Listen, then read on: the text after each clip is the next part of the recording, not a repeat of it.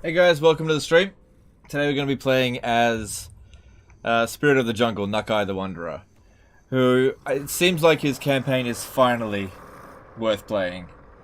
Alright, so I've got a poll up there for you. I'm just going to have a series of polls really quick, so just vote really quickly on what we want the endgame crisis to be. I don't really care, but it's up to you guys. So what we're firstly deciding is what time frame. So at the moment it's looking as though the first 10 turns will win, but we'll wait until I don't know, maybe we get 500 votes, because obviously people are just showing up at the moment. So at the moment we've got we'll always have it at endgame difficulty 100. So at the moment timer range will be 10. But turn 50 is starting to sway it a little bit. So it's up to you guys. Endgame crisis is useless. No it's not. Because Vermintide means Clan Eshin. When was the last time you did a Nakai campaign? Literally can't remember. It's a long time since I've done it. So 500 votes. When we hit 500 votes, whatever is the highest at that point, that's what we'll do. It's neck and neck with first 10 turns and first 50 turns. Absolutely neck and neck.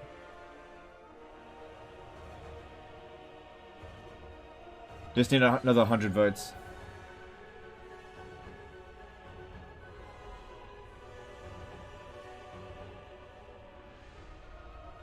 First 10 turns simply means doomed campaign from the get-go.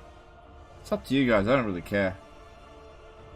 Currently, turn 50 is winning. 70 more votes. It's up to you guys. I don't care.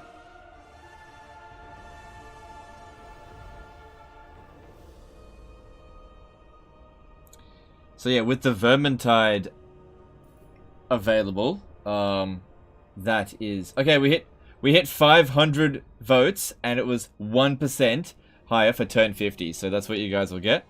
We'll do it on turn 50. Can I just type that in? There we turn 50 to 60. Okay, that's what you guys voted for. Thank you for voting. Okay, the next thing is what type of endgame crisis do we want? Hang on, type of endgame crisis. Do you just want Vermintide? Do you want vampires? Do you want greenskins? Or do you want ultimate? Hang on. Once again, 500 votes. Wait, did I even ask a question? So yeah, it was very close between turn 50 and turn 10. I don't care. Just whichever one you guys want. Personally, I don't even like endgame crises. If it were up to me, I'd just turn them off.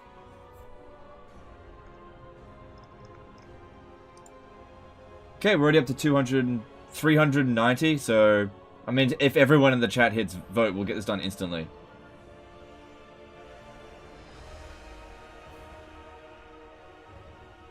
$491 votes.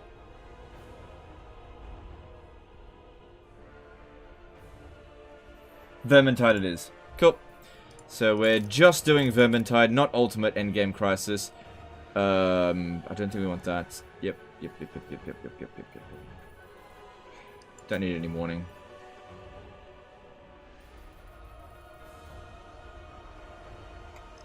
Okay, that's it. We're good to go.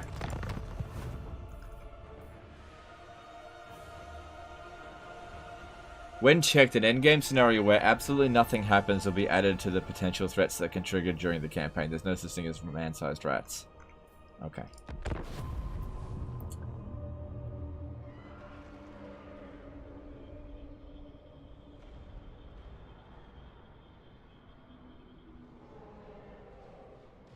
So yeah, welcome to the stream, everyone. Hope you've had a good weekend so far. Kroxigor only. I don't think that's really viable at the start. You can't recruit Kroxigor straight away.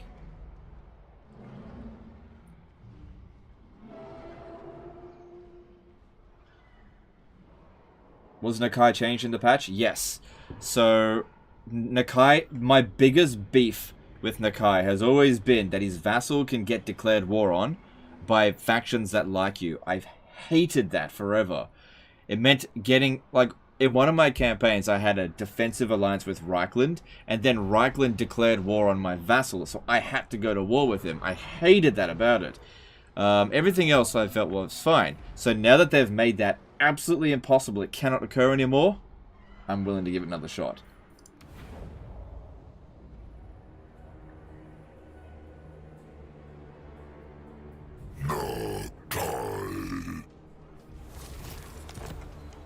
What do we got here?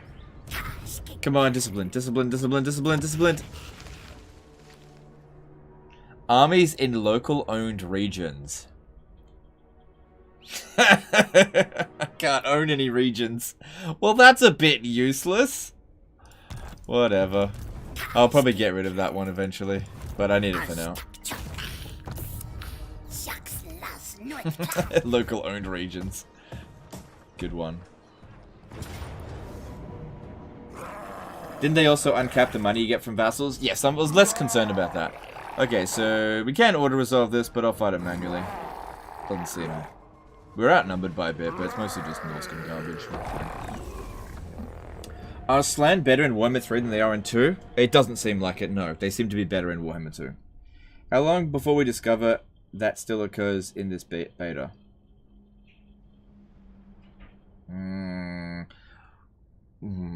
Well, I don't know. It may or may not. It doesn't seem like it's been happening. It works for the regions under vassal control, by the way. Ah, okay. Fair enough.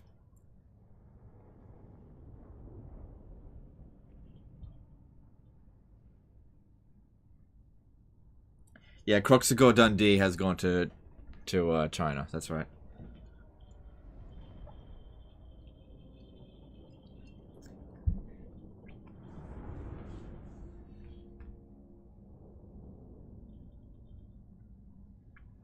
Nakai is worse in Warhammer 3? I don't know. Well, let's see. I don't think he is actually worse in Warhammer 3, but let's have a look.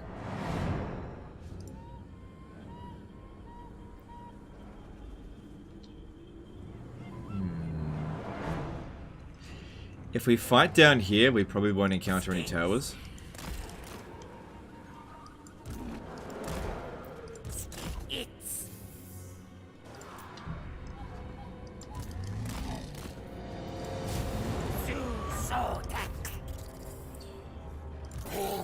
Yeah, because, like, if you fight down here, the towers actually can't get you. This is, like, a massive weakness.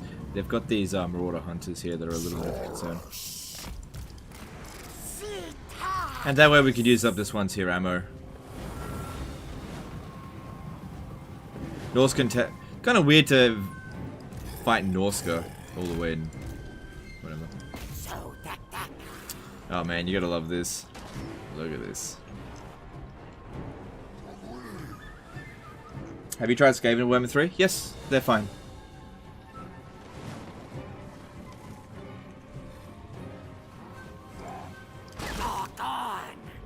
Oh shit, the towers actually can get us from down here. Okay.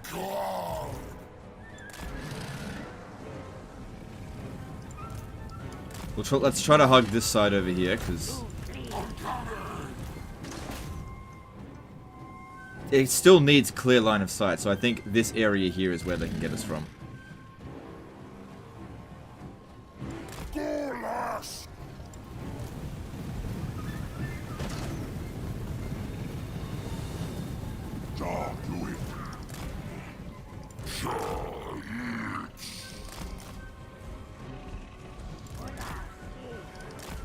Yeah, I think one of our biggest concerns are going to be the Marauder Hunters.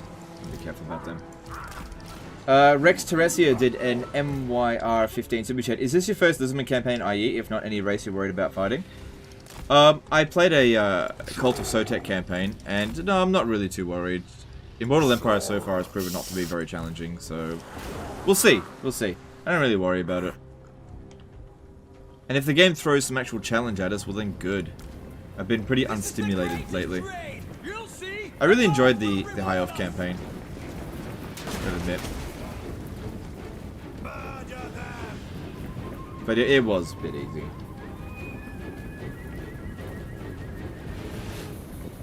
I want to see pile.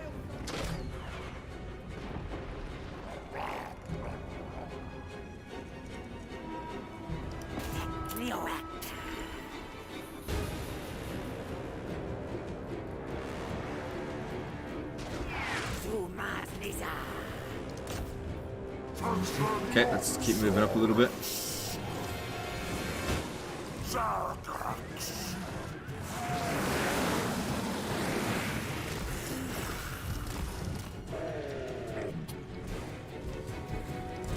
Wish the camera could go underneath these areas here, but it doesn't.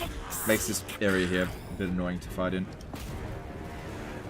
Did you know Orion gets reduced? Yeah, I know about that. Yeah.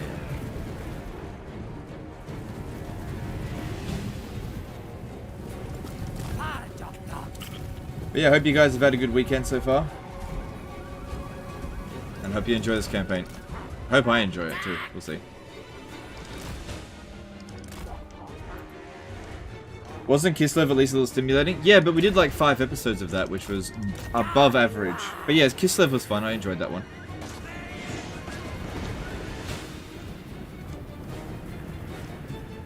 I really like playing Kislev. It's one of my favorite factions in Warhammer 3.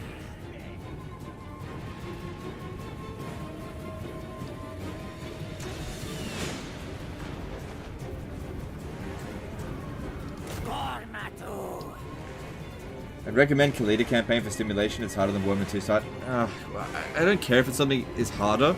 I care if it's fun. I kind of don't really believe people when they say it's harder than Warhammer 2. I just don't see it. Like, Warhammer 3 is just easier in general.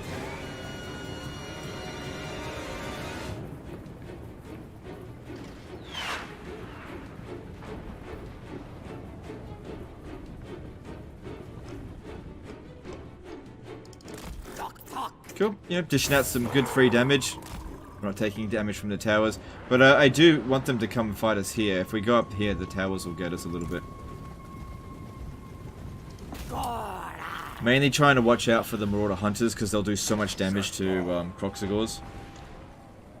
But using up all the ammunition of the Stegodon first doesn't seem like a bad call, I think. Also, they're constantly running up and down this hill, so they're getting tired, even though they're going to have high ground when the time comes. Alright, you get in there. Nakai, I'm not sure if they'll shoot at you. They might.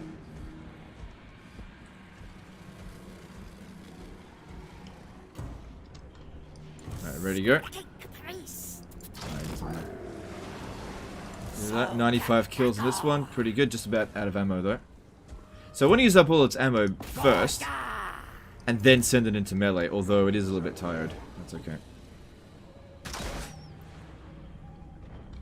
How better is Nakai as a lord in his campaign? I don't know, man, I just started.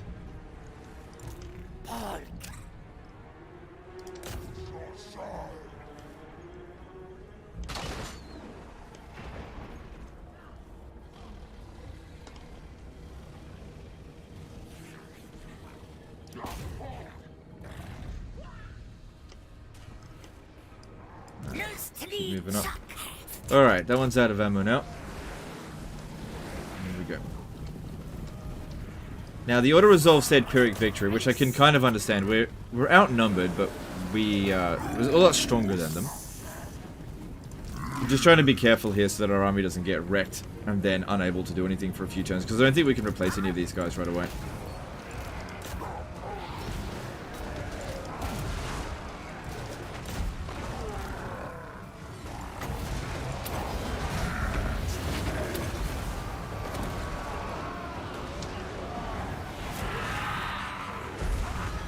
Good, taking out these Marauder Berserkers with them having done very little damage is really good.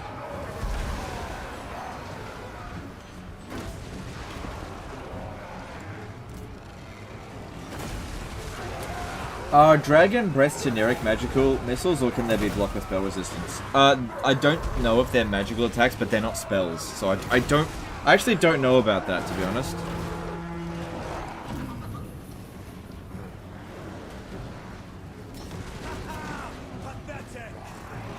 Do all slants get barriers or just croak? I don't know. I think all the slants get it. I think it's a skill in their skill tree for barrier, but I'm not entirely sure.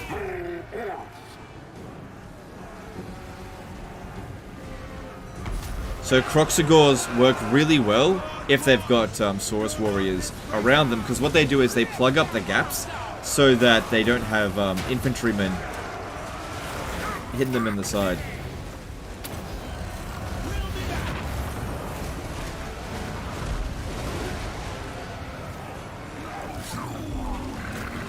So far taken 1 casualty.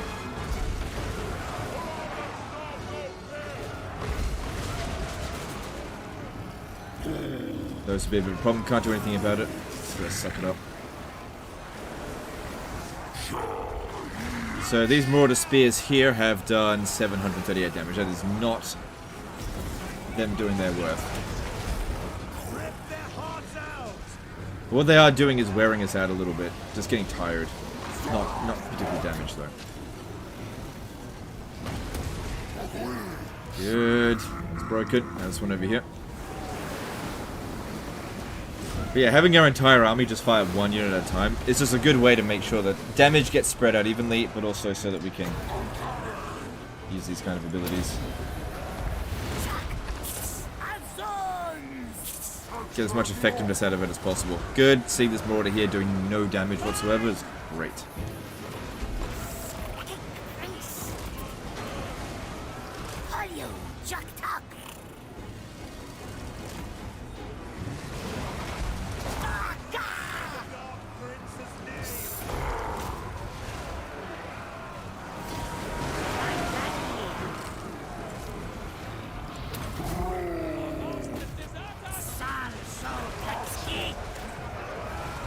Is Nakai himself any better now? Skill changes are good. It's the first time we played him. It's the first battle. I can't possibly evaluate him just yet, okay? you gotta ask me that at like the end of the stream. Not the beginning. It's like, imagine somebody watching a movie and in the very first seconds asking them if they like it or not. Like, you just gotta give it some time. I get that you're curious, and that's good. But, you know, it's way too early for me to tell at this stage. Get Nakai to charge downhill, see if that does anything.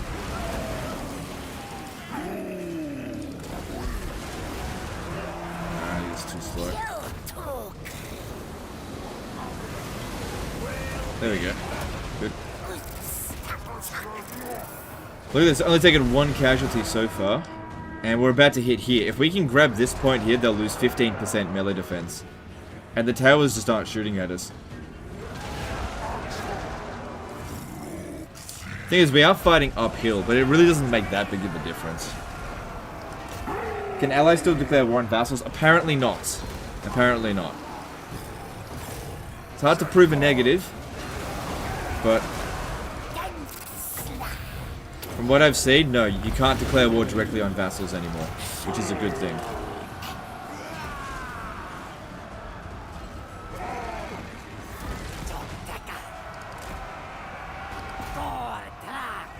I should charge in that. Yeah, you kill him. Kill him. You know what's funny? Nakai has taken the most amount of damage in this battle. And the Stegodon has killed twice as many, but of course he's got a missile attack.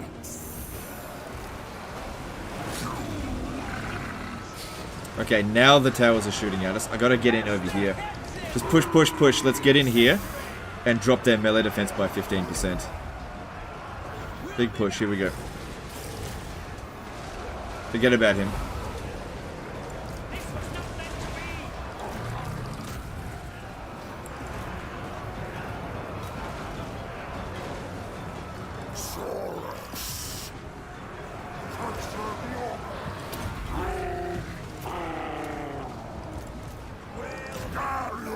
Guys, get these things over here, they're going to do some damage. Yeah, when we come up over here, start taking a lot more damage. Where are you? Get in there. Oh, Nakai's gone berserk. Imagine if we'd lost Nakai on the very first battle. That'd be freaking gross. These Marauder Hunters here will do a lot of damage. Okay, we're taking a lot of damage here now.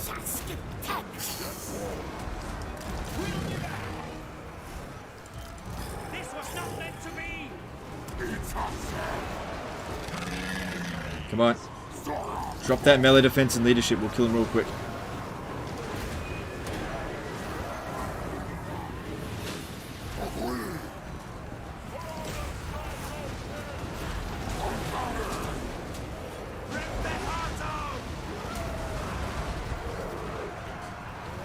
This guy here's taking massively lopsided damage. Come on, we've almost got this.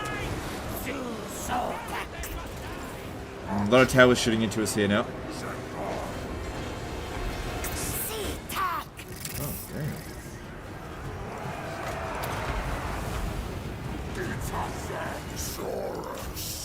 Come on.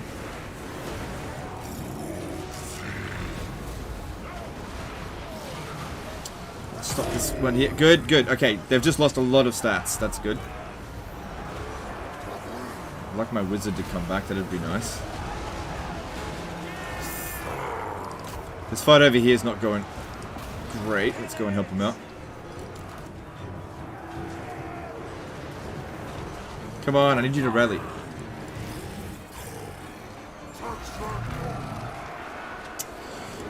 This fuck is here shooting at me.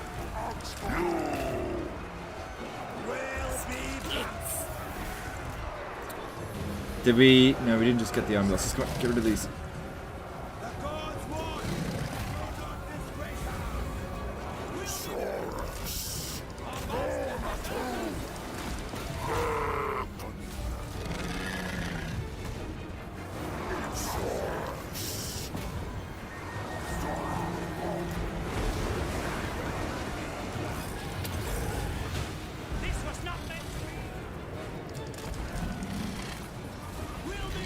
Now let them recap this. We want to keep their stats nice and low.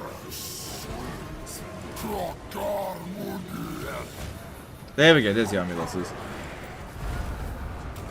Geez, still took a lot of damage in this battle. Despite... Okay. I thought we did really well, but just still Pyrrhic victory.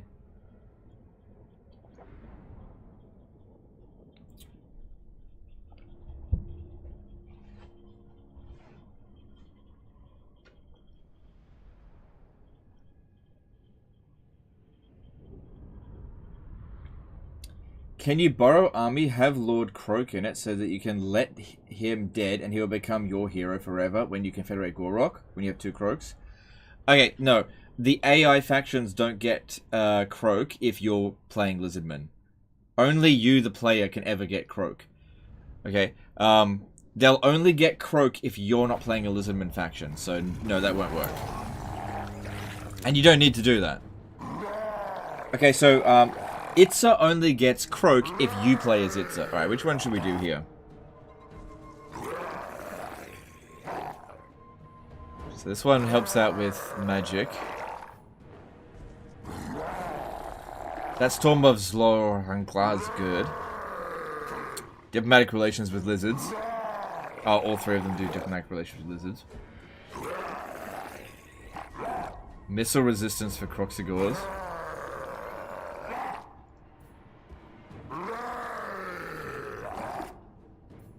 Alright, let's do Quetzal first. That seems like the right choice, just to begin with. Because that's going to boost our early game units.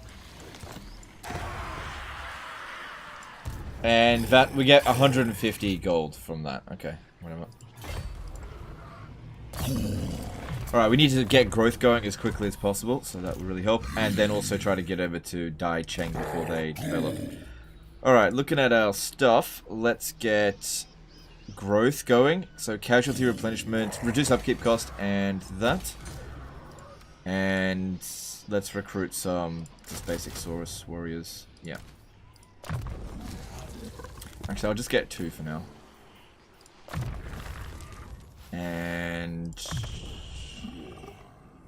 Okay. Kroxigor's worth recruiting? They should be okay. Let's get that one going. Wait, what's the other one? I'm probably not going to recruit another army just yet. Yeah. Next stop, Dai Cheng. Alright, let's have a look in diplomacy and see what we can do. So we're aware of Teapot spawn, but they're going to die. Slaughter the sh...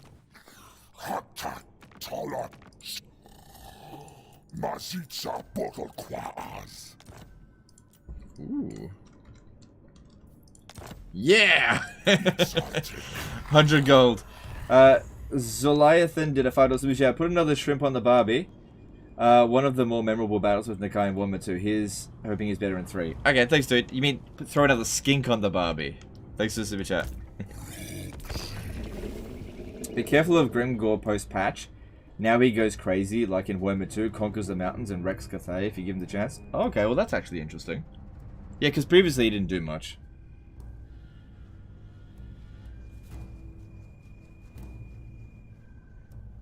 Yeah, welcome to the stream, those of you just showing up. Hope you're enjoying what you've seen so far.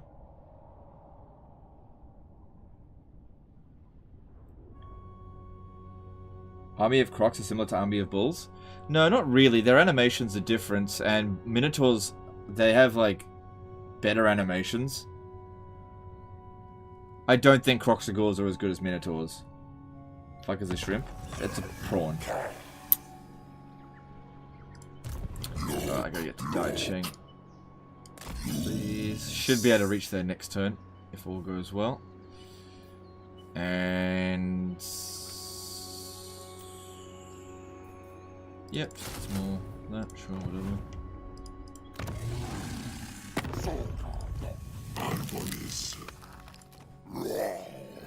You got any money for me, boy?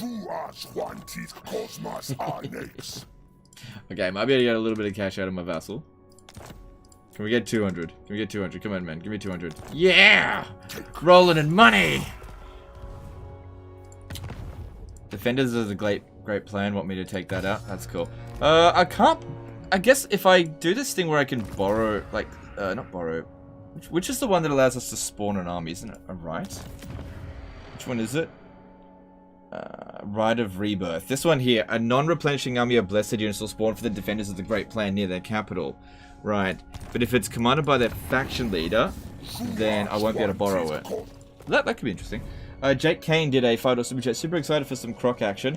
Can't catch the whole stream, but I appreciate you for the content as always. Keep up the good work, my guy. Alright, no, it's 2 things super chat.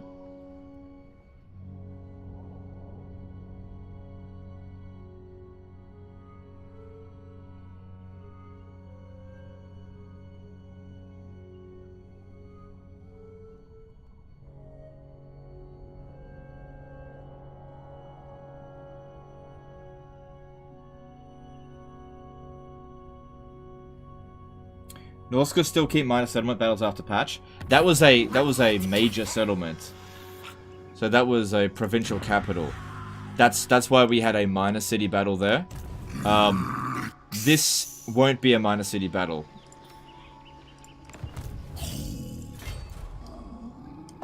So I think Norska lost their walls, which is fine by me.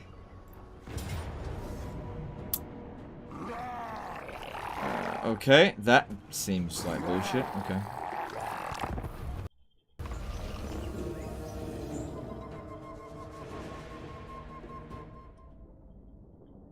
Are you sailing back to Lustria?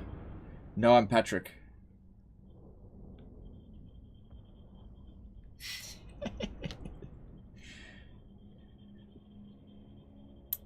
I might sail back to Lustria eventually, but there's no reason not to stay in Cathay. It's actually one of... Nakai has one of the best start positions because you have a corner of the map, so it's really good for his vassals so you don't get surrounded. But yeah, there's nothing stopping us a little bit later down the track from sending an army to Cathay.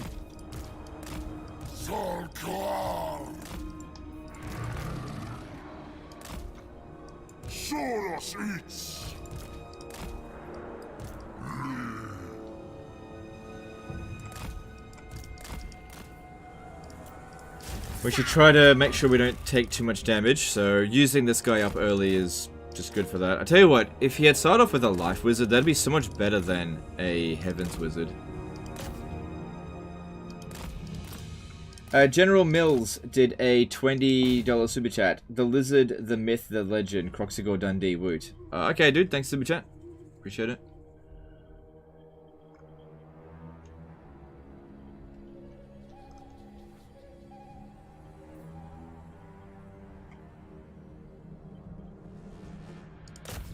Just trying to hit trees. Be best if we try to make sure this one here and this one doesn't take too much damage in this battle.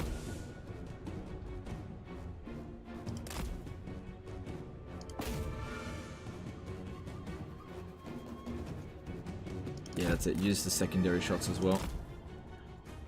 Also, the more we can get them running, the better. So they get tired by the time they even get here. Can we move back a little bit? Yeah, back a little bit.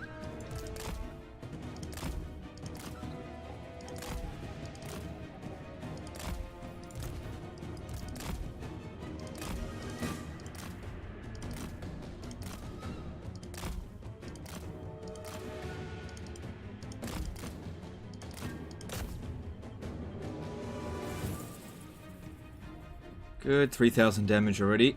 For more or less free is good. Yeah, watch out for the Marauder Horseman.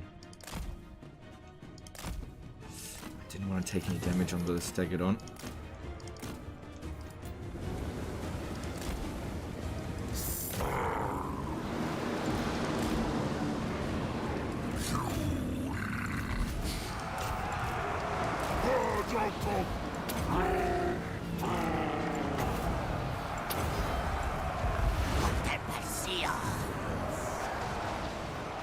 Okay, the Marauder Hunters here are going to be a problem if we don't charge at them right now. I need to go at them.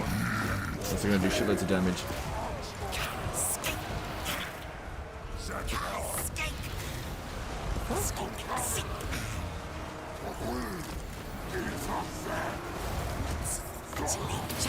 Weird.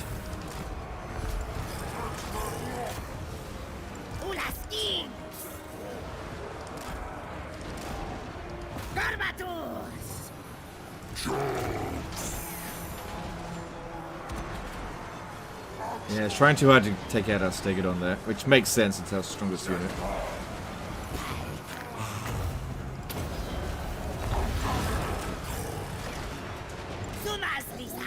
I find Harmonic Convergence to not really be a very good spell. Where's their general? There it is. Nakai. Now these are in melee.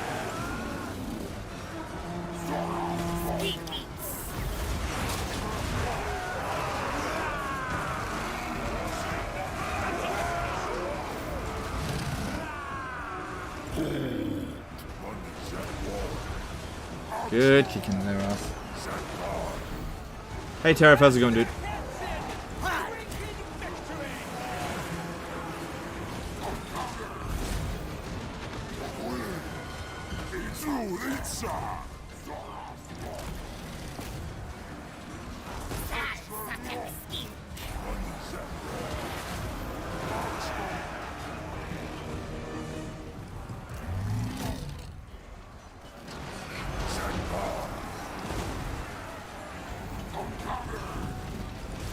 Why did you use the spell that was winning in combat?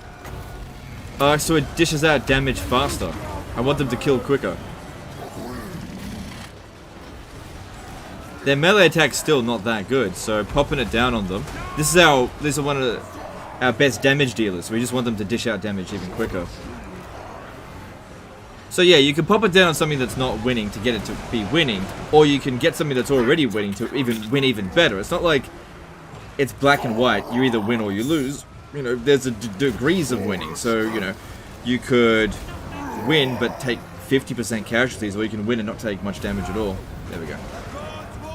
So you want to put these spells on the units that are like dishing out the most damage, but could still use a bit more of a boost. There's usually more than just skinks. You must be feeling generous today. Well, this is the army we start off with. Why blob? There was no upside in going wide. What for? There's no upside in it. If you stay in it wasn't that much of a blob, but the reason for it is because of his area of effect abilities. They didn't have any area of effect abilities, so you know, melee versus melee. Yeah, there's this myth prevailing in the community where, like, you always have to go super wide with your army, but it's the biggest pile of bullshit. It's one of the dumbest things you can do. Sometimes tight formations are really good. Sometimes. It depends on the situation. Alright, let's go ham on this one here.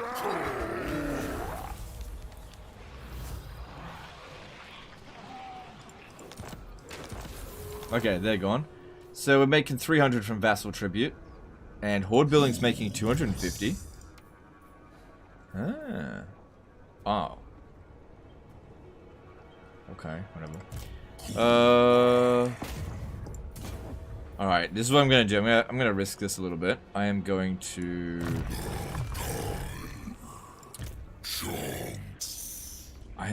forced march. So that I can hit Shiwu next turn. Because I don't think anyone's there. There's only 9 units, so it should be easy to beat. We don't get much replenishment though. Alright, let's get Curse of the Midnight Wind to be really good for our army, and Uranus Thunderbolt. Cool. Cool. Since that spell's really good now. Cool, this province is secured. Now we move on and hit Shiwu. But yeah, since we've got turn 50 Vermintide, that means on turn 50, expect Eshin to become like a superpower, so we need to build up really quickly.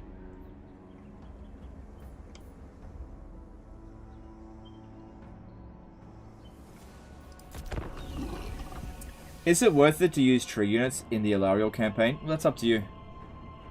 It's neither worth it nor not worth it. It's just entirely up to you. I know you don't go for them, but what's Nakai's victory conditions? Oh, I don't know. I'll have a look at that. Well, I'll go for the victory conditions if it's convenient. Sometimes factions have really inconvenient victory conditions, and I don't go for that. Can you still beg Vassal for money? Yes, I just did that, so I gotta wait 10 more turns before I can do it again.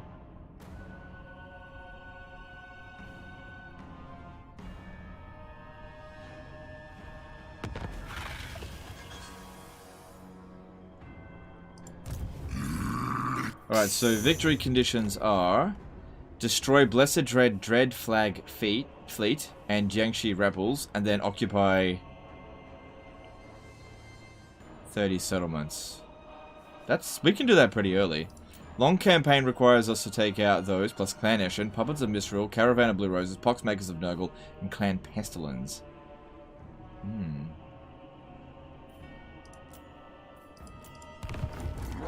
But not Marcus Wolfhart. They seems to have given up on that. Alright, let's have a quick look what's going on here. Nothing there. Every moment in your presence is an offense to me. Mind if I take this? Okay, this will be a walled city. I doubt we'll be able to auto-resolve it.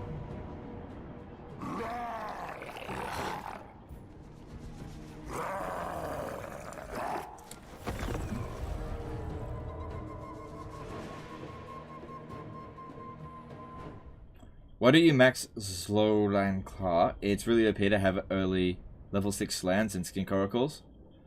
Well, I figured that it would also be good to get these guys here lots of buffs, because that's what I want to focus on. Well, it's not like we can't get all that stuff pretty quick. We'll probably get all 3 of them maxed out pretty early on.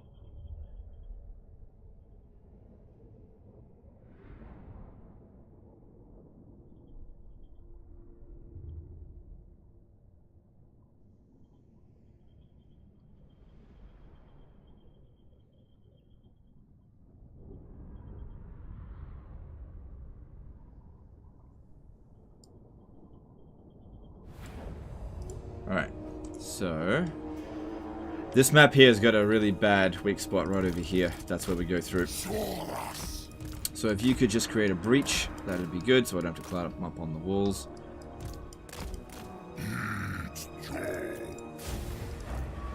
God, attack! But yeah, we should probably keep this guy out of it. He's taking a lot of damage. How the hell is he able to shoot his... Look what he's doing with his other projectiles. He's missing. But that's pretty extreme range on those javelins. Just gonna get through this wall. How do you feel about 2.2 so far? It's alright. Step in the right direction in some areas, step backwards in others. Do you think Nakai should be able to trespass without penalties? No.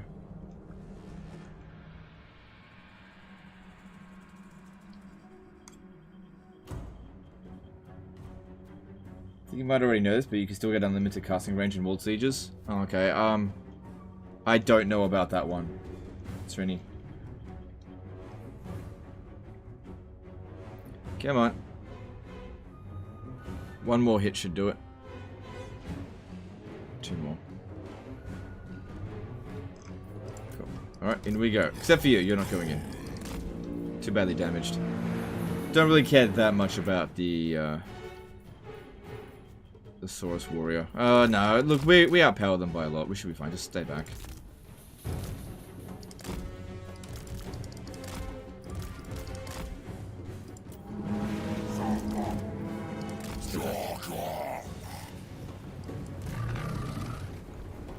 We should definitely try to prioritize their missile units over anything else.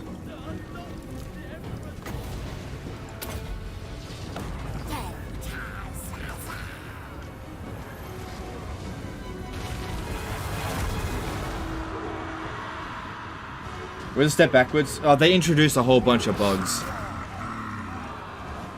in this patch, especially with quest battles.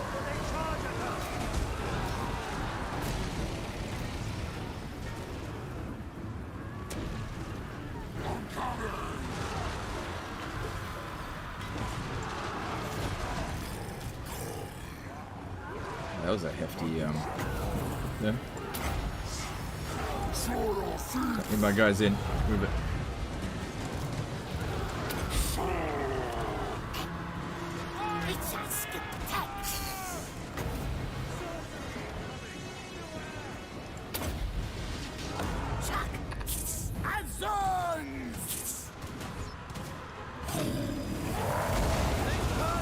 Nice.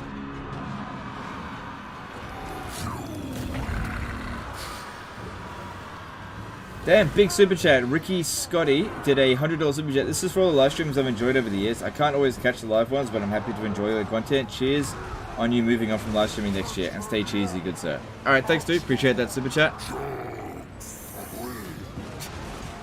I'm not going to elaborate any further on that, but thanks for the super chat.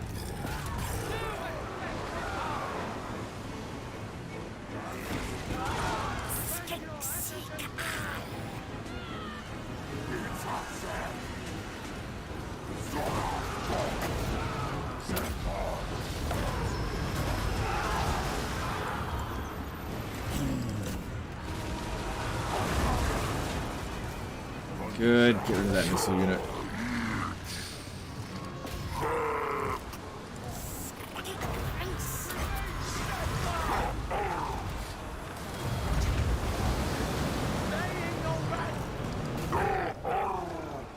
Good. Both of the missile units have been taken out.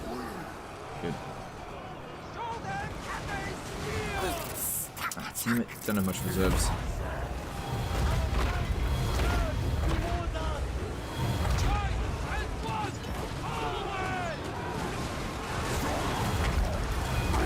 Okay, Nakai's surrounded there, so that's not ideal. Well, he essentially took out that full unit there, so I guess... Okay. I miss when Cold-Blooded used to restore, health. As opposed to leadership.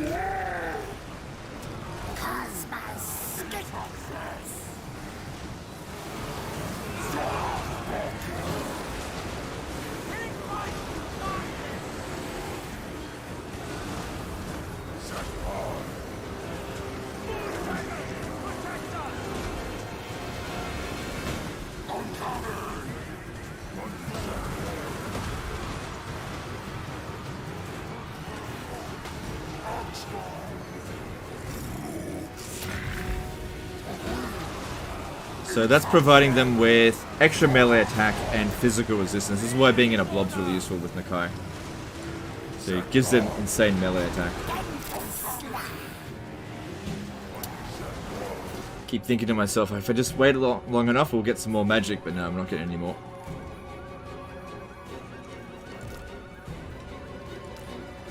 Okay, let's pull back the Kroxigors. I don't think they're doing so well here. The Saurus Warriors are doing just fine.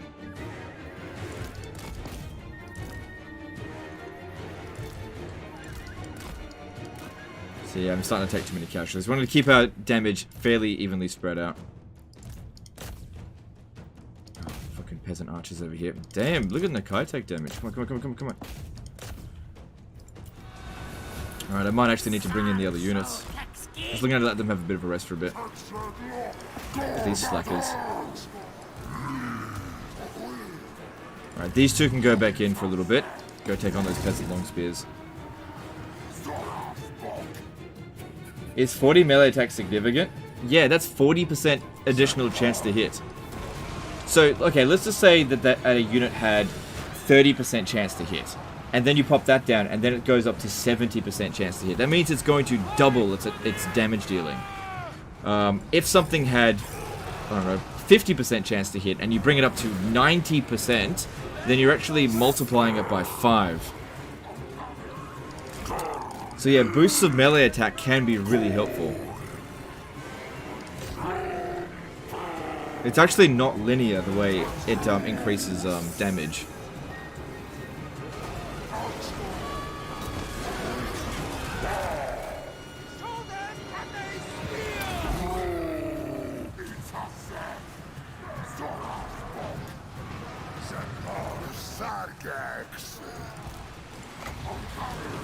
I don't think you can cast this on units that... Oh no, you just can't use it on the unit card, right.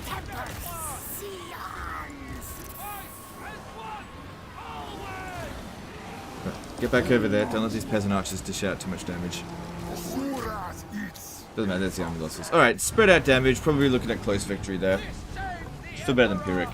Yeah, it's better. Do you think Nakai is better than he was in Warhammer 2? It's way too early for me to say at this stage, but initial outlook seems like, yes, he is better than in Warhammer 2. So in Warhammer 2, you start off in Albion, and it takes you like 5 turns to conquer all of Albion. And then after you've conquered Albion, you don't really know where you're going. Plus you have to fight Rakath. You can go and continue fighting in Norsca, but the Norskans get powerful really quickly and become an absolute pain in the ass. Or you could sail down to Bretonnia. There's a lot of things that are really bad about Nakai's campaign. He starts off very badly hamstrung.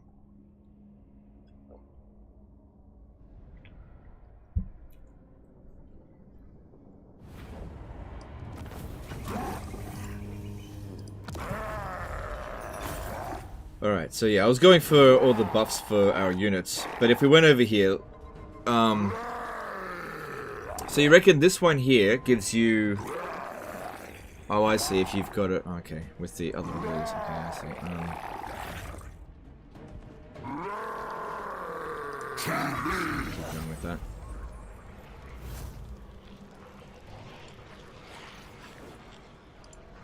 So if I look at this, there you can get Blessed Stegodons.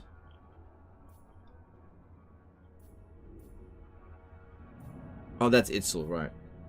Tribute from Vassals. Horde growth is pretty good. Right, that's what you're talking about. Recruit rank for Slans. Hero capacity for Skink Oracles. Right. Maybe do that one next. So this one here, going down this line, gives us access to Saurus Scar Veterans. Blessed Saurus Spears, Blessed Saurus Warriors, Blessed Kroxigors. Blessed Temple Guard. Well, we're already at that point. Okay. So this provides how many temples? 3, and a minor settlement provides 1. Okay. Alright, next stop for Nakai is probably Li Temple and then Li Zu. Anyway, so that goes that way. Yeah, it's all same distance no matter what.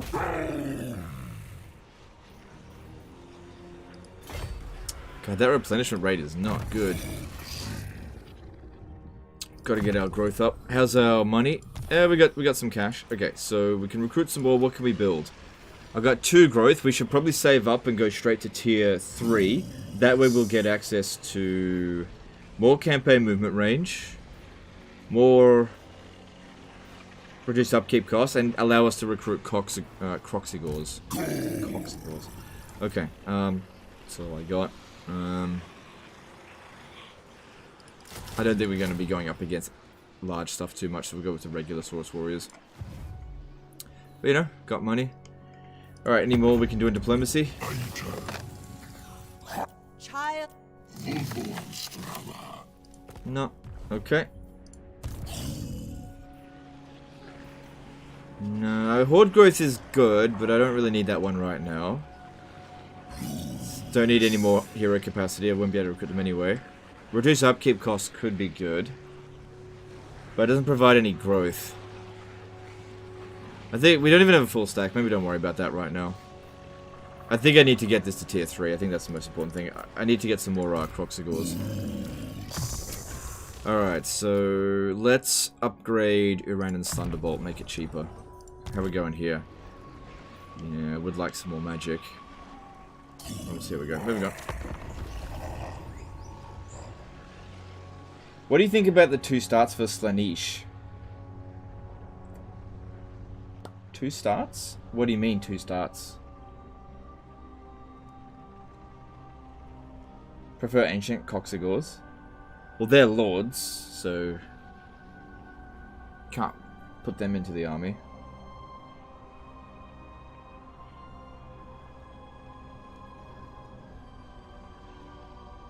Also, I should change my faction's name.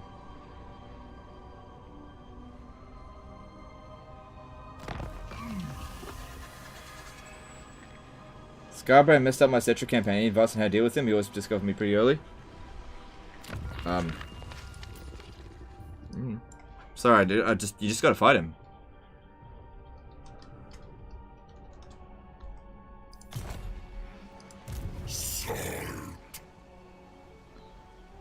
Wish I had some better advice for you, but I just don't.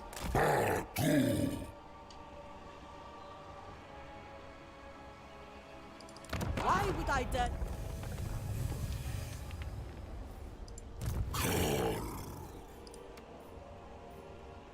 Yeah, we can go into channeling stance for more wins, but I think it'd be more important to replenish and also to keep recruiting. No regiments of renown yet. Yeah, keep that coming.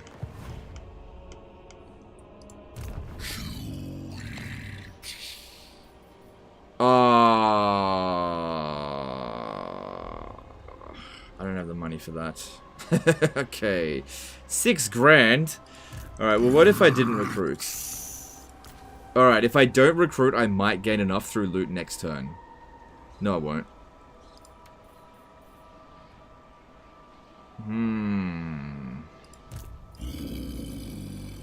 But if I don't recruit, they have 14 units. Plus this one. Like, what happens if this army gets all the way down here?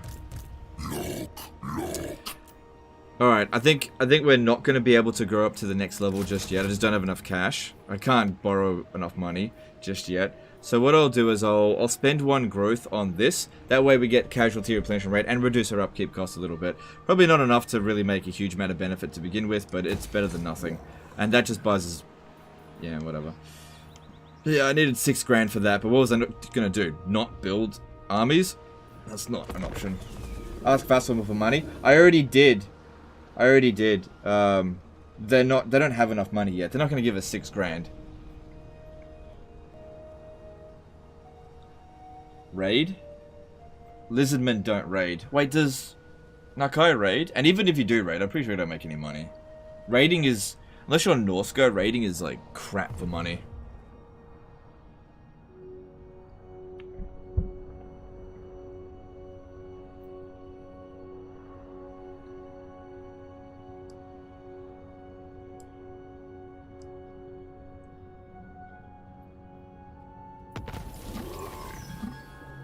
So that's good.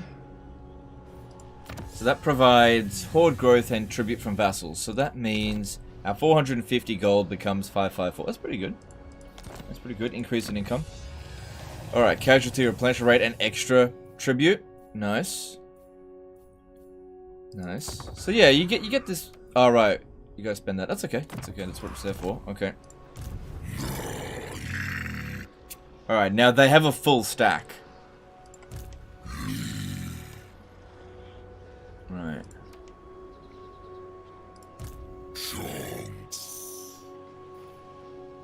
Alright, if I go into channeling stance, we can pick up quite a bit of extra magic for the Uranus Thunderbolt when we hit Lee Temple, which we'll be able to hit next turn. Because I'm not going to recruit anything this turn. And I think going for reduced upkeep cost early could be good. Is any of this really needed? Reduced recruitment cost? Nah, go with Ancient Cunning.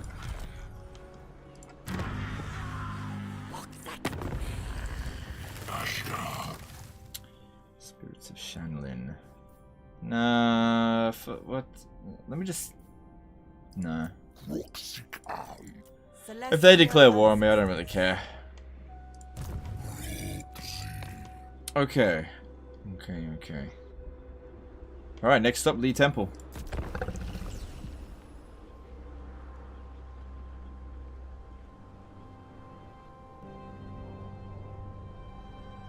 I'm pretty far into my own Nakai campaign. It's slow at first, but once you start to snowball a bit later on, it's really fun. A lot of field battles also. Okay, that's good.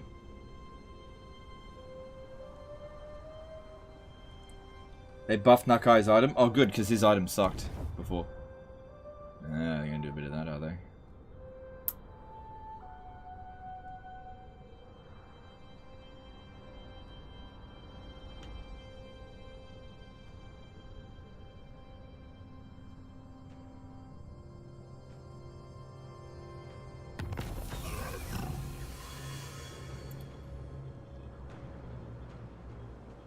Well, from 450 to 669, it's not too bad for 3 settlements.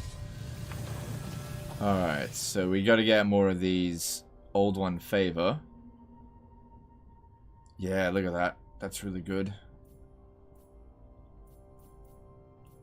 Alright, we should get that when we win this battle here. How much do we get passively a turn at the moment? 14. Okay. Chile. Yes, Chile.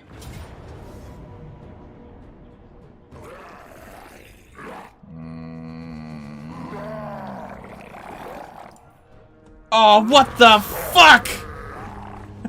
What? What? What the hell was that? I would have never lost that much. Oh, god damn it. Ah! God.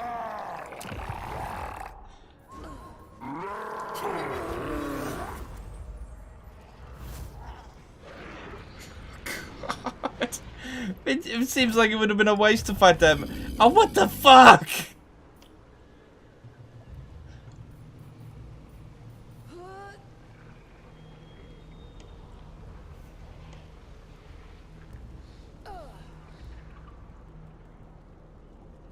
Alright, I don't know where their other army went. I might need to go into ambush stance here.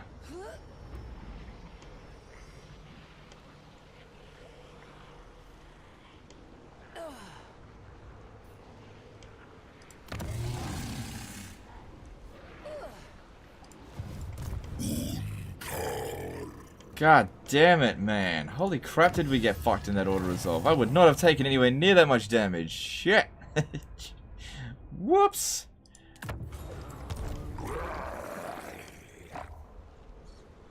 Alright, as long as you guys are amused. Low casualties. We lost half our army.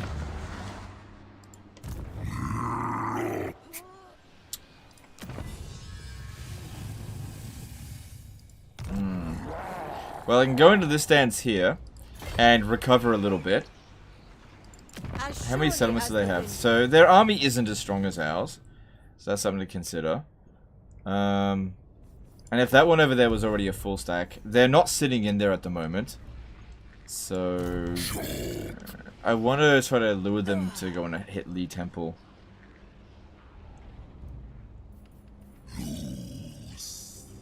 See if I stand here. I'm trying to decide whether I should... Hang on. According to this, I can make it there next turn if I go in camp stance. Yeah, fuck it. I'll be able to beat them. It's just peasants. I'll be able to handle it. I'm not going to bother ambush stance. I'll be able to win. I'll just have to fight it manually. God damn it. Alright, we'll need to recruit another unit.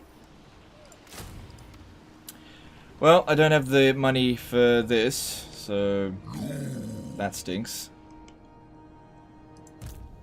But, you know, we just get more territory. We'll eventually get the money we need. And it's not like the growth goes to waste. It's just... It would be really good to hit tier 3, but I can't get 6 grand out of my ass here. You know, I could ask them for some money, but they probably... Yeah, they're not going to accept it. We gotta wait until turn... probably 11 before I can ask them again. Alright, cool, moving on. Never auto in the beginning of the campaign, it's awful. Yeah, but it looked like it would have been fine, because we outpowered them by so much, but yeah, I really should have fought that manually.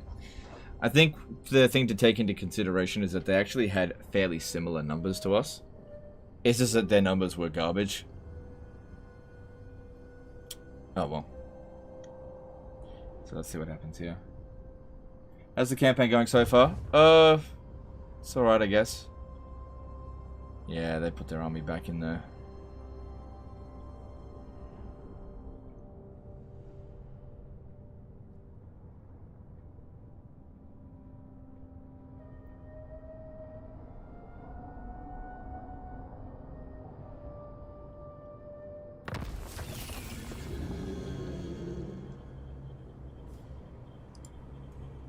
Touch a dragonborn is blasphemy.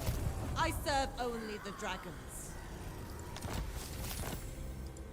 My will does not bend.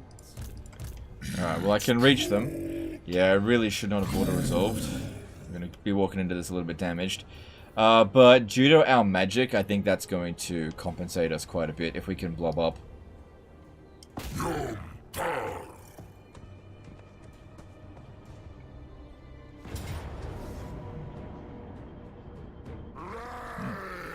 Okay, biggest concern here, shitloads of archers.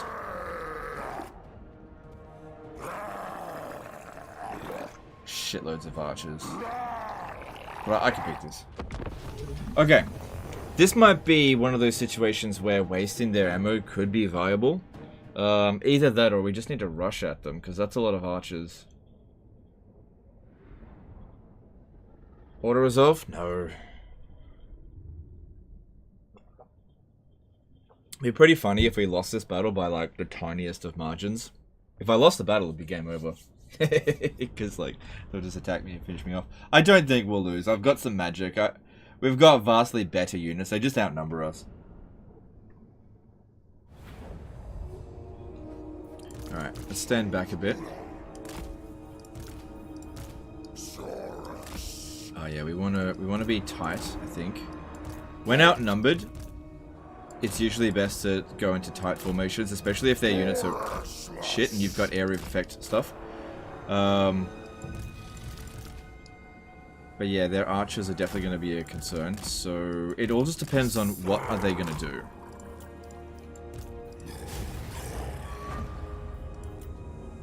Alright, they don't want to advance at us. Let me just see what I can do against them. If I can waste a fair bit of this ammo, that'll make a huge difference. But if I don't, then should still be fine. I'm just not sure how I'm going to go about this. I need to probe them a little bit. I'm not sure if Nakai is big enough that they'll actually shoot at him.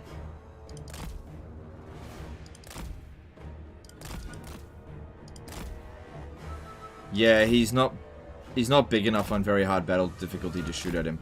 And the Stegodon is too slow. So if that's the case, what we could do is what we did in that Silostra disaster battle. This might work, it might not. We get rid of their lord.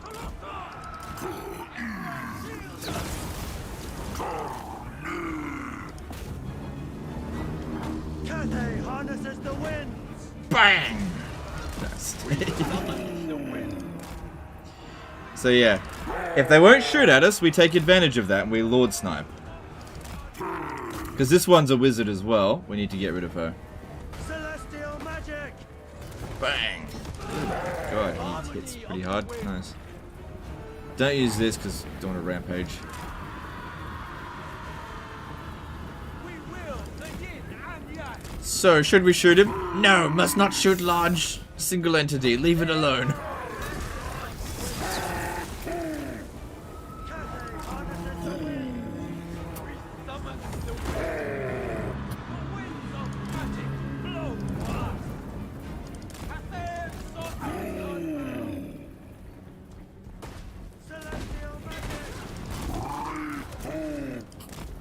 Come on, Nakai, you gotta move faster than this. You're a little bit on the slow side.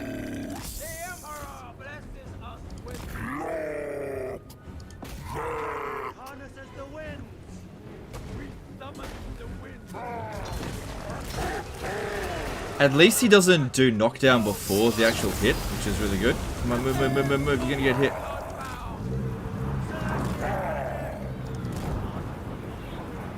You got this, Nakai. You got this. There's a good boy.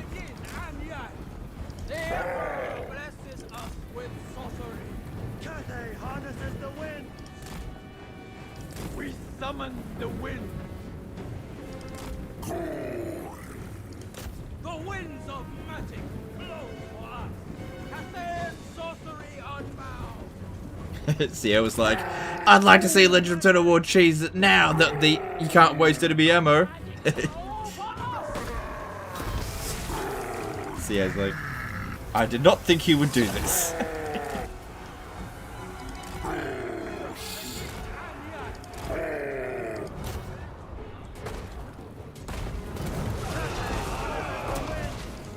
Now, of course, we're not going to do this whole battle just with Nakai, although we could do a fair bit of it.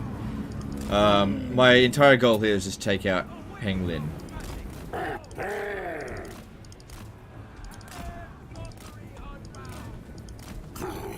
Because, yeah, if we get rid of her, 10 leadership reduction will make it a lot easier for routing all these guys. The Emperor blesses us with sorcery. And also, you know, making sure they don't have spell casting on us.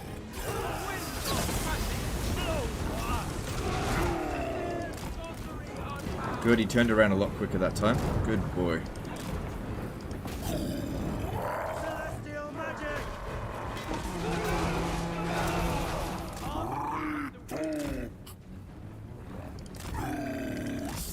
Where high elves? They're on Ulthuan. The Emperor blesses us with sorcery. And I think I just killed it. Let's keep running for it. Did I kill her? No, she's getting up. No, no, no. She's not good enough to rout her. She has to die. Out of my way! Out of my way!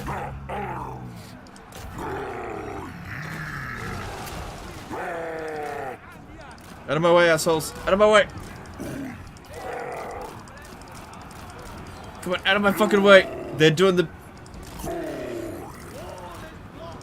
Come on, move, move, move, move, move. She's not gonna rally. Come on, there we go, Nakai. You can do it. You can do it. You can do it. You're faster than her. Do it. Come on, you gotta move. Move, move, move, move, move. Ah, for fuck's sake. Come on, Nakai. Come on. I don't think he's gonna do it. Back off then. Back off. She might rally. She might rally if we give her enough space. Come on, rally. Rally, rally, rally. Oh, she's minus 20. She's not gonna rally. Oh well. It would have been better if we killed her, but he's just too slow. Alright. They did a good job of protecting her, I suppose. Okay, now. Let's start moving these guys up through here. And what we want to do is just attack one flank and then just roll them down the hill.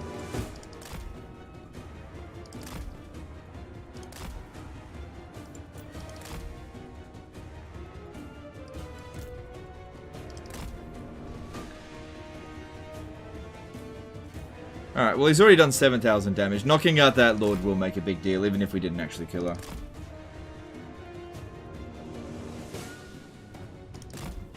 man, look at all these archers up here.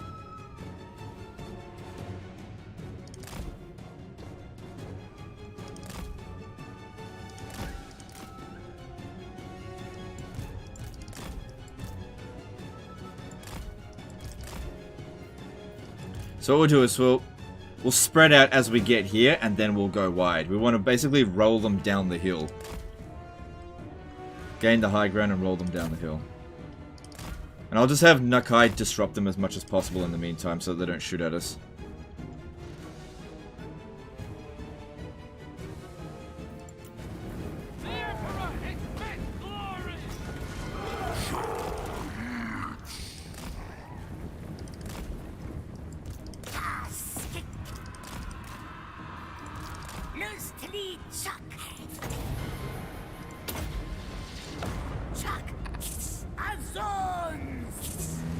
That a bit. Yeah. Bombardment spells can be a bit hit and miss if they're not pinned down. Here we go.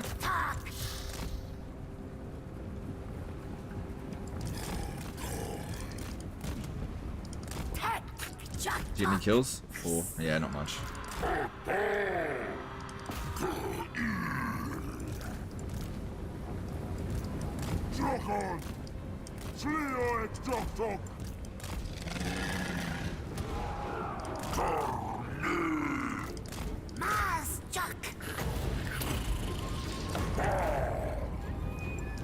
Don't worry too much about the melee infantry, go for the archers.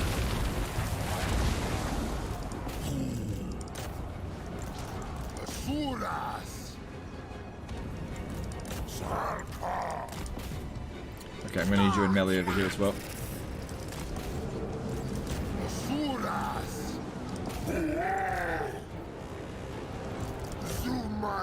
Like I said, aim for the archers. That's what we need to just get them off the battlefield. Oh, they actually got some cav.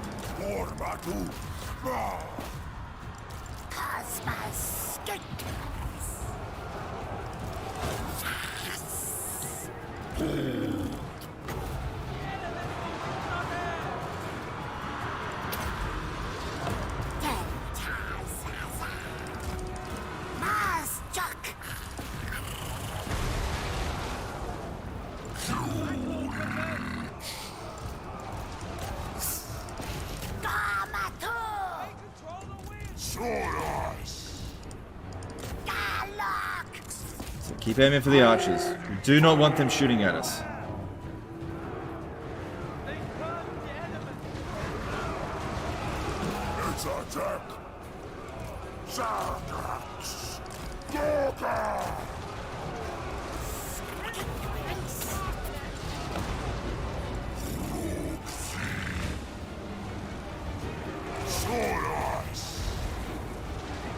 Good, now it's getting kills. Nice. Bit of damage happening over here, but that's okay.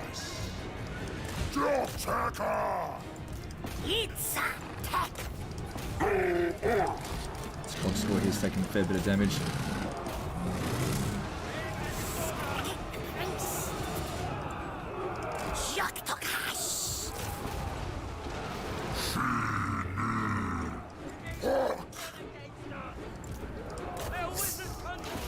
Yeah, that one there. Pushed in too hard, I think. It's too... I just gotta leave it there.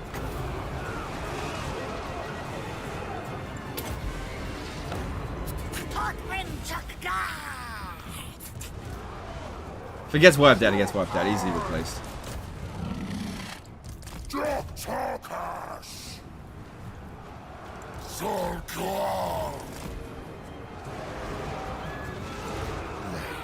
So just get these archers off the battlefield.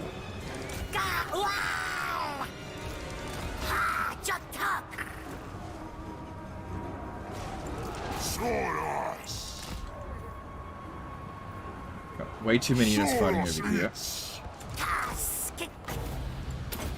At least all their archer units are not shooting. There's tons of them. Can your allies start war with your vassals? Apparently not anymore.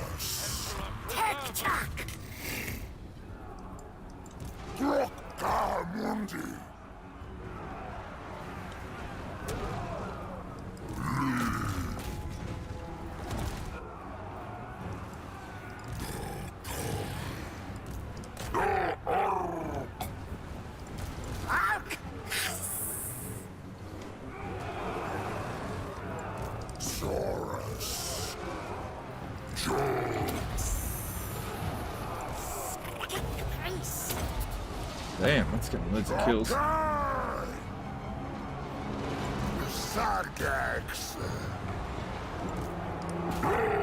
think that's the army losses. Cool. Alright, you know, bit of damage, but you're gonna get that when melee focused army.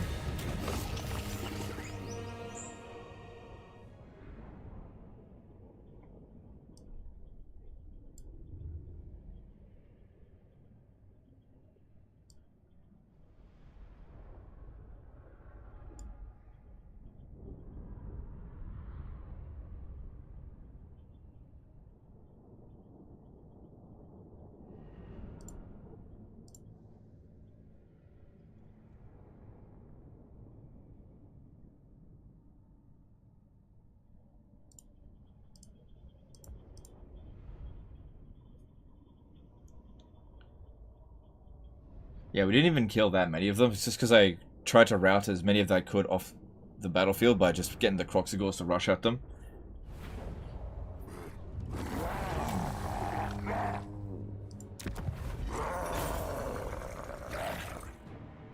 So when we get to here, our Saurus Warriors and Kroxigors will get extra melee defense. So that's nice. So yeah, I can see what people were saying about going down the other, this one here line first. But the thing is, I wouldn't have enough of the tokens of the old ones to get that now anyway. Right, so they've got no territory left now. This army shouldn't be able to capture Lee Temple, so we should just be fine to leave them be. And no units got wiped out, but where are we going next? Food chain.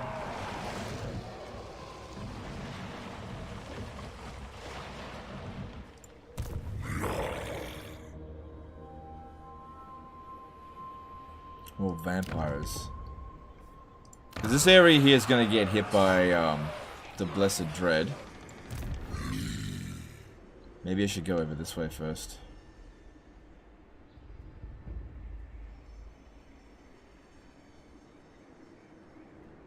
Because I think encountering the Blessed Dread right now could be a mistake.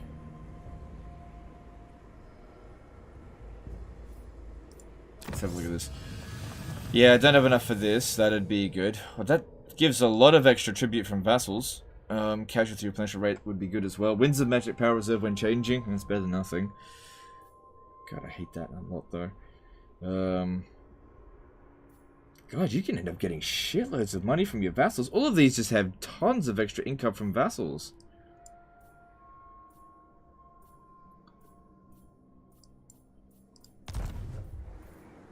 Yeah, I'm not even close to getting that. Okay, well then, we'll have to do that, I guess. I guess it wouldn't hurt to have like a backup army just in case we got wiped out. That would probably be a good idea. Yep, and let's try to save more money. Make our army nice and cheap. Alright, I am going to... In hindsight, I probably should have taken Li Zhu first, but I wasn't sure which way I was going to go. I don't really want to encounter... Hang on, Fu Chao is Vampire Ghost. Yeah, I don't really want to encounter him just yet. I'd much rather go after these guys, so I'm going to come around over here. And that way, if these guys capture this again, which I kind of want them to do, just so I can get another battle, if they capture that, I can take that off them and just finish them off. But yeah, I think I'm going to hit these vampires here.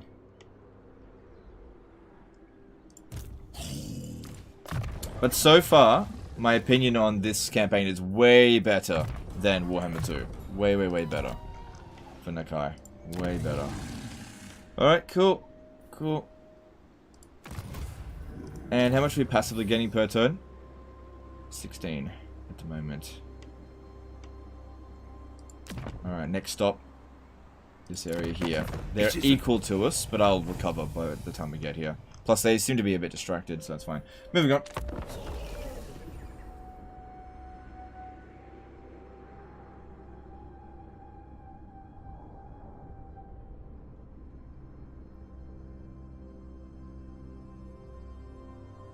Sequence of mass spawning is almost a must-have. That's just gibberish to me. I don't know what that means. I don't play Nakai very often, so you're going to have to point out exactly where it is.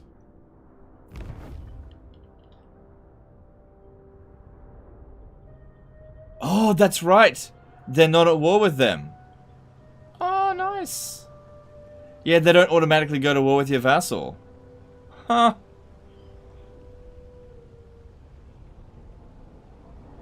Right.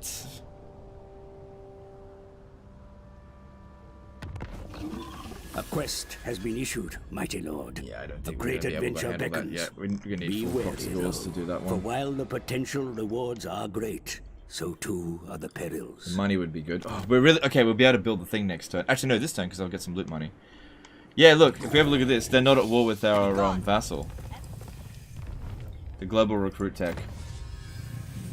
Sequence of what?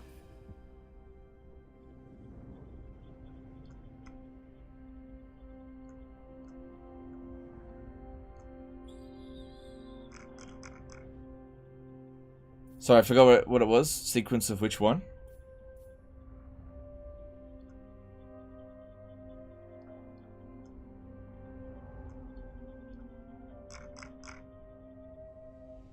I'm just trying to find where it was in the chat. I can't remember which tech I'm supposed to be looking for.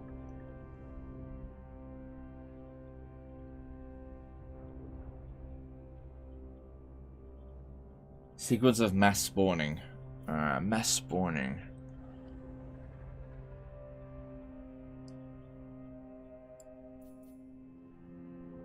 Right. Yeah. Well, yeah, okay. We'll get there eventually. I can't get that right now. Okay. Yeah, you're getting way ahead of yourself with that kind of stuff. That kind of comment is not really helpful at all. Legend, how come you don't have all Dreadsaurians on turn 9? Sort of thing, you know. Yeah, that is too far away for me to care about right now. Okay, so yeah, we take them out. We will. Okay, that's easy enough. There's a search bar. Yeah, but I didn't even know what it was called.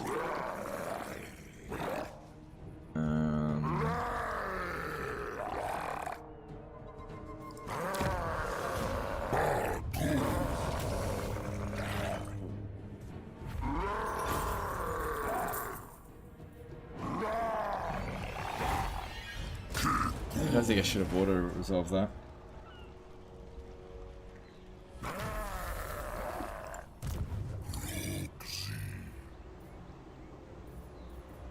Alright, well we don't have any enemies, so that's fine. Yeah, we could really use a bit more replenishment rate. This is kind of gross.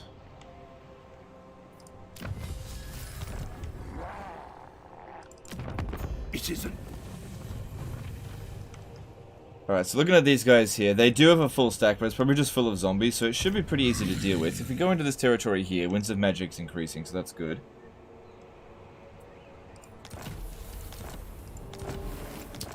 Alright, well they're gone, that's good. Yeah, so recovering by 8 per turn. That replenishment rate is trash. 8%. Ugh. Rite of Awakening. Oh, that's free! Alright, I'll just do that. Doesn't cost any money. And yeah, let's do... Life Magic is definitely the best Law of Magic for Lizardmen. Definitely the best. Okay. I could go into Encamp Stance for 5% extra replenishment, but I think I'd much rather to start force marching over this way.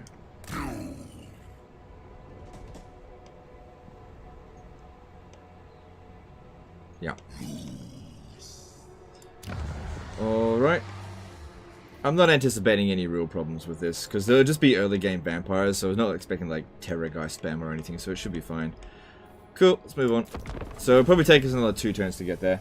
Hans9982 did a $5 super chat. Alright, thanks dude, appreciate the super chat. You can go tier 3. Yes, you're absolutely right, I could have gone tier 3, but not while I'm in Force March. But I wanted to just move as quickly as I can, because I won't be able to go into Force March next turn, because I'll be in Attrition area, so next turn I'll have to be in Encamp Stance to prevent that. See, if I go into the Encamp Stance, then it will take me an extra turn to get here.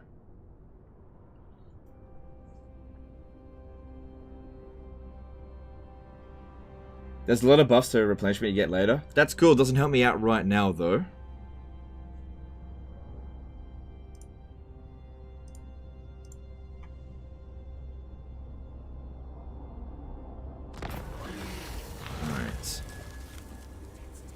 Oh yeah, definitely get that research rate. I don't care about recruit costs. Good. Halve the remaining time on that. Yeah, see, if I go over here, we're going to take attrition. This is where we need to be in a camp sense. If we have a look at it, yeah, see, if I didn't force march this last turn, I'd be getting here at turn 12 instead of turn 11. Alright, now, unfortunately, we kind of do need to recruit. Okay, we can get this, which will reduce our upkeep cost, increase our campaign movement range as well, and also it got cheaper in building, so that's good. Now, I know that the units increased in, oh god, in recruit cost, but if we don't do this, we're going to end up getting pretty worn out. And I do have the money, so I'll recruit 2 Saurus warriors.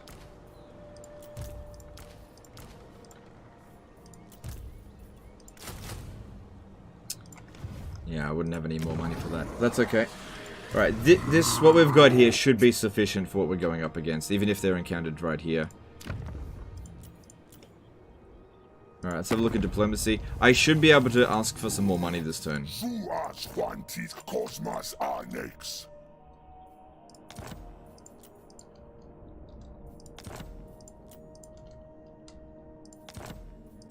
Maybe I have to wait till next turn. Yeah, I think I have to wait till next turn. Teapot spawn, you got any money for me? No. Oh yes, turn 10, I have to wait till turn 11. Right, moving on. Income cap from vassal still exists? No, they fixed it. Stegodons are now taking 4 turns in global, but secondary hordes. -3 recruit time in global, just as a reminder. Okay. Well, these take 6 turns in global.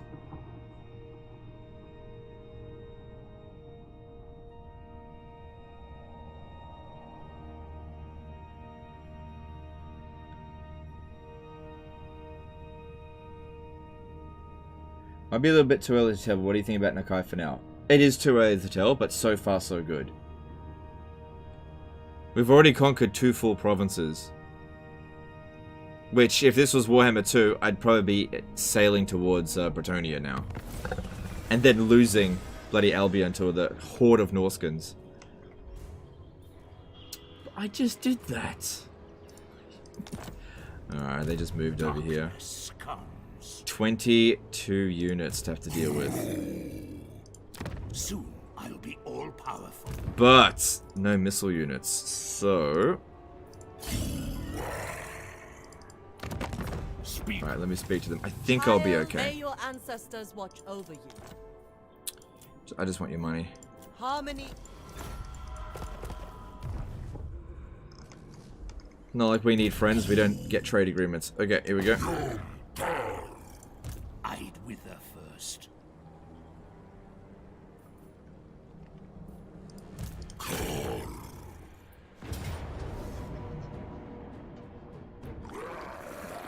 Oh, cool. Alright, well, even the auto resolve's like, yeah, you got this, bro.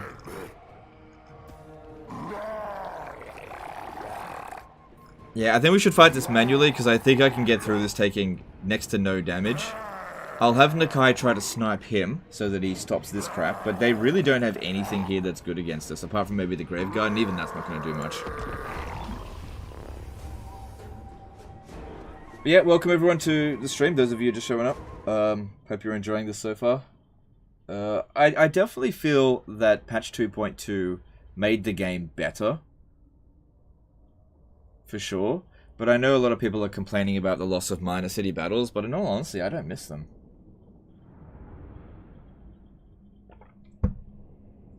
So, kind of wish they'd speed up the patch process a little bit, though. The recruit focus missions are so bad, I just recruited here a buff. Why not grant 10% weapon strength for 5 turns unit type? I don't know, man. Alright, since they have no means of, like, doing area effect damage or anything like that, as long as we don't rout from them, which we shouldn't. I mean, these are Saurus. It's only vampire units, shouldn't be that big of a deal.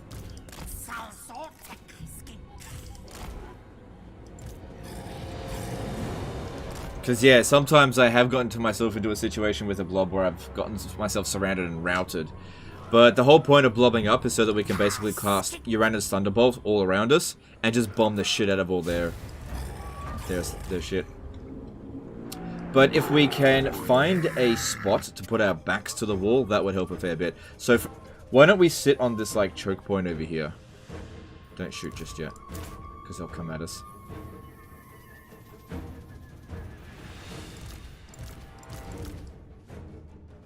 Yeah, if we do this, it'll be way harder for them to flank us. Which is good.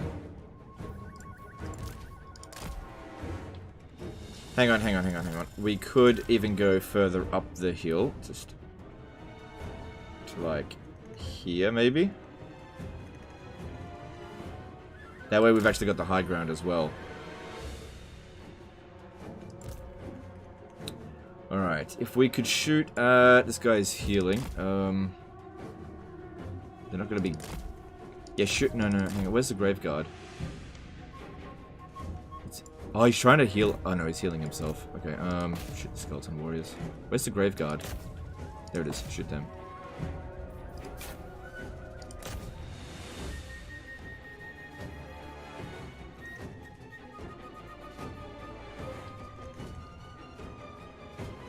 Do you just replace your unshielded Saurus with shielded variants? No, I'll replace Saurus Warriors with Kroxigors.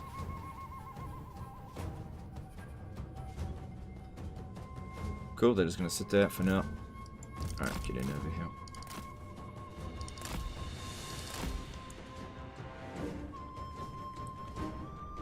So yeah, the plan here is to just get them to cause a huge blob and then just Uranus Thunderbolt. Although I think Wind Blast might have been better, but we got some really good results out of Uranus Thunderbolt in the previous campaign, the High Elf one.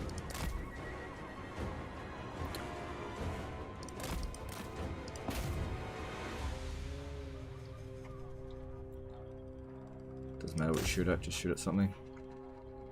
Are you planning on Orion in this Total War campaign? Maybe, we'll see. If you guys are good. If you behave. Alright, they come around to flank here, but at least our flank is protected. Our rear isn't, but that's okay.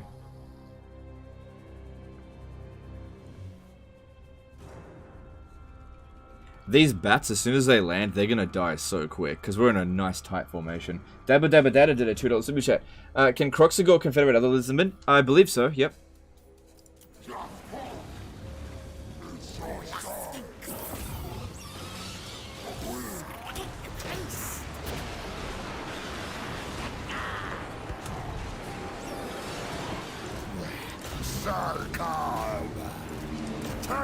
Nice flank, dipshit. Yeah, like I said, those bats are just gonna die.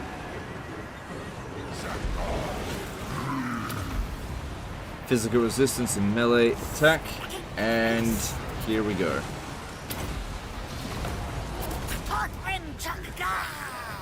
Let's see how much damage this does.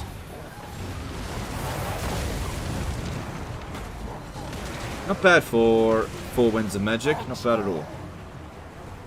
I'm doing a high elf campaign. Iranon is superior to everything. Wind Blast is only better for really concentrated unarmored chaff. Yeah, like this. Thanks, Super Chat. Oh wait, you didn't Super Chat. Whatever.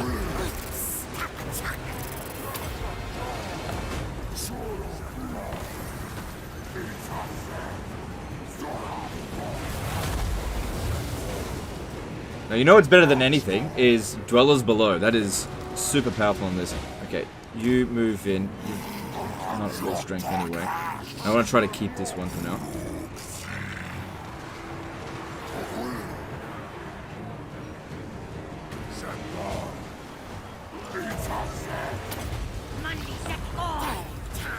Alright, where's their lord? Alright, Kroxigor Dundee, go and kill him.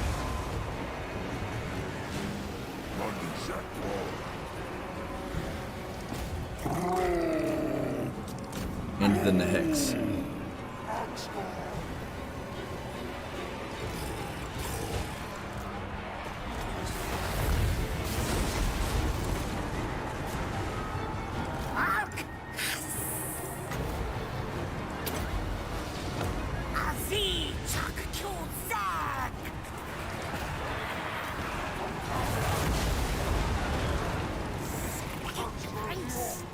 ignore that.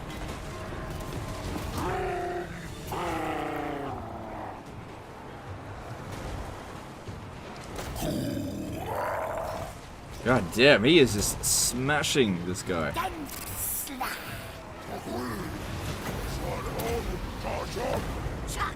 Got one more hit, and he might start crumbling.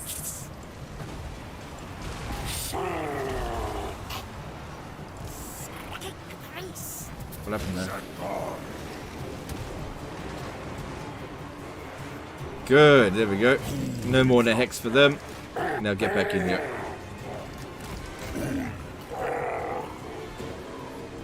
Punch your way in.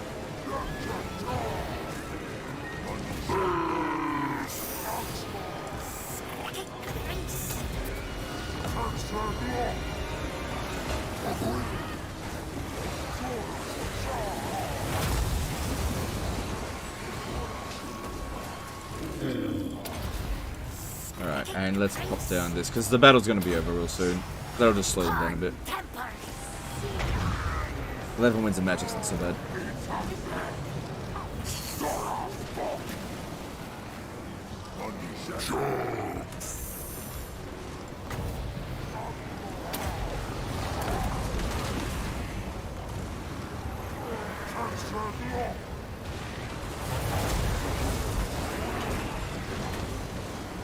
And there we go. That was super easy.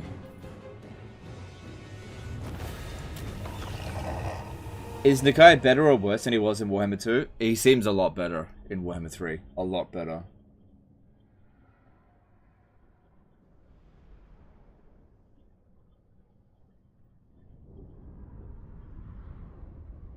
We only lost 59 of our troops. Yeah, if the enemy units don't have any missile units or any sort of like area effect magic, they can't do much to us.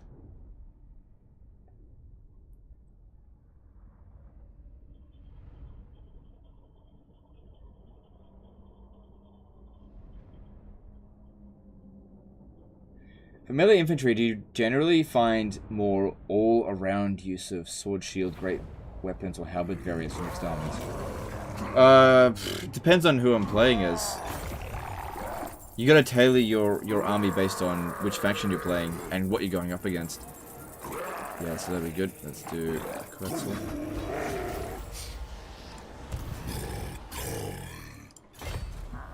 Good, going back to full strength.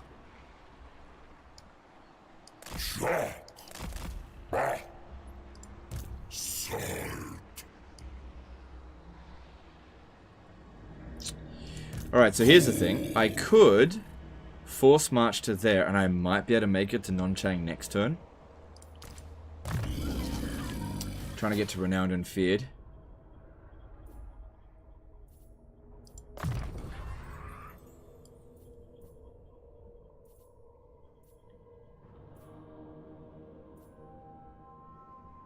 Frenzy for Kroxigors is good. Speed for the Lord's Army is good.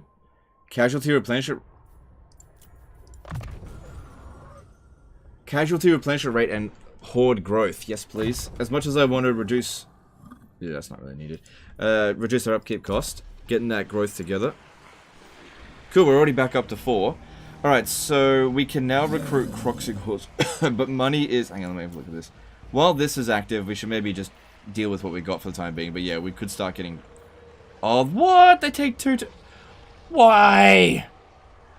Why do they take 2 turns to recruit? That's so inconvenient.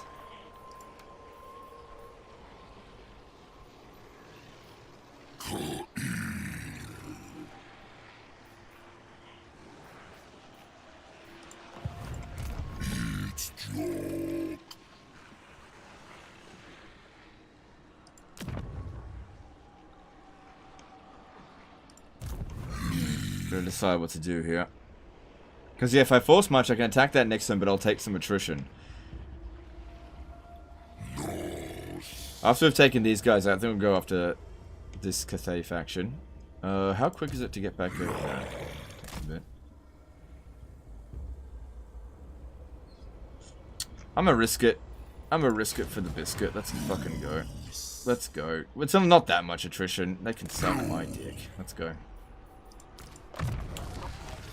Alright, so... let's get... Comet of Cassandora.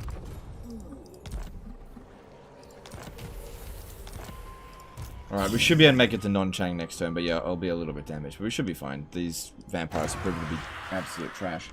Legend of Force March. Yeah, we should be fine. We should have taken out most of their army, not all of it. They're not going to be able to do anything to us. Okay, cool, cool. And let's move on. You. You're in camp. Couldn't you make it next turn without Force March? No. Yeah. In camp stance doesn't reduce the amount of movement that you have. A Confederate Nakai's Kroxigor found that they fixed him being Broken Horde when he's out of the faction. Well, that's good. Is the healing cap fixed? Yeah, I think it is, yeah. Comet over Chain Lightning? Yeah, because, like, I can't redirect Chain Lightning and cheat, well, like I could in Warhammer 2, and I found that, Chain Lightning isn't as powerful in Warhammer 3 as it is in 2, whereas Comet of Cassandora, while it can be a little bit inaccurate, it fucks. It fucks hard. It's like Irana's Thunderbolt times 10. So it's good if we're getting into blobs. Well, that's good for us, I guess.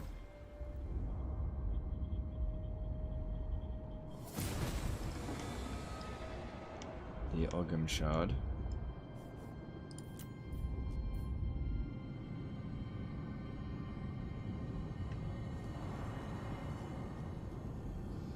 Kinda crappy.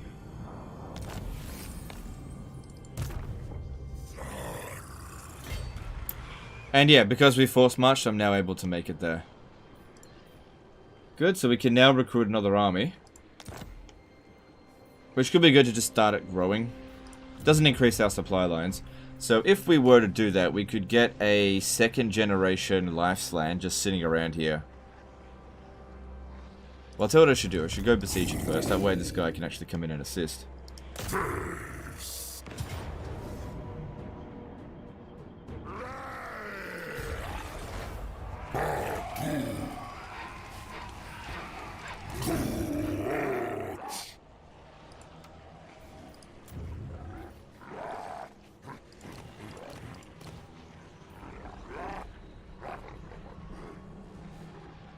We get Kroxigor Ancients at rank 4, but they're not that great.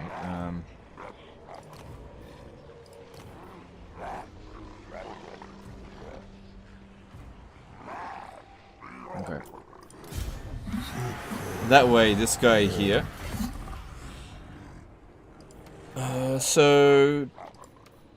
Okay, it doesn't provide us with any money through here. Let me have a look at the buildings here. Yeah, there's a bit of stuff there. Okay, what else? Hero capacity, horde growth, movement range.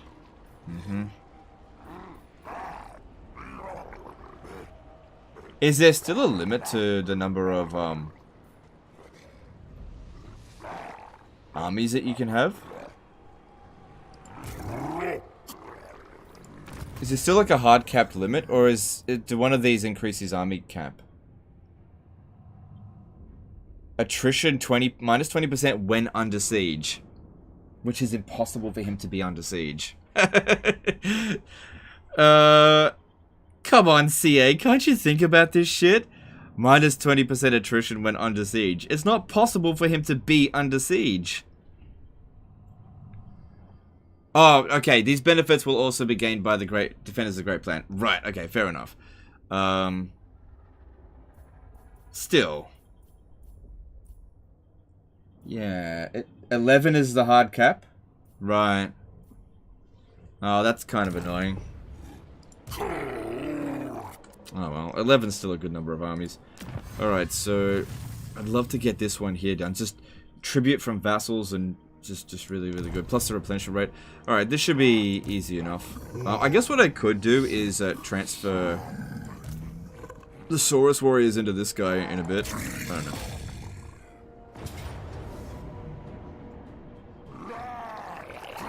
Yeah, we can't afford that.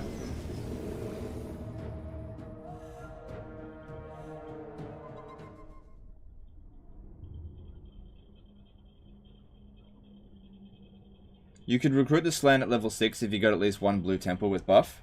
Yeah, but I would require something like 300 marks of the old one in order to do that. I don't have that much. You're right. You know, I could have gotten him straight to rank 6. But, you know, it's not free to do that. Maybe more armies you can confederate after reaching max. Yeah. That's what you could do. Alright, so attacking here is the best choice.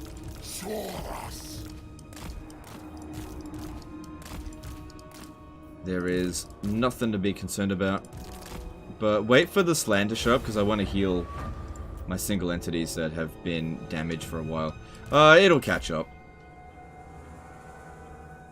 It'll catch up.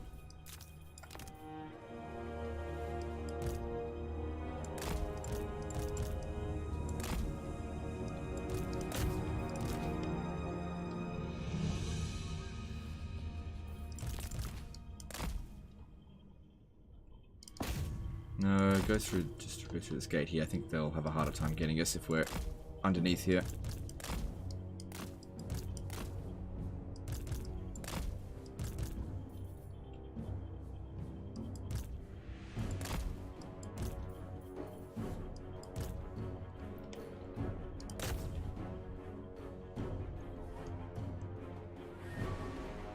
Maybe you should start. Okay, here we go. Come out.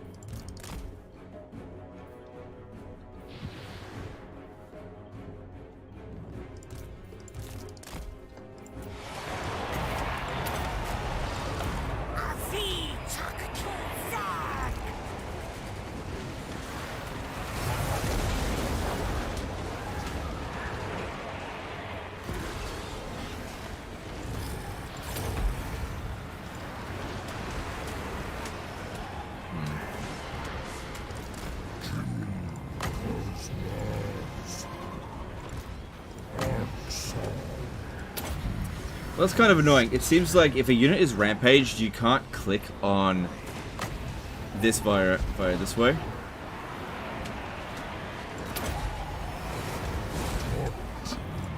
Good, we hit Nakai with it as well. Just to mix the damage spells and healing should be sufficient.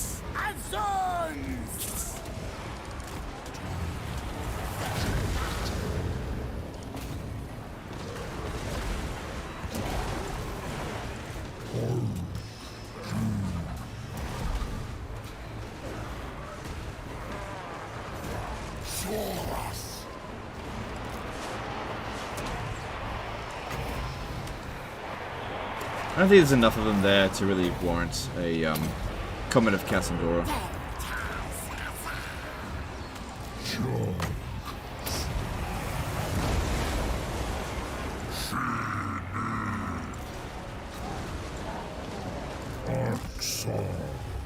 Why using Comet? Sorry, Thunderbolt over Comet? Because it's going up against garbage units, and we've only got 1 point into it, so it's 4 winds of magic as opposed to 13. That's all. It's just not cost effective right this very second. Just because something's more powerful doesn't mean you should always use the more powerful option. Sometimes cheaper spells is better, especially when you've got limited winds of magic. Like if there was a ton of elite units, I'd definitely use the Comet, but it's all just garbage. Not worth it.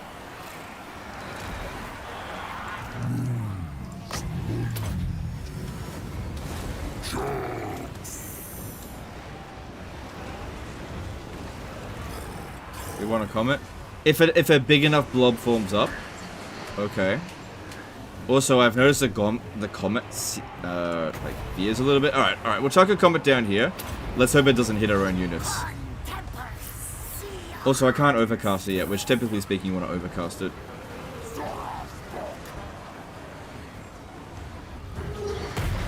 There we go. Bang on accuracy. Good job. There you go. Are you happy? Are you entertained? If you were entertained, don't forget to hit that subscribe button. You know, if you're not subscribed already.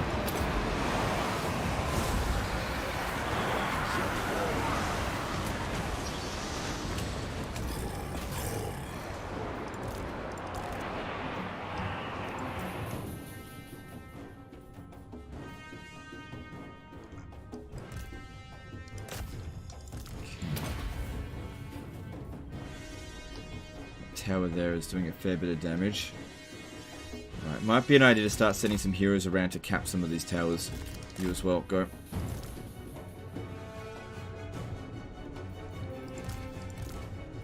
Yeah, you go with them. You're not doing that much here.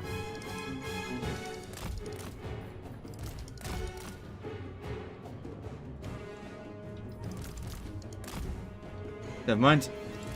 Better one.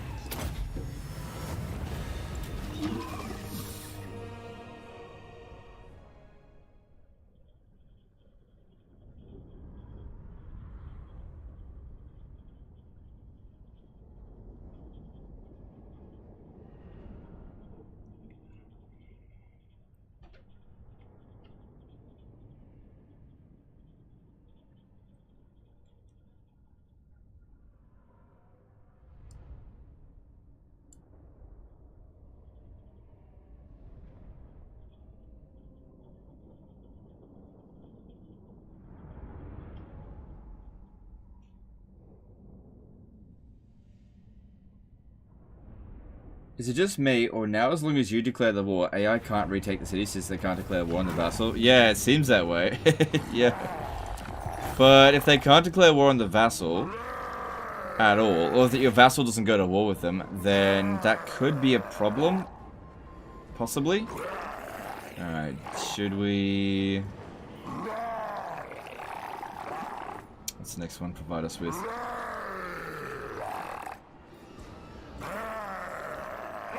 That is very good.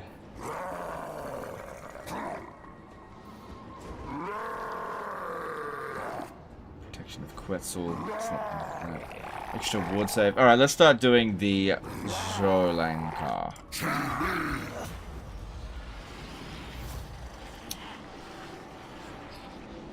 Alright, cool. Alright, they will go straight for us.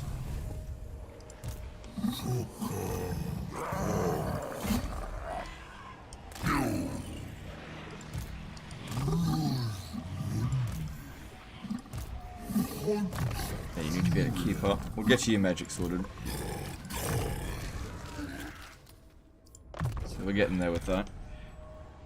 Okay. Alright, technology. Still can't get this, so let's have a look now. Sequence of command or sequence of scaling.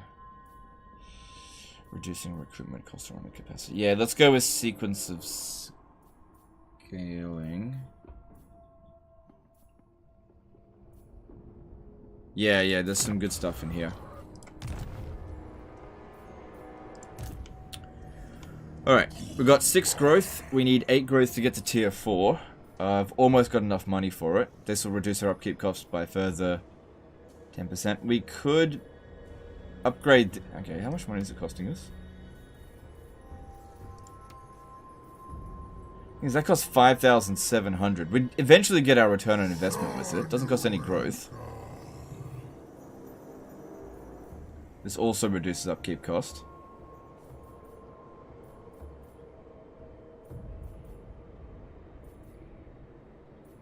Give us 1 extra growth per turn.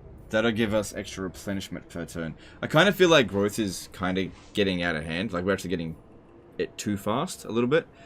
But I think what I'll do is just hold that for this.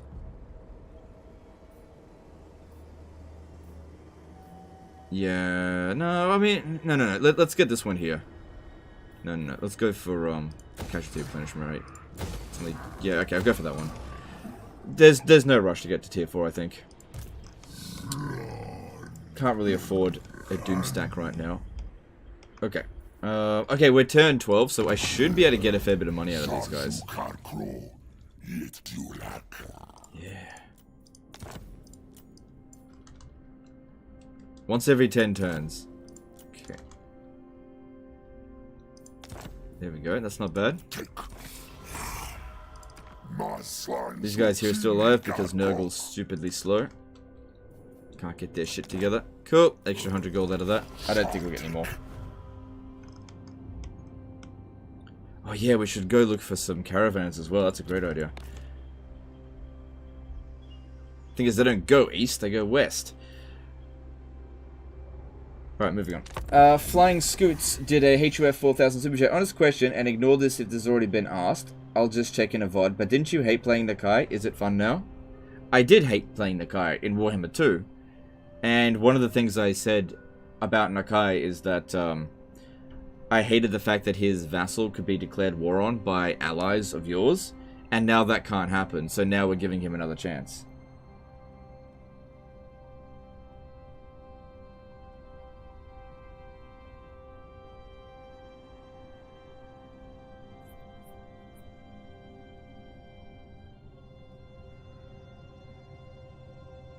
Watch out for Dark Elves if they're still alive. Yeah, the Dark Elves are still alive. What are you gonna do? Okay, yeah, we should take him out.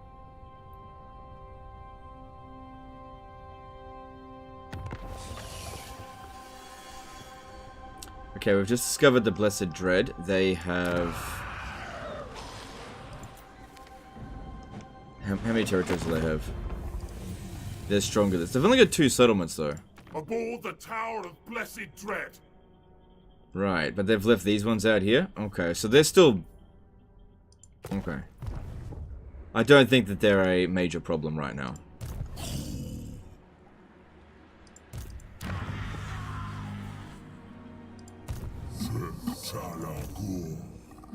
Okay, I wouldn't be able to make it there this turn anyway.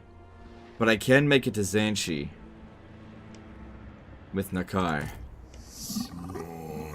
Oh my god, look how many units he just pulled out of his ass. I think what we'll do is go to Shilong and then work our way up from there. I wonder, if we take out Clan Escher now, will that stop the Vermintide at turn 50? I'm not sure.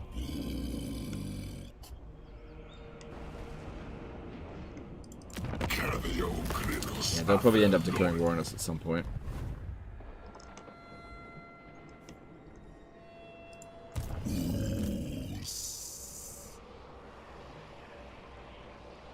Yeah, look, let this get captured by Locke here. I will come down south over this way. I think that's the wisest choice.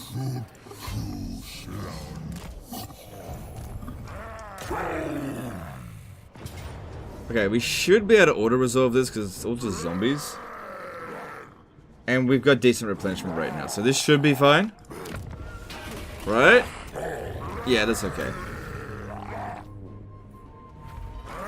Take the money. Vampires still spawn after being wiped out. Well, it's set to Vermintide, the endgame crisis, so I don't care about vampires.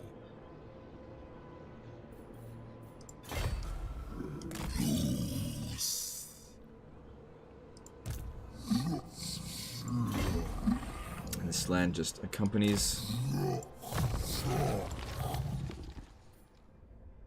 Yeah, let's go with that. Good, now we can do Comet of Cassandora for 11 Winds of Magic instead of 13. Good. Alright, so we got that. Do we need any of these other ones? Speed, 10% for the Lord's Army is not bad. But also need to keep saving money.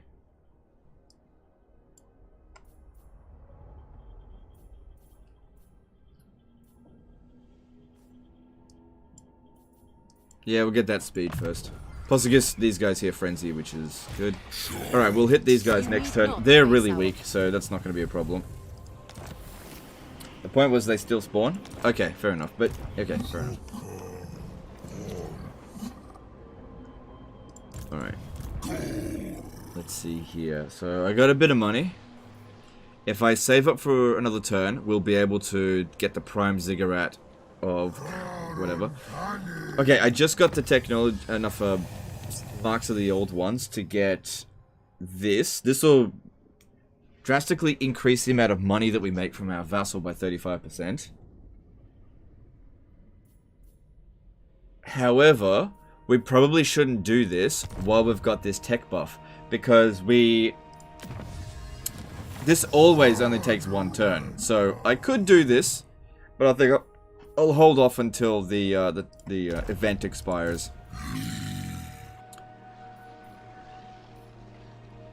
So that'll give us an additional 5% reduced upkeep cost. Yeah.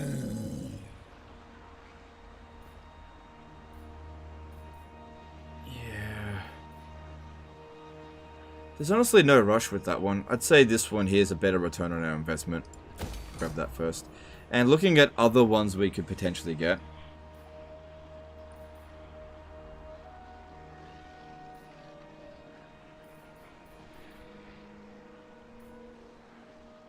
Okay. Alright, what are we doing next? Nothing, let's move on. We get Lightning Strike for Nakai? Nah.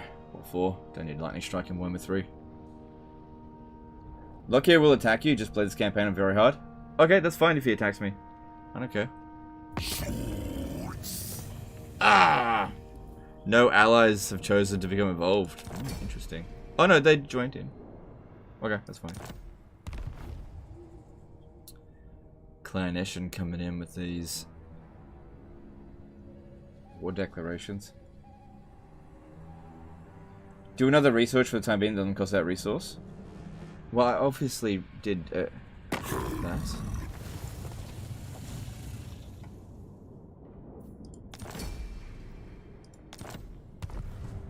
Okay.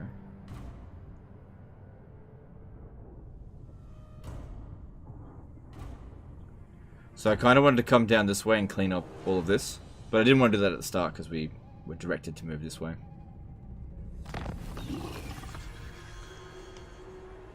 In the name of the dragon.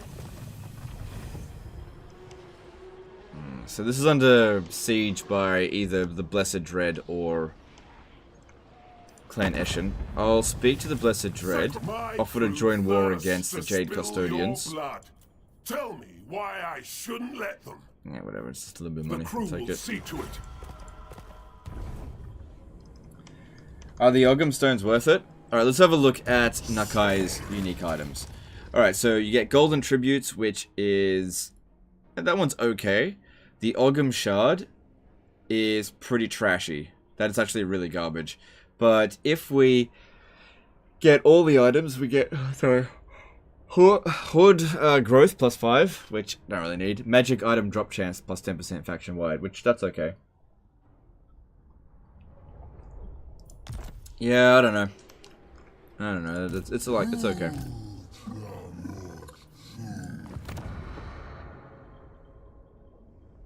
Nah, that looks like crap.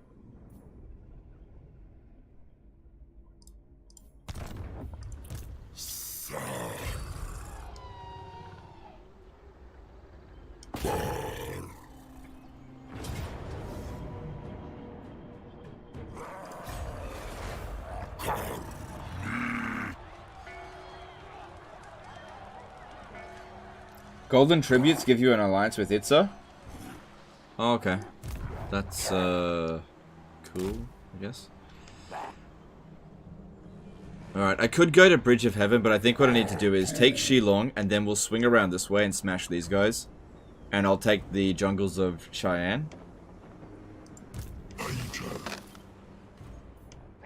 Yeah, I'll be strong enough to be able to handle that now. I'll see if this one will join war against these Cathay.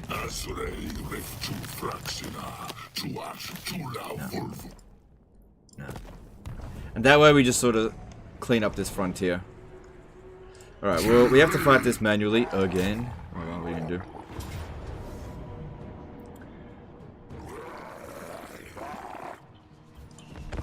Also, rush that right that spawns an army. Maybe you can protect south. That's very expensive in terms of marks of the old ones. For the time being, I just going around and keep smashing stuff. We'll see how we go. It doesn't matter if we lose a bit of territory. You know, as long as we don't lose all of our territory right away, we should be fine. As long as we're gaining ground. I think that the marks of the old one, for the time being, is better spent elsewhere. Specifically the tech tree. There's some really good stuff in the tech tree that I want to get.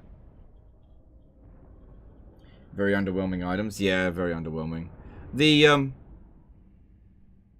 damage resistance is pretty good, because that's area of effect. So, that's pretty good.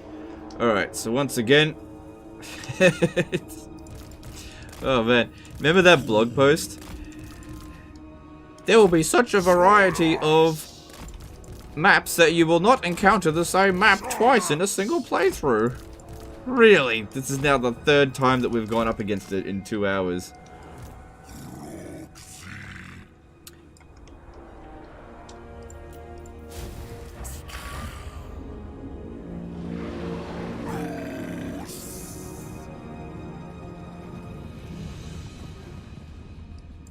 Let's go.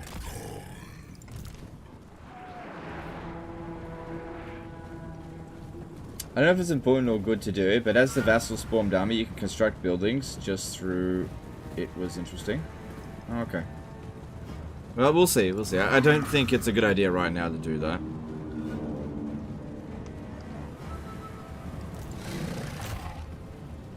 Solus.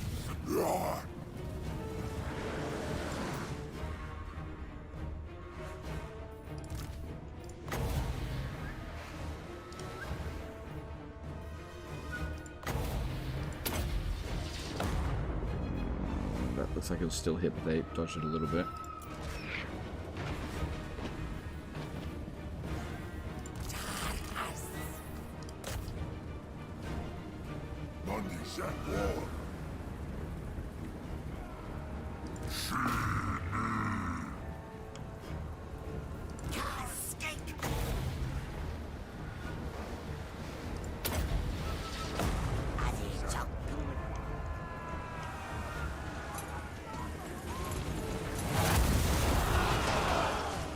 Cool. Direct hit. Yeah, that's still got a while before it shows up.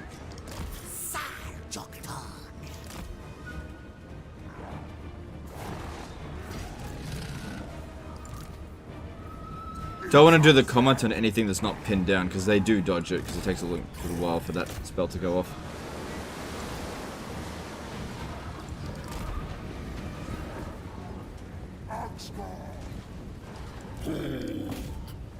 Okay, just get them pinned down, then we'll pop down a comment on them. Can Nakai get Kroak? Yep, he can get Kroak.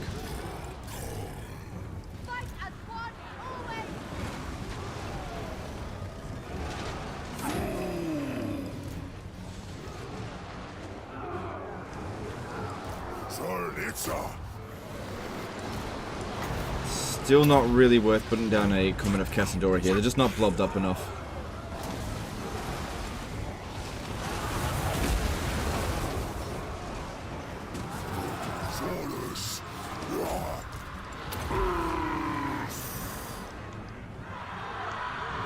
Put that through. Get in there.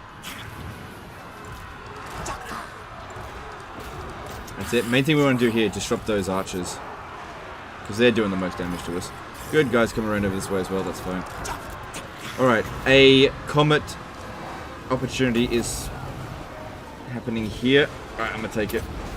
So that's an overcasted one, 16 winds of magic.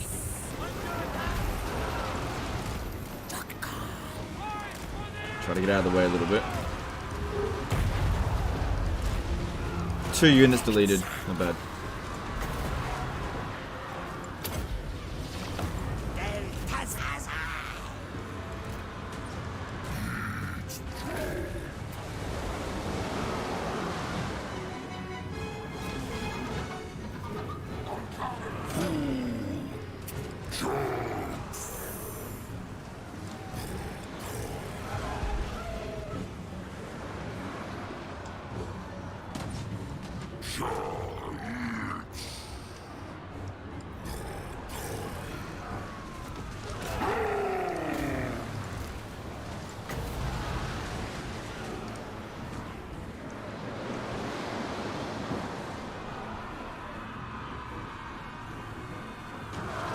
So yeah, that's the deaths from the comment of Cassandora. It's a skink tank.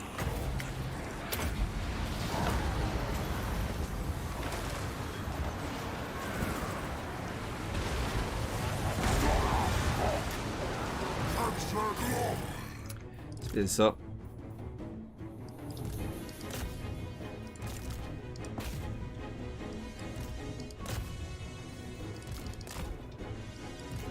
Good, just roll right over them now. And what's good about this is that we've done pretty much evenly spread out damage. So minimal downtime, which is nice.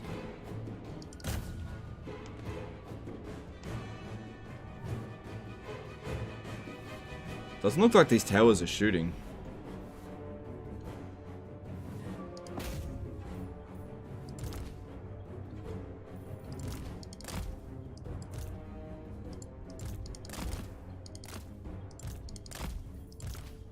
Okay, here's another opportunity for a comet, but I'm not going to overcast it this time because I might hit my own units a fair bit.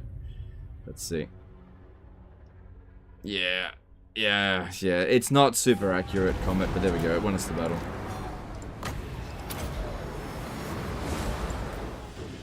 There's only a handful of casualties. We'll recover.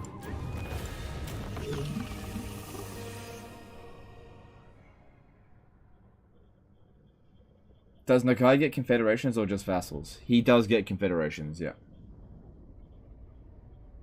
See, what I found the difference between, like, Comet of Cassandora and Iranan's Thunderbolt. Iranan's Thunderbolt pretty much always strikes exactly where you tell it to, so it's really accurate, very reliable, and it's cheap. Whereas Iranan's Thunderbolt, you tell it to hit a certain area, and it might hit that area, or it might hit an area around it, so that is a bit risky sometimes.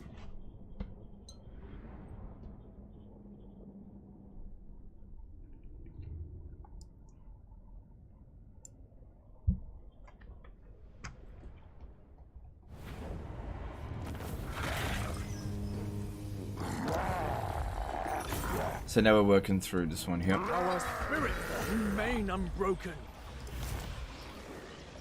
Trickster's Helm. That's better than what Nakai has on, I think.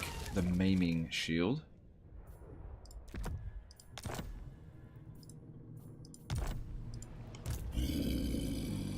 How strong are these guys? Oh yeah, we should easily be able to beat them. Yeah, they got loads of territory. Cool.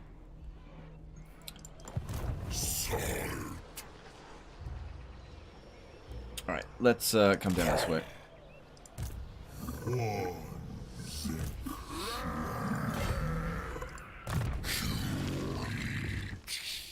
No, that's not needed. Alright, grab geomantic sustenance. Good. Okay.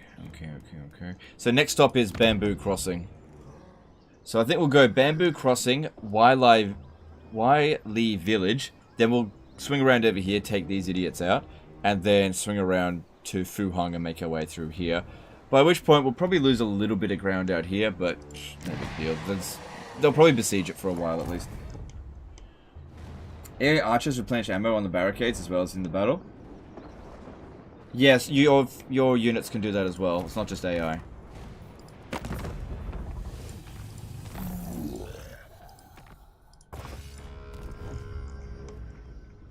Okay. Got a bit of money, but do we need this? Not really.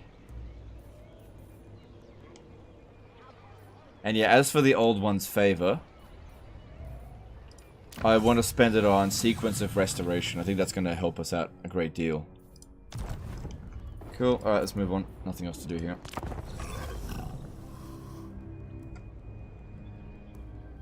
Do I think I could have won that as Defender? Oh no, there's no chance. No hope. But I had to fight it manually because Auto Resolve gave us a bad result.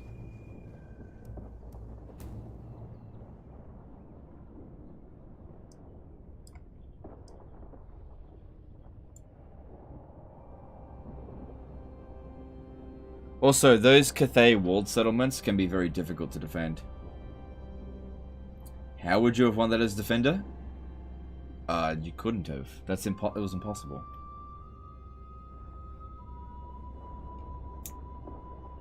The only way you could win is if the AI derp out, which probably isn't going to happen. No, Teapot spawn.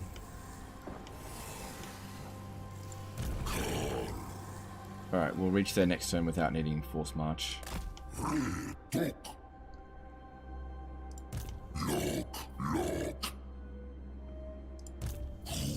Didn't quite have enough money to get this. And this guy is struggling to keep up with Nakai.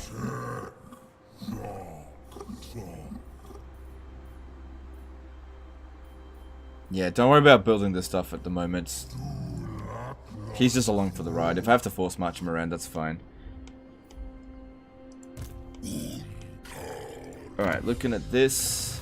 Alright, we finished sequence of scaling, but while we've still got this, we should try to make use of it.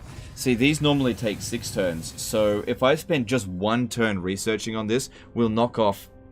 Instead of it being 6 turns, it'll be 4 turns next turn, I think. So, this one here, Horde building construction cost minus 10% would save us a lot of cash. Magic item drop chance would be good. Income post-battle loot would be good as well. Income from sacking cities. Do we ever sack cities? Campaign movement range? Oh yeah. Oh yeah, that'd be really good. Yeah, we still got a lot of construction we gotta do. Let's save 10%. Because that'll stack with our already 5% reduction.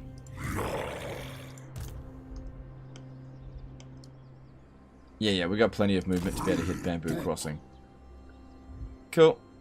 Alright, no major concerns here. Yeah, they love to besiege for long periods of time. That's fine by me. Our money's looking pretty good, making a decent amount from Vassal Tribute. Nice. So we'll just spend 1 turn researching this. No, that's crap. Okay, let's move on. Can't sack, so that's a bit useless then. When you build a temple, you technically sack? Okay, thank you. That's actually useful info.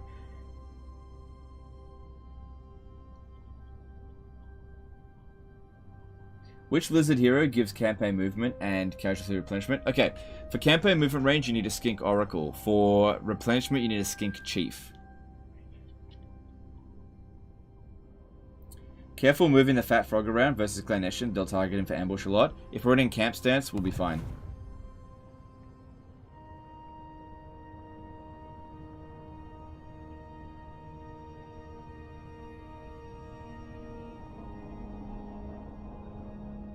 Did CA finally fix him? It would seem that Nakai is fixed, yes. Yeah. All of the problems that I had with his campaign seem to be gone now. Nice.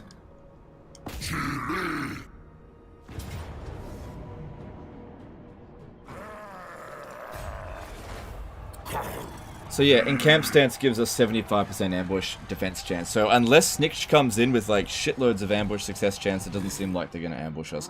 Alright, this area here is bad for magic. Like, very bad. Minus 5. Events 5. Right, okay. Don't know why I did that, didn't need to.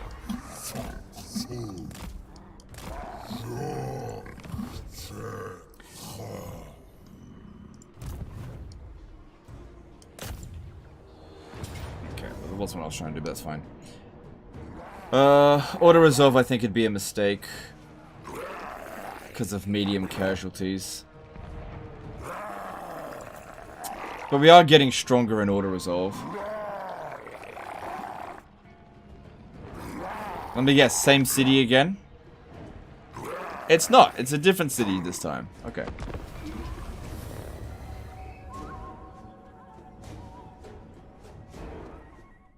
In the tech tree, you should check out Metamorphosis, and the one after that makes Kroxigor insane. Okay, cool. That's not something I want to prioritize right now. We just got to get our, like, economy up and running, and then we can worry about making our army super strong later. I mean, we're walking into these battles and absolutely stomping them. We don't need to get stronger. We need to get more money. That's what we need to be focusing on.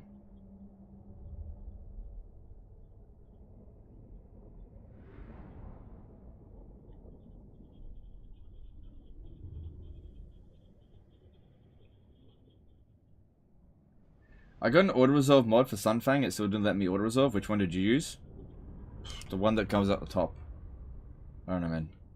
I just searched auto-resolve quest battle and I just picked the first one. And it allowed me to do it. Maybe you didn't install it correctly. I don't know. Alright. We go down this way here because there's no towers. It's kind of weird. They build these massive cities. And they build, like, extreme weaknesses into them. Making the defender really difficult to defend these cities for them. Oh, imagine if they had that big friggin' comet right in here. Maybe I should be careful. Imagine if they used that big friggin' comet on me. Yeah, I haven't been checking for that. fucking kill my entire army in one go.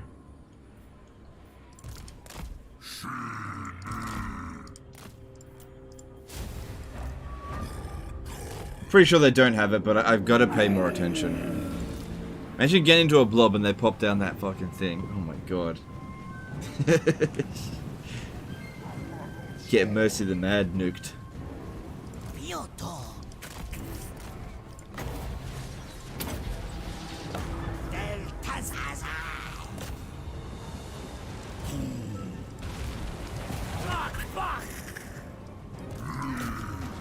Hey Dem Offensive, you're getting the same frame drops at the end of the load screen that I used to get? Bummer. Oh, okay. Right.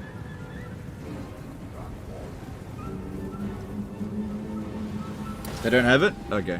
But yeah, I just gotta pay attention from now on. I didn't think they did have it, but it didn't really hurt us to do this.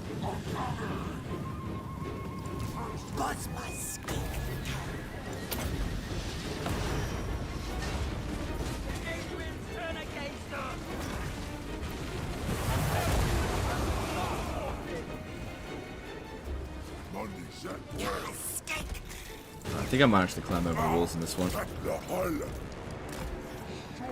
Otherwise it just takes too long to get through.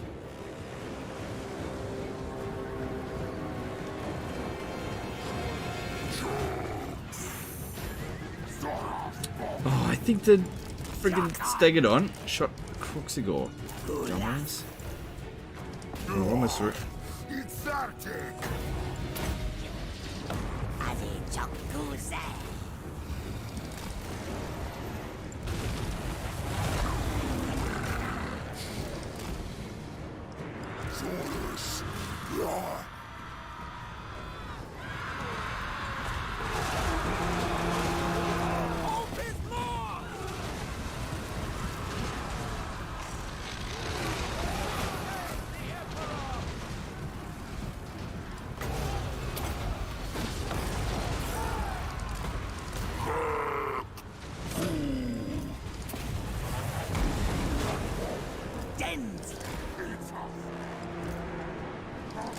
All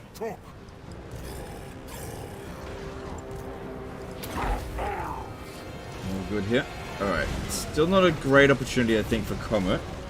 Just keep using a random Thunderbolt for the time being.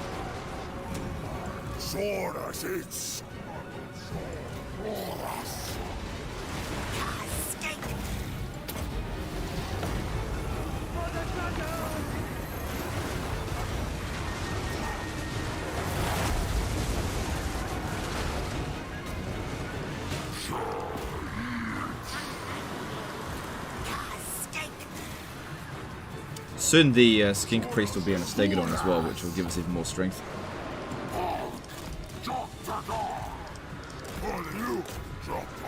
But yeah, we just keep going from like undefended city to undefended city. Which is fine, we just set up as many of these temples as we can. That's what we're here for. But I'm sure eventually we'll go up against an army.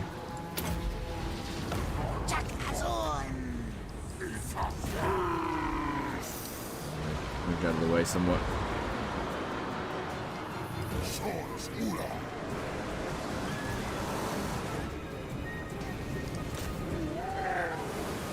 Okay, big push now, big push. What's going on here? Oh, he's fighting up on the walls. Get off it. Lopsided damage here.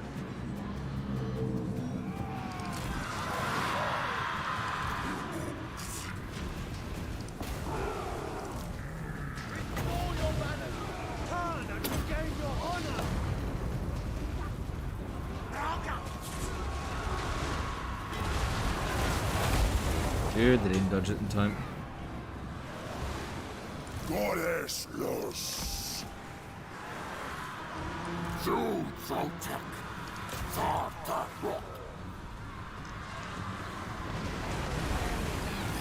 This shames the Emperor! You accept this harmony! Shame and disorder! Oh yeah, if they're underneath the bridge, can't get them with the bombardment.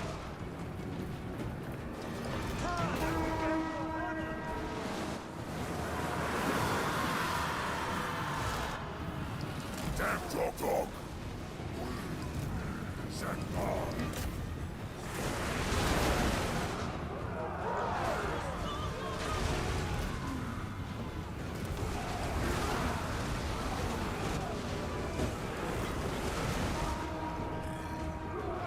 no army losses. Maybe if these two here shatter, that one will go. Can I hit that from here? Ooh, that'll be hard to hit while it's moving. Just wait for it to stop. Emperor, forgive us! We must leave! Oh, you know what? No, not within range. Sorcery incoming! I reckon this will cause the army losses if it hits. Yep. Oh man, I love being able to predict an army loss. Cool.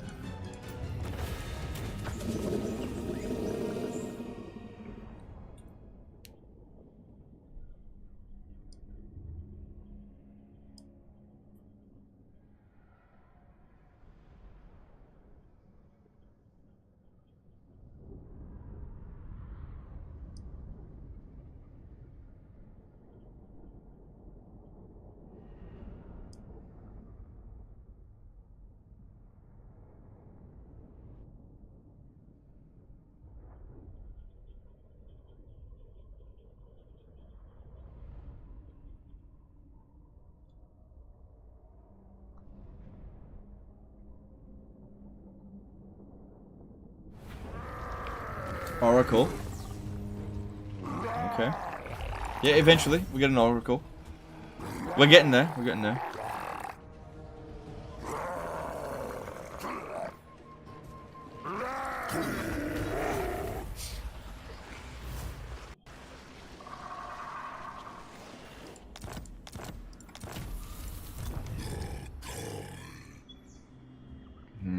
If I go here and then down to Wildlife Village, that might be the quickest way to go about it. Alright, looking at their strength ranking, they're not as strong as us, so even if we get caught in Force March, we probably would beat them. Since I don't need to replenish. Okay, so they've got a full stack in there. We gotta be careful, we're going up against friggin' Wood Elves. So what I could do here is, maybe not next turn, but the turn after.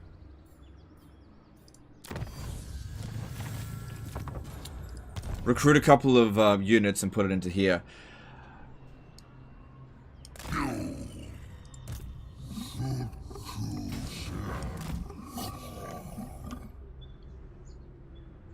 Yeah.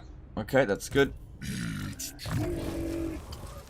Alright, what do we need here? Yep, save us some more money. Making decent cash. Got no problem with that. And I don't really feel like I need Chain Lightning that much these days. Arcane Conduit, it's okay.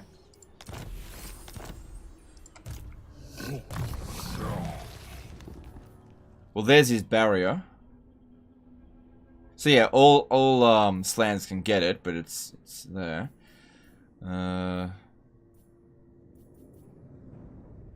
Winds of Magic Power Reserve minimum. Okay.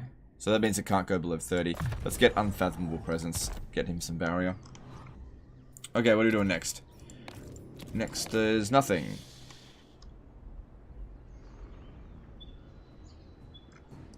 Yeah, they still went on Aggression Pact, but I think we should take him out. Yeah. Our suitable climate's everywhere, yep. Yep. Because we can't trade with them. There's no sense in leaving them here. And while we're here, might as well just take them out. Take them out there and then whatever. Because these guys aren't going to put up any sort of fight. Ever. Now, when dealing with the lizard, Wood Elves, what unit would be best? Because if they bring a shitload of spears or archers, that could be a big problem. Warhammer 1 is bugged. If you use any kind of magic and you kill troops, it doesn't show the kills. Why on earth are you playing Warhammer 1? That's all I gotta ask. Why on earth are you playing Warhammer 1? Like, if you're still playing Warhammer 2, I can, like, understand. Actually, I very much understand. But why on earth are you playing Warhammer 1? It is so outdated, it's not funny. Warhammer 1 is now just DLC for Warhammer 2 and 3. That's all it is.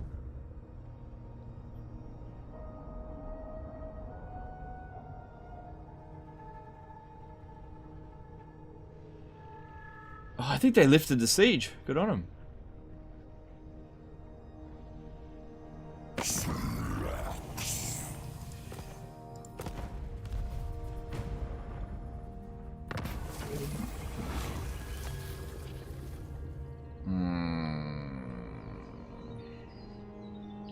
No, weapon strength would be good, but I don't want to lose my magic.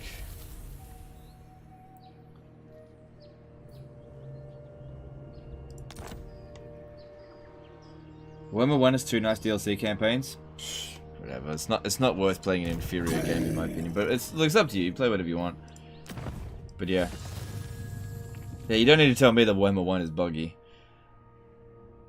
Alright, so now we gotta get 250 of those.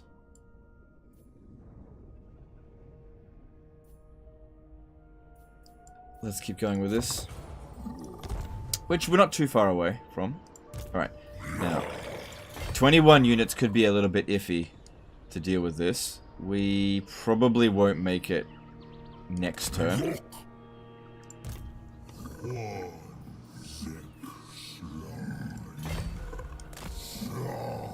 Yeah, probably won't make it next turn. Now, let's have a look. What's cheaper? So, yeah, okay, we should probably... Okay, I'm going to need to force march this guy. He'll need to transfer some units out of Nakai. What am I going to get for Nakai? I would get Kroxigors if it wasn't 2 turns to recruit. That really stinks. I think we'll just get some more Saurus warriors. I got plenty of money now, so let's get a full 5 of them. Alright.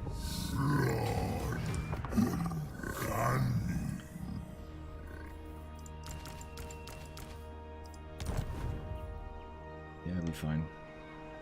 In fact, even yeah, just whatever. Just coming out. He'll be fine. And then Nakai can recruit those. I don't think we need anti-large. No, there is a little bit there. No, it'll be fine. We'll be fine. We can handle that, I think.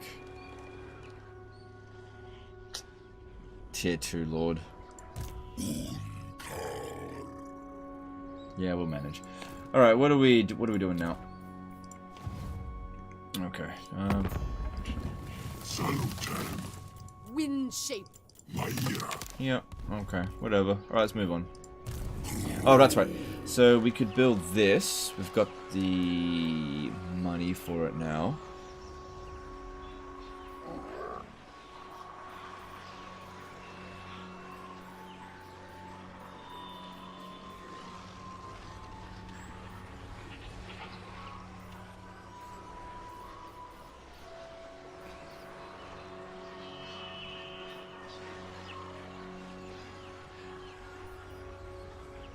That's where we get skink oracles from. Yeah, we should probably start working towards that. Okay, we need to get that one first. And then we'll start working towards getting a skink oracle. Alright, let's move on. What does VOD mean? Stands for video on demand. It's just video. That's all it is. So right now this is a live stream. It's not on demand because it's live, but after the live stream it becomes just a regular video that you can watch it as you see fit. I'm burnt off Total War currently, waiting for EU4 to download. Gonna play some Brunswick. Cool, have fun. Heralds of Ariel on the verge of being wiped out in my Avalon campaign. In your opinion, is it more valuable to take Witchwood for myself or save them and give it to back? Nah, kill them. Kill them. Why? Nah. Fucking eradicate them. If they're weak, kick them down. Kick them when they're down. Yeah, thank your lucky stars that they're weak.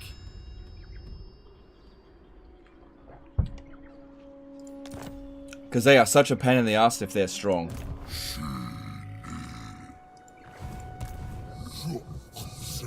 Yeah, I couldn't quite reach there. That's okay.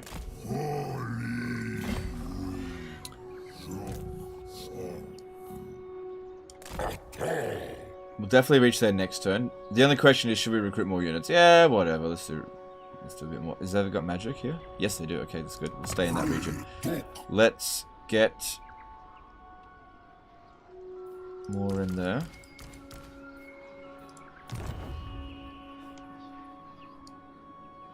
Does Nakai raid? No. 17 wins of magic. Nice.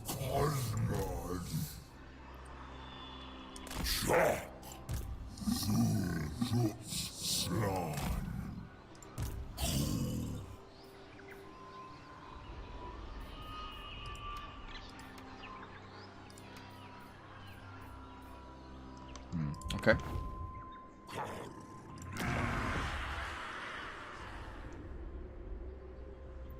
It's weird to say Nakai making money. I know, right? I'm used to it being in the red.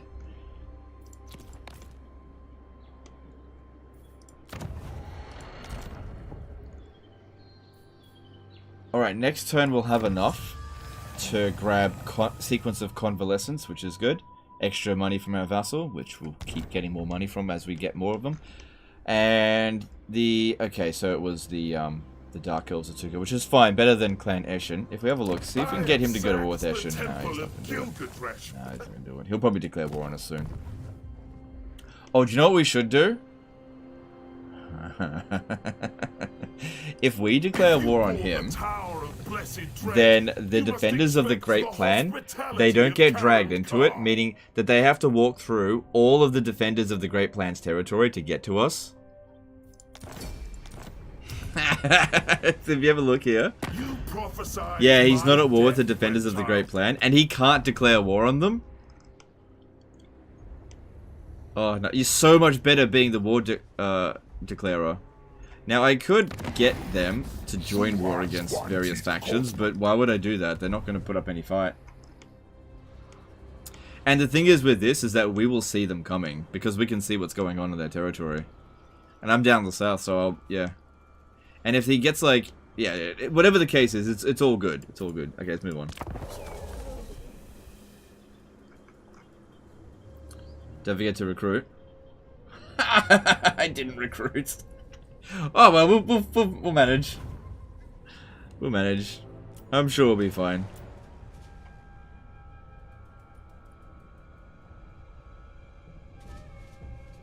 I think we had enough troops. We should be fine.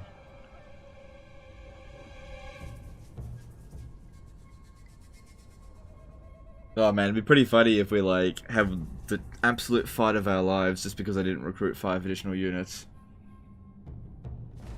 You can add attrition to your territories. Yeah, but it does cost a lot of those marks of the old ones. But the main point of it is that now that I've declared war on him, he can't go and capture any of our vassals' territory, so I can see him coming from ages away.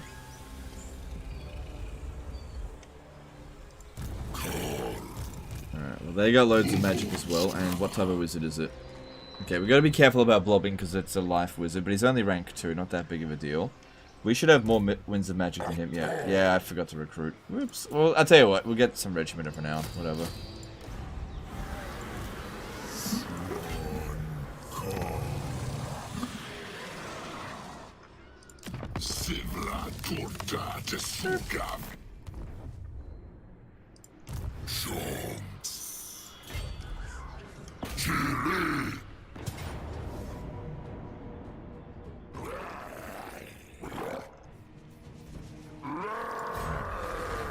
I might auto-resolve this, because I hate fighting Wood Elves. I hate it. I'll give 5 of these back. Sorry, 3 of them back.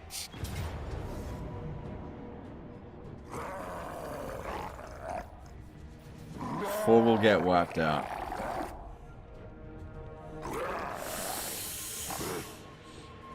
Alright, let's see. Okay, they still have this map here. I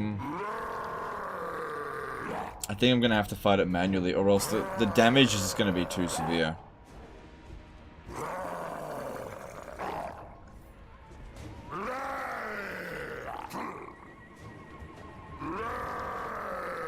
Yeah, we should be fine. I thought I'd be able to auto-resolve it a bit better. If I had have recruited, I definitely could have auto-resolved it.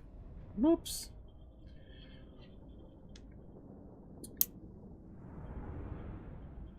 Do you think there should be more downsides to magic aside from miscast chance? No.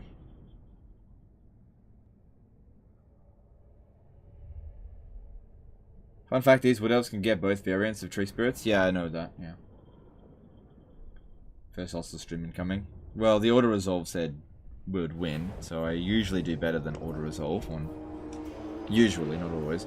On very hard. Okay, reinforcements coming from Shmiar. They've got minimal towers, and Wood Elf towers are shit anyway. I do like attacking from up here sometimes.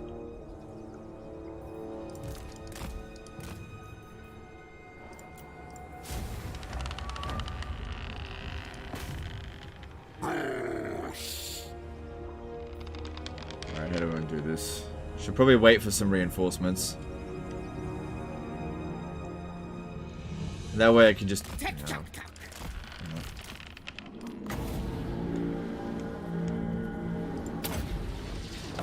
do a bit of this.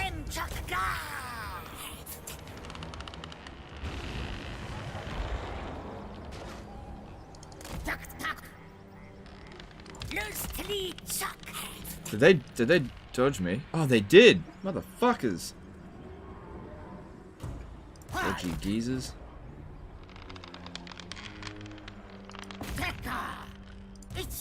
And those branch creakings is...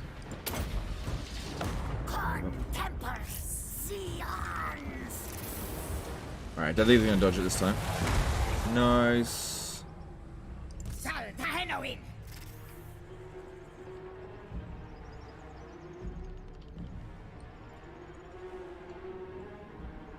Yeah, even if they build some towers, they're not gonna do that much damage.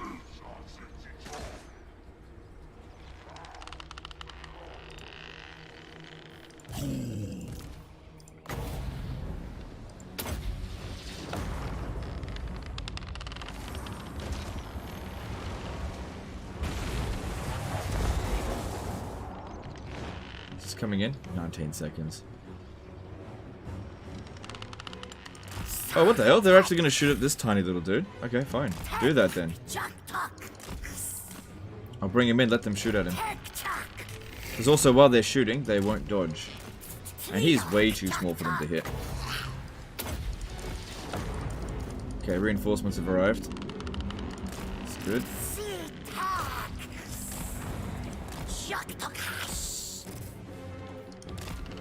Okay, start bringing these around over here. And you come over here. We've also got barrier with our dude. How's the, this one doing? Just getting a few kills.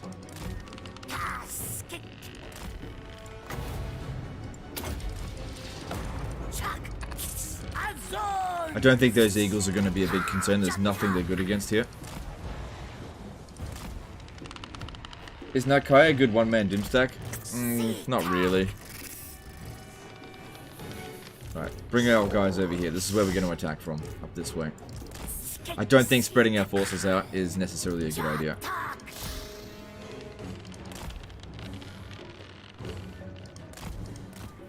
Good amount of damage done so far. That's good.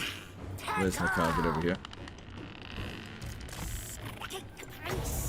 So I'm just softening them up a little bit before I launch the attack.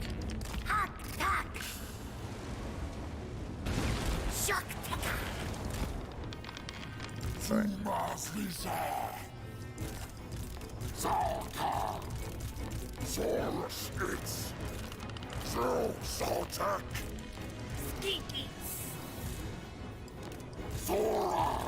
Alright, go. Keep the Kroxigors back because they're actually going to be really bad in this situation because of their size. And all of the missile units will shoot the crap out of them. I'll just wait. I'll wait until the back end of the battle before I use them.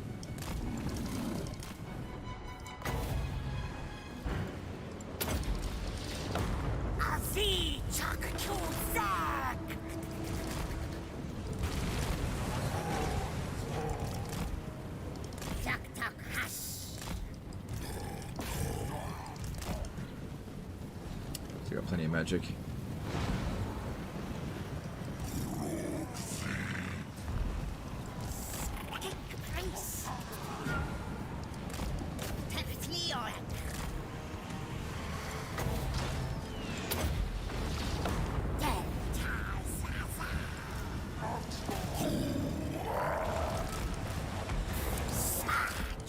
Okay, we can heal from that. It's not doing that much damage. Yeah, how about you get over there and use your barrier to block them? Alright, need to get over this little hump here. Get some of our guys to take out this barricade. Because it's already a bit damaged.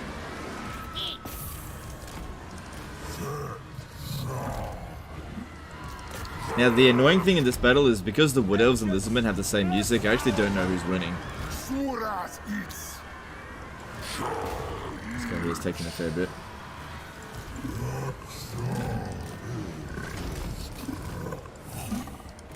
Right, let's get in there. Nakai's trying to stop them up this way. The Kroxigor's in reserve just for now. Push through, try to cap this point. So they got heaps of units over here defending a position that we had no intention of attacking. Using your entire army to attack a small portion of their forces will allow you to overwhelm them.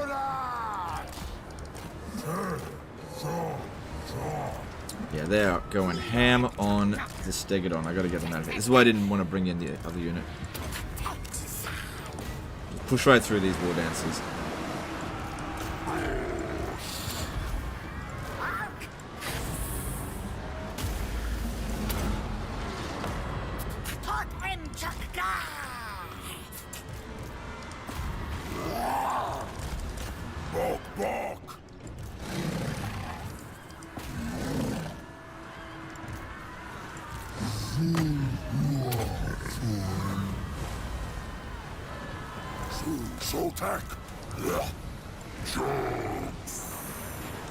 Okay, now smash the eagle.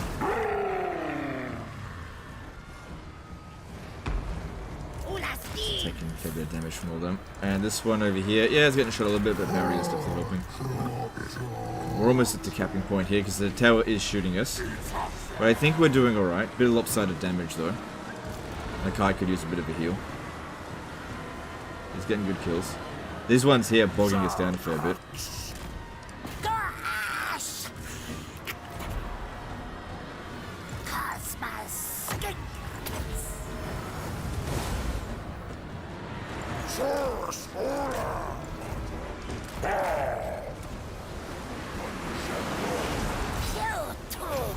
I need you to knock down this damn tree. This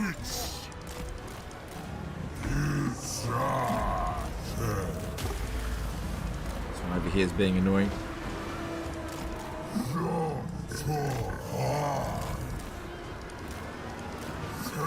See, I said they updated the Wood Elf music, so they probably fixed it. Oh, okay. Okay. I didn't know that they had updated that. Oh man, Nakai is taking some serious damage there. Need to give him a heal. Oh shit, he's really getting hurt. Get him out of there.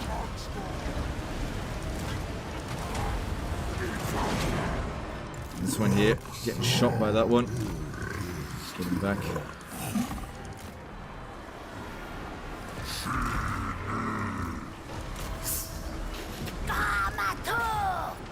Starting to cap that point though, which is nice. We've still got plenty of magic in reserve, so that's not that much of a problem. Let's get Nakai down here so it's easier to heal. All my single entities are down this way. Keep having them push.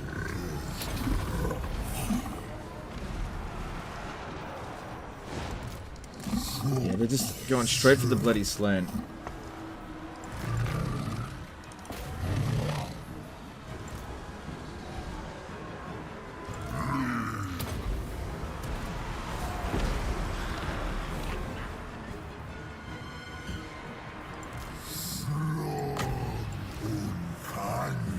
That is very annoying, though.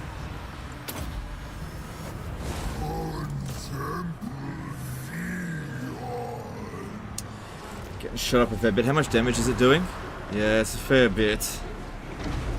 Maybe their archers were going to be a problem. I may have pushed in a little bit too hard here as well. We're definitely doing a lot of damage to them, but... How much I got bogged down over here? Come on, push, push, push. Alright, let's get our Kroxigors around over here. Try to round up these archers. Yeah, they're pushing more units over this way.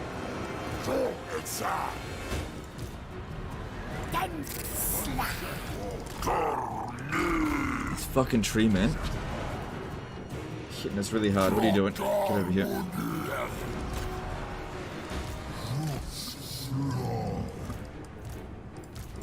Come on, Kroxigors, get over there. Take this out. No, you're going the wrong way. Go this way. Okay, Slan got his barrier back. That's good. And Winds of Magic is restoring. That's good. Some Kroxigors. Saurus having some problems. Okay, good. Get over here. Kill him. I don't think he does so well against the tree men. He was okay against the eagles, though.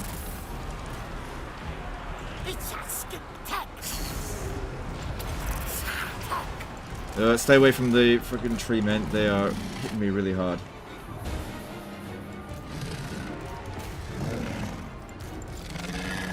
How many times I gotta tell you to go around this way?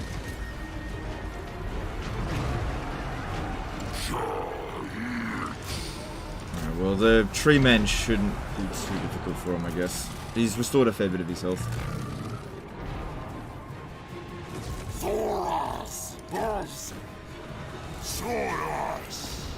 We were capping that, but got reset. Do all slants get barrier now? They can get barrier, yeah. Take out that fucking thing.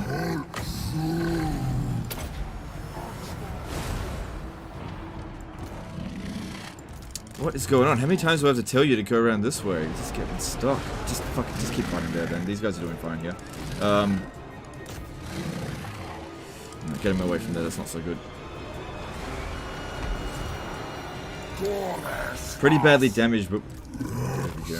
How are we going for magic? Yeah, I'm starting to run out now. Come on, Nakai. How much damage have you done? Pretty good. And how much damage has this one done? A lot as well. There's not that many enemies left. These choke points are really benefiting them.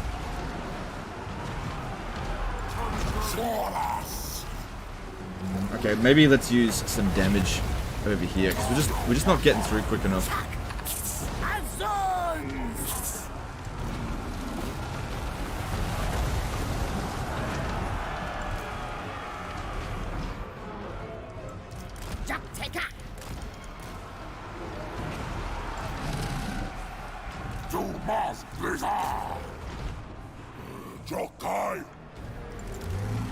Come on, guys, you need to push harder. Where's Nakai? I need you to chop down this damn tree. Oh, good, they're trying to shoot the slan now. That's good, rather than our troops. That's it. Oh, that's not good there.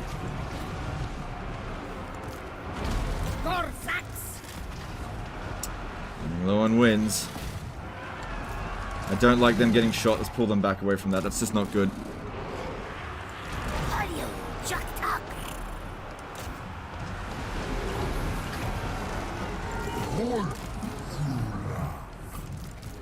These guys here are having trouble too, but I had trouble pulling them out. They just wouldn't come out. Okay, we got a heal for Nakai in there. This damn tree man, why is it so hard for you?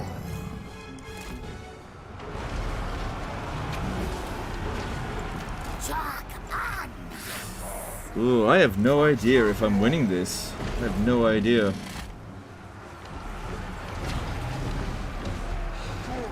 It's so close. We're doing a lot of damage to them. Their ammunition is fairly low. They've still got these guys over here, which is good. Maybe if I keep these Kroxigors here, they won't bring them over. Oh, look at that. They keep restoring their bloody ammo as well.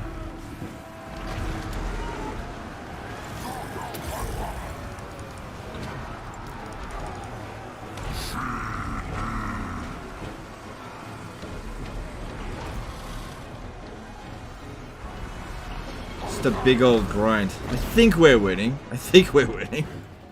It's just a big old friggin' grind. Split some of the blob and do us around. I tried to do that, but they get a bit stuck.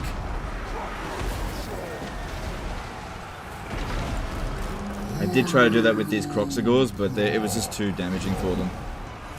We've got local superiority here, but I think rather than healing, we're better off just dishing out some damage because they're just really tanky. And they got a lot of anti-large, just need to get rid of that.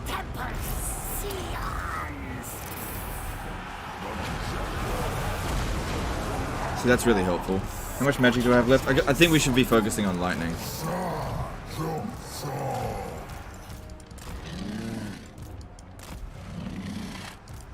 We're okay, we're okay. Just keep that grind. Bit of an uphill battle here, but we've got local superiority, and I'll just keep doing this lightning. These archers over here, they seem to be, yeah, they're obstructed, so they're not causing us too many problems. I think we're getting better value out of damage magic than healing.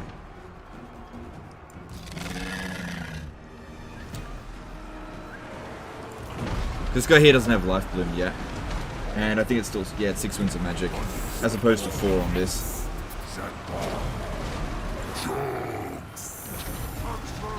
I'm feeling a little bit more confident now. Yeah, they've only got a handful of archers, and they're not... Everyone does keep restoring its ammo.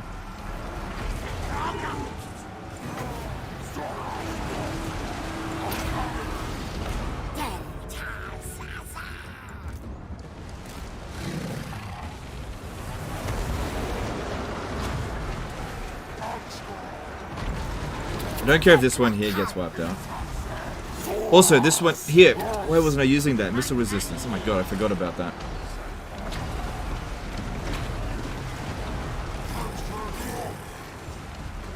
Plus, being in a blob allows me to keep popping this down, get our melee attack up massively.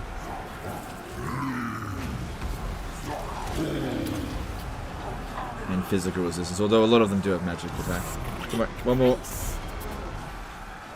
Give me another one.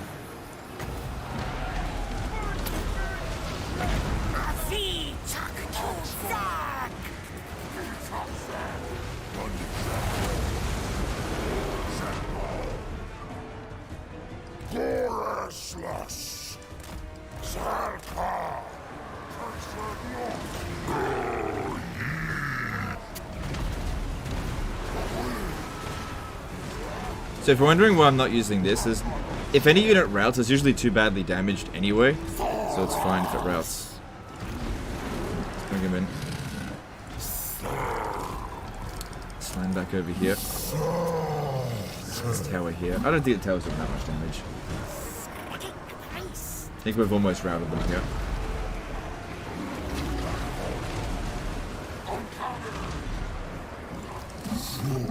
I need to capture this point, I think. Yeah, they're shooting at the slant again, but that's okay, he's got barrier.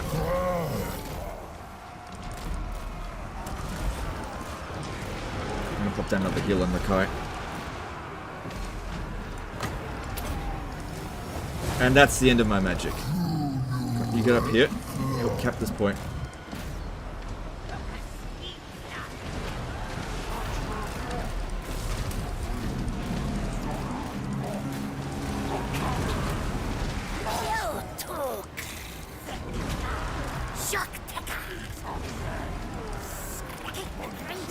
Good, capping this point, that way no more towers shooting at us. And we'll get rid of this, stop them from getting their ammo back.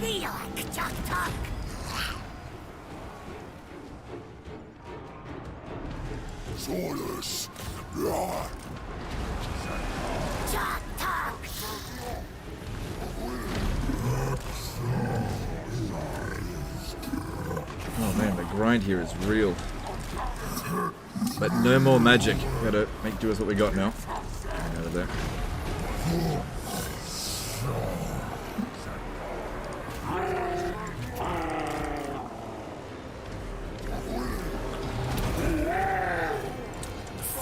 They're really aiming for him.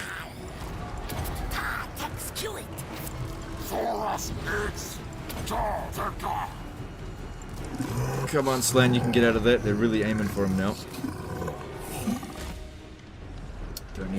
here. Just go stand over there.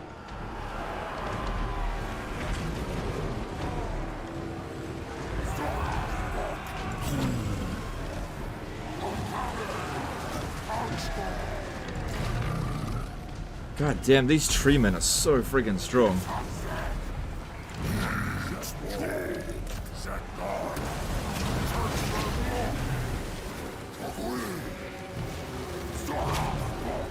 Although if this keeps up, it does look like Nakai is winning against it.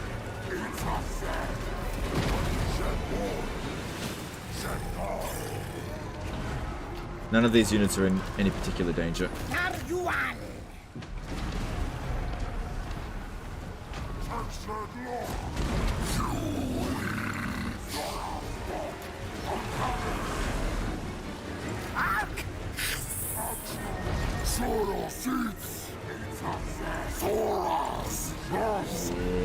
Nakai can only take so many more hits. Right, I'm gonna pull him out of this engagement and chase away these Blade Guard because they're pissing me off.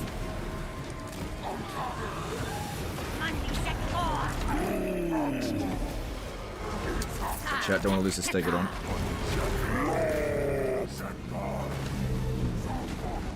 Send Kroxigors to the back of the archers. I tried that. What ended up happening is they focused fire on them, and they absolutely slaughtered them. I had them over here, as you can see with this one. I had to pull back. It was just not good.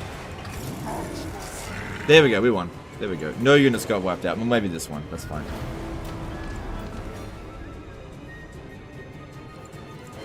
Yeah, still a Pyrrhic victory, but it's actually better result than auto-resolve because no units got wiped out.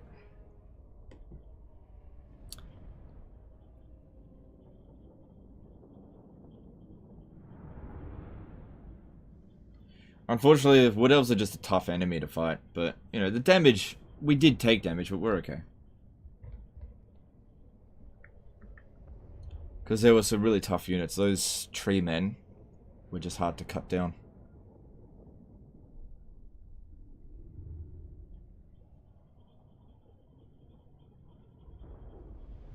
There just was never going to be a battle that we could just go in and take no damage on, because they're just really strong.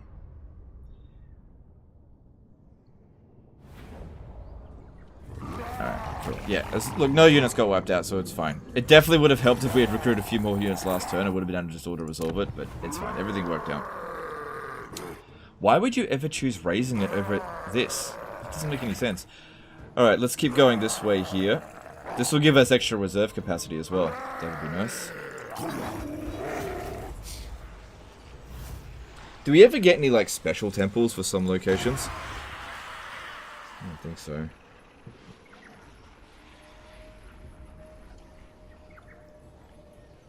An unwalled settlement, okay. And... Tremble. We're as strong as them now. But they don't seem to have much military presence. Oh, there it is. Alright, look, if their army is here, it seems pretty unlikely that they'll be able to force march all this way. They might go to Wiley Village. Wiley Village, whatever. How much replenishment will we have in foreign territory? Okay. No, we're not going to make it down there anyway. So stay here for the turn, get all that replenishment. Okay, get rid of the regiments of renown. They're only there for emergencies anyway. And you transfer these units back to Nakai.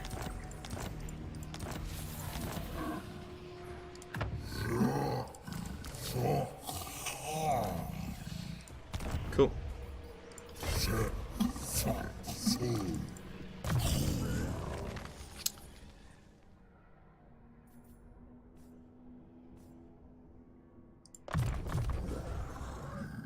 Alright, that's good.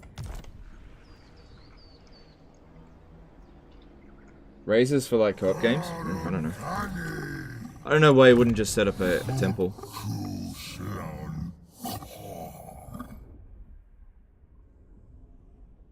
I tell you what, Life Bloom would have been very useful in that battle. Yeah, get Life Bloom. And actually no, 2 points in, yeah, no, get Life Bloom. Okay. I'm glad we got that barrier. If we didn't have it, he would have died. Alright, what else can we do? Sailed. Child of the Nine.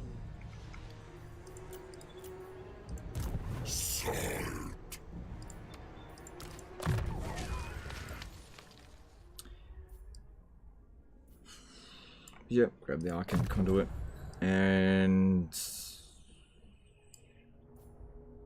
I don't mind Curse of the Midnight Wind. I don't think we need Wind Blast right now. Yeah, I reckon next turn replenishment will be enough that going down here should be fine, no problem. Okay, moving on. Does Nakai even have landmarks? Doesn't seem like it.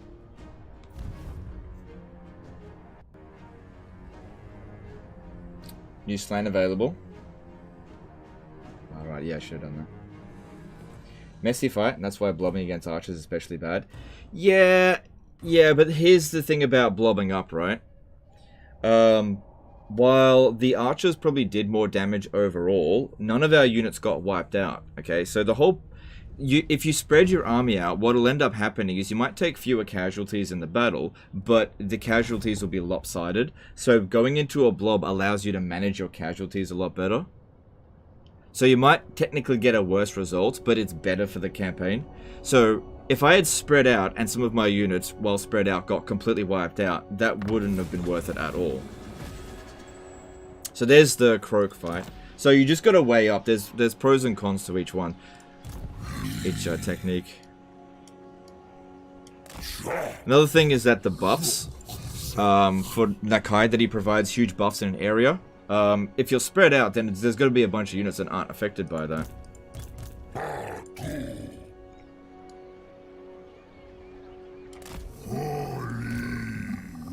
Okay.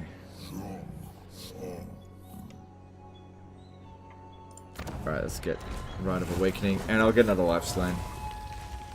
Because life is definitely better than the others. See what happens if they want to come over here and attack us or whatever. If we have a look at them now, yeah, we're stronger than them. If they attack us, I'm not worried. Okay. Anyway, they're no bloody Wood Elves. Looking at all the stuff out here. These guys, I don't think they're at war with the... Oh no, they are... No, they're not at war with the Defenders of the Great Plan, so they can't really do anything to us. I am the master. Alright, what are we doing now? Yep. Alright, we've got enough. We can stop this and get Sequence of Convalescence, which will be really useful for tribute from vassals, because I could always use more cash.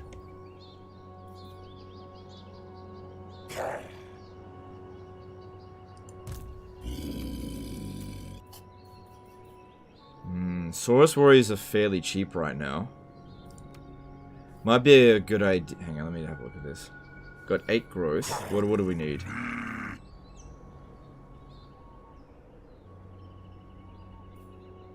I do want a Skink Oracle. But if I do this, it could be 10% cheaper.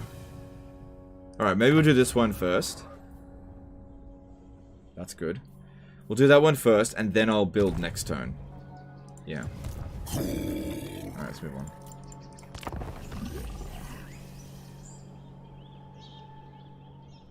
Tried Heistland sometime. Why?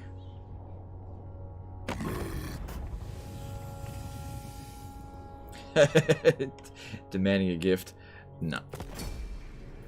Oh, but now they can attack them. Oh, well.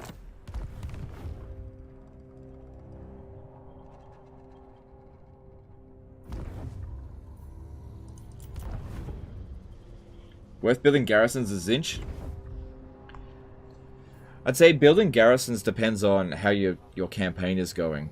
Alright, the Snitch might attack Nongchang, but he should besiege it for a long time.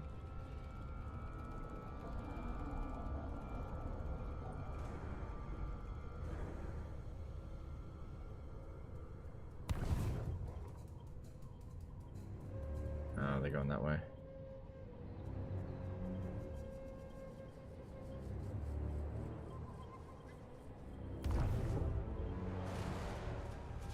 Wait, I thought those guys... Oh, they must have declared war on me.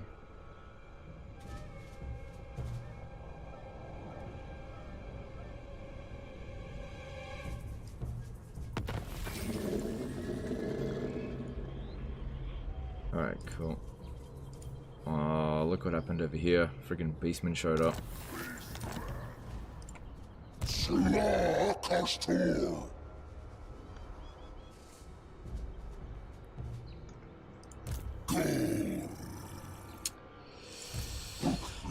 Well, that's annoying.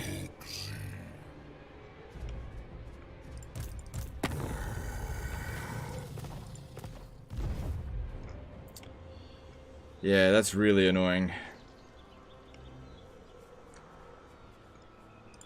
Alright, well let's just, how are we going here?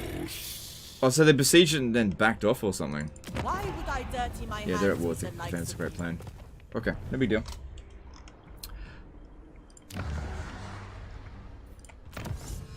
We don't get students as, Lizardmen, do we?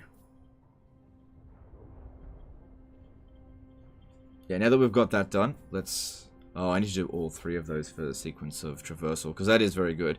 Alright, let's get sequence of convalescence.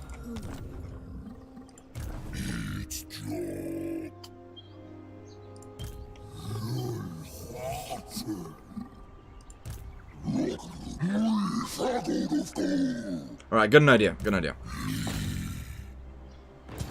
What we'll do is, we'll go into ambush stance here. Oh wait, if I declare war on them, then they will...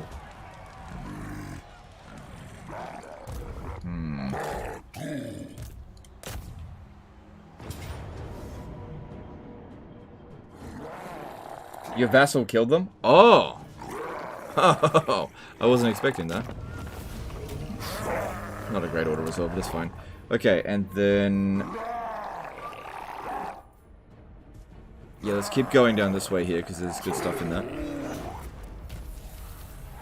Oh, that's good.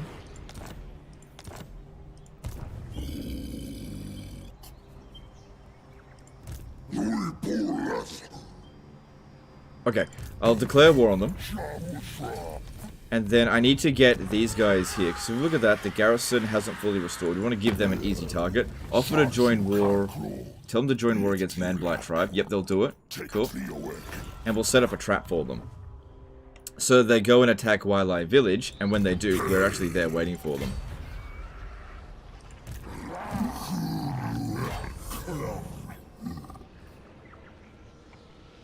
Okay, that's weird.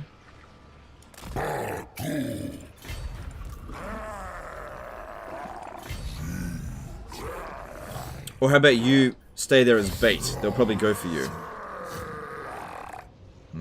What's the chance of remaining hidden? Yeah, go into ambush stance. Go into ambush stance. That would be way better. Yeah, so that way, this guy looks at Wildlife Village and be like, "Ooh, look, easy," and then we just get rid of him. Super easy that way. my will does not bend. And he doesn't have enough movement to attack us here, just in case he pulls us out of ambush. Cool. Alright, I think that works for us. Alright, it's turn 21. I think we can get some more money out of our vassal, although I may have... Oh yeah, it's time. It's time. It's time. Oh yeah, give me lots of money. No, you can't get that much.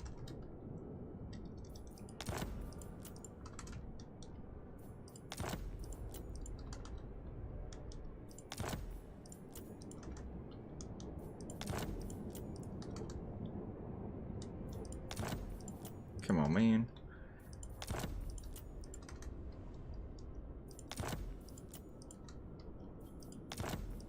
Come on. There we go.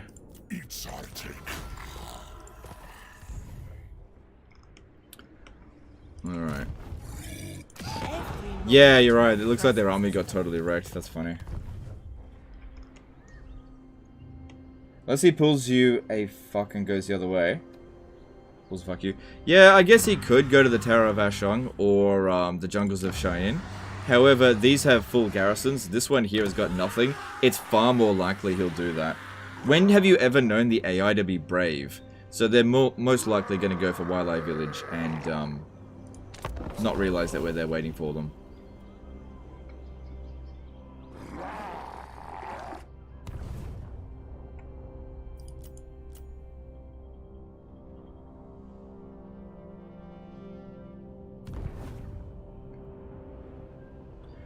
Did you see the special Empire quest for Vermintide Ultimate Crisis? No, I didn't.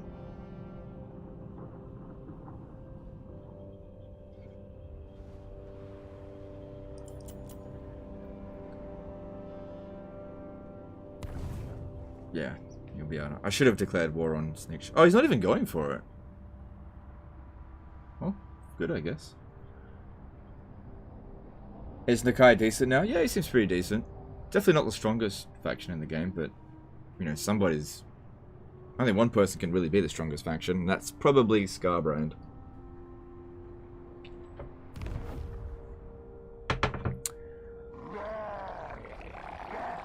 Alright, what are they going to do, man, Black Tribe? What are you going to do? We're in ambush stance. Remain in ambush stance. Come on, show me what you're going to do.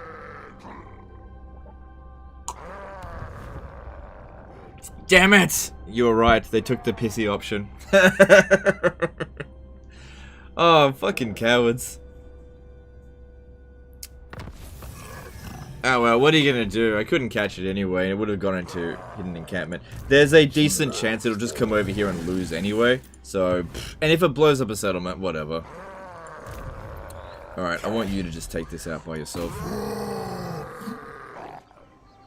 Oh. Jungles. Oh well. I'm not going to bother waiting around. We're just going to keep going on that. Eventually this guy will find himself wrecked, but I'm not going to go chasing after him. Alright. Let's go this way. And I think you're okay to force march. To keep up. More aggressive AI. Okay. Well, they're not going after us, so whatever. Okay, so we just got Sequence of Convalescence. Let's see, what do we need next?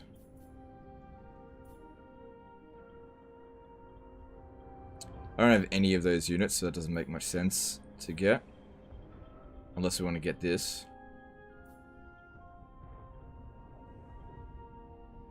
No, that's not really that useful.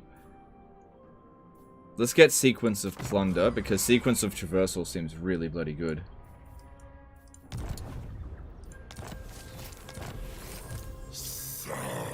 And according to this, we'll reach Fu Hung next turn.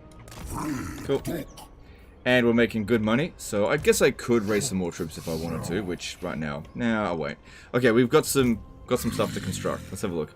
So we're getting fairly close to tier 5. I don't know why the AI thinks they're going to take that vassal main base. They're going to lose. I think you're right. Yeah, I think they will lose. They have more troops, but we get an auto-resolve bonus because it's a minor city garrison. You get a minor city battle. But also, these units here in auto-resolve are terrible. So... yeah, we'll see how that goes. And... we said we'd try to work towards a skink oracle.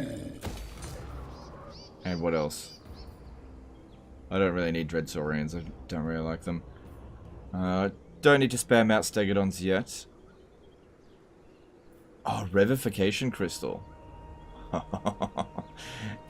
Revification Crystal could be interesting. Do you guys know about the reviving bug? Oh, that could be really good. Alright, let's do that. And let's... what, is this any good? I got money. Get that one going. What else? Yeah, let's reduce our recruitment costs. And... we can't get everything in this horde, can we? There's only 2 more buildings. Braveheart today, $2 super chat. You are beautiful. Okay, thanks for super chat, dude.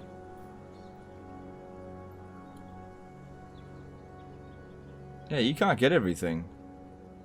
So there's 2 other build slots remaining, which we could go with this. Yeah, that's pretty important.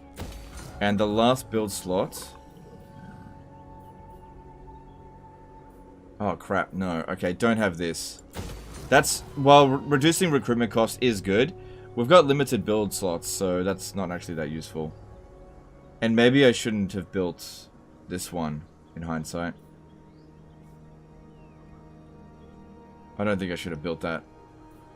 I might have to demolish it. I won't demolish it yet. Because that's needed. Because we have limited amount of army that we can potentially build. I don't really feel the need to build this one. Alright, I'll just leave that be for the time being. And we'll see how we go with that. How much am I getting for my vassal? 4,245 at the moment. Alright. Alright, alright. Alright, let's move on.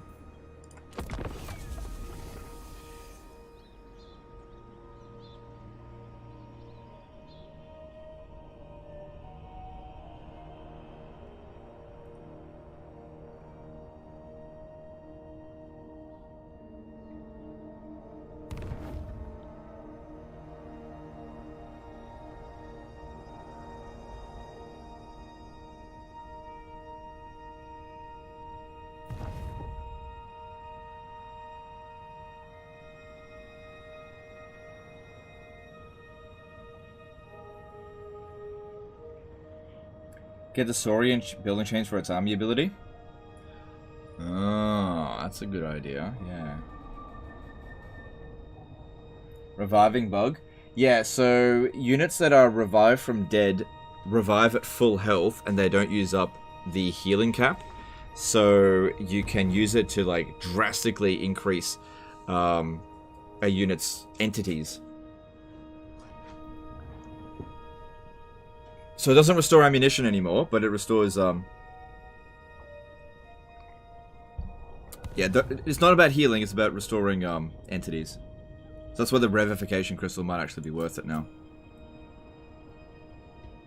This is what I'm talking about with the patch, how they fix some bugs, but then new bugs actually form up. Right, Feral Cold One army ability. No, that's not that good, but it's better than nothing, I suppose.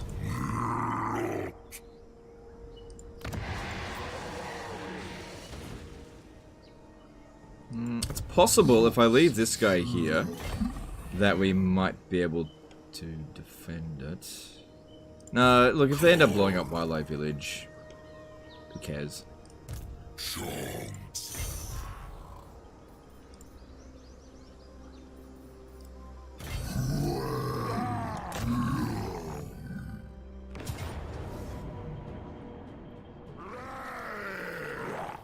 Ugh, fight this manually.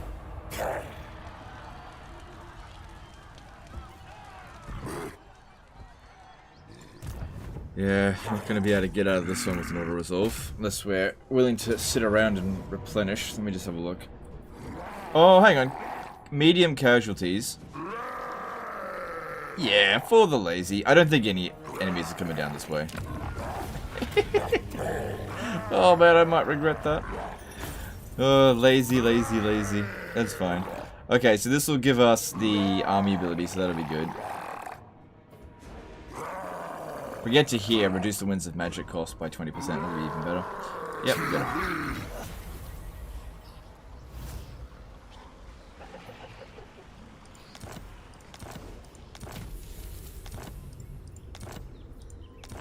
it. Oof, that was some lazy ass shit right there.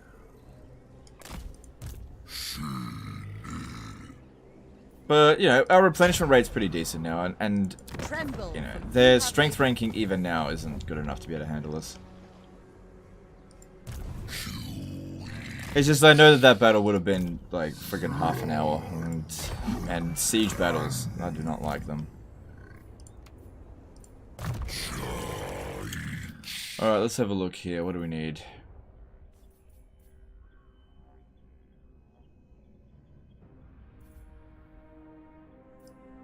Alright, I think the blue line's done for the time being.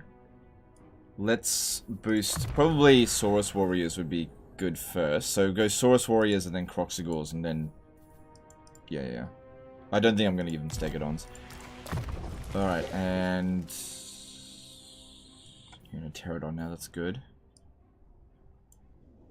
Let's try to get better items.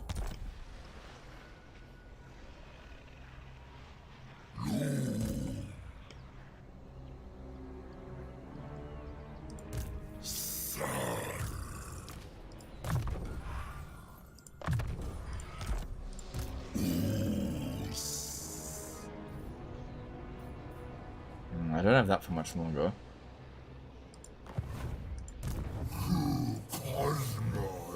Okay, money's fine, so why don't we do this? I'm gonna force march and take 5 of the healthier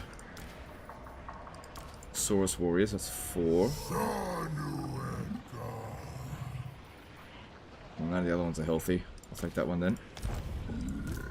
And with Nakai, I know I've got 6 recruit slots here. Let's get Saurus warriors with shields. I'm not going to worry too much about Saurus with spears, because there's a 10 weapon strength difference, and also these have vastly better melee attack. But those have better melee defense. I just think that the regular Saurus warriors are better. See, I would get Kroxigors, but friggin' 2 turns to recruit. Oh, hang on, what about the verification crystal? Oh, did I not get access to that yet? Yeah, it's up here. Okay. Right, so we need this one here and this one. Okay. Skink Chief could be good for replenishment rate. I imagine the revivification crystal will probably take 2 turns to recruit, which would be annoying.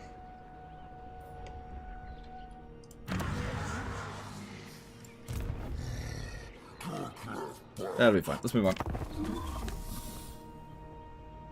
Spears is so good for large, so I recommend getting 2 for flanks at least. Yeah, nah. I never have flanks because I always blow up.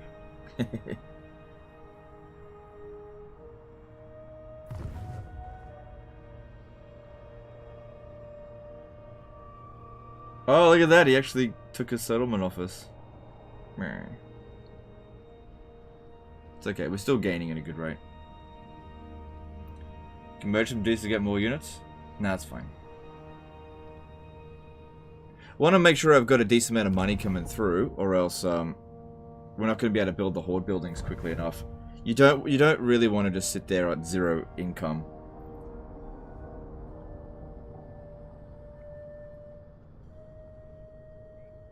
No wind blast? No, I don't really need it in this campaign. Definitely a good spell. Yes! They took it out. Nice. Unfortunately, we don't get anything for it. So, that's all sorted. Alright, so looking at Revivification Crystal. Come on, be 1 turn. Be 1 turn. Ah, 2 turns. What about Global? Global. 4 turns. Yeah. Ugh, I hate 2-turn recruiting. It slows you down so much. I don't like being slowed down. This guy can't recruit anything in Global. Let me have a look at this.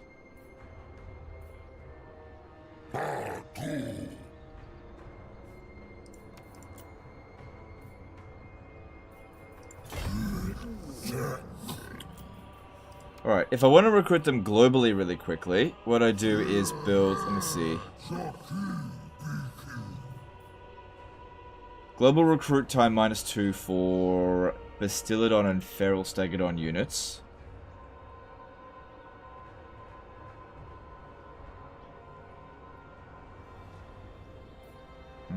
Well, I gotta get that up to tier 3. Well, he's already got plenty of growth. So I don't want Nakai sitting around doing nothing. I hate that. Well, I definitely want a Revivification Crystal. I'm just gonna have to make do for the time being. It's just not convenient to recruit. We gotta keep moving.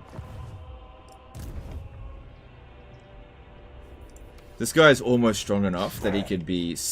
doesn't have to be connected to the hip by Nakai. Just give him a little bit longer. Puppy 213 to 10 US subscription. Hey man, good stream and all that. What kind of value do you put on the blue line generally? Depends on the faction, but for Nakai, I valued it quite highly because I really want to drop those upkeep costs. Thanks, Superchat. Okay, we can now get a Skink Oracle.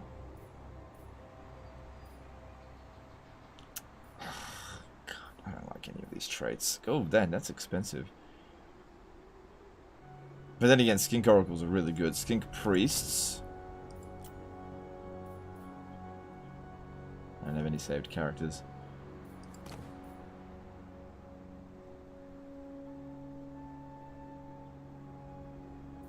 None of these are good traits. I'm gonna go with this. Hang on, I'll read these super chats in the end turn. We make it there next turn. Yep, alright, good. Right, looks like we got a bit of a fight on our hands there, but that's okay. Let's move on.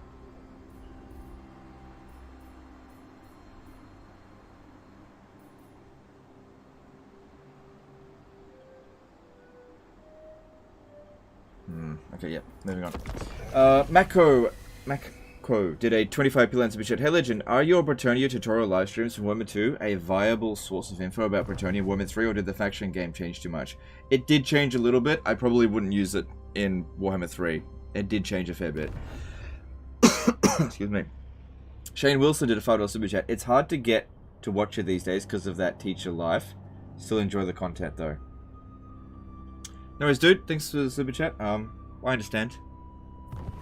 That's the case with a lot of people going back to work, and that's another settlement. Oh well. You can research better vassal income. It only takes 1 turn. You have the points for it. Oh, okay. Excuse me.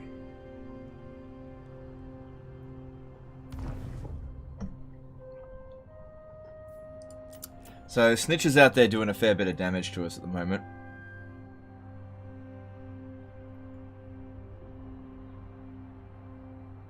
And don't forget at turn 50, which is actually not that far off. Freaking Vermintide. We're halfway there. Oh man, and we got this dude coming in. Look, if it's a field battle, it shouldn't matter. And this one here will be a field battle. Only the dragons.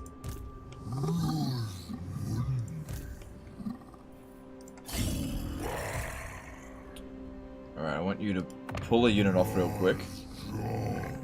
Just, this one will do.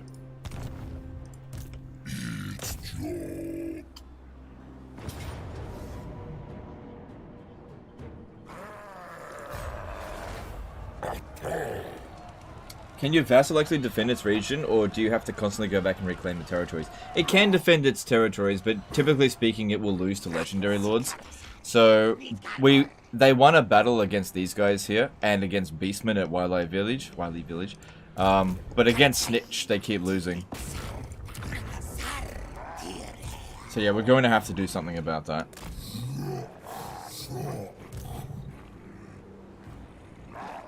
Do I have any other items that we could use? Just keep getting loads of armor. I don't need fire resistance. Yeah, armor. How about we fuse the dragon helm and enchanted shield? See if we get something else.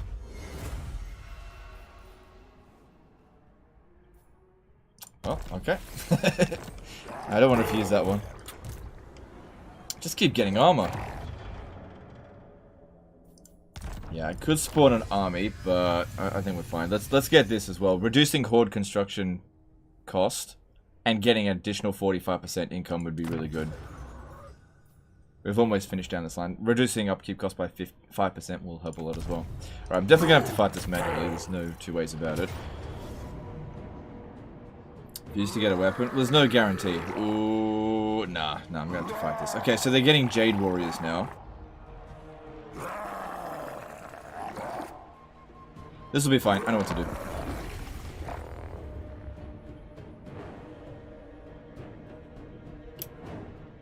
Will you do a tier list for Warhammer 3 Immortal Empires? I am actually working on another tier list. I need a little bit of a break from them. So I took a few weeks off, but I am working currently on a tier list. You should be seeing it in the next couple of days.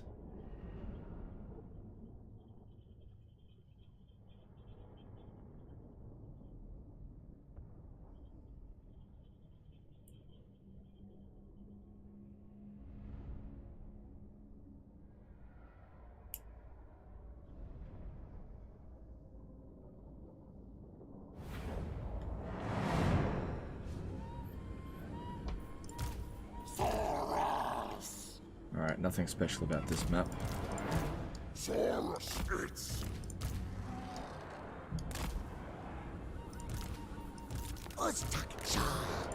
Alright, so what we do...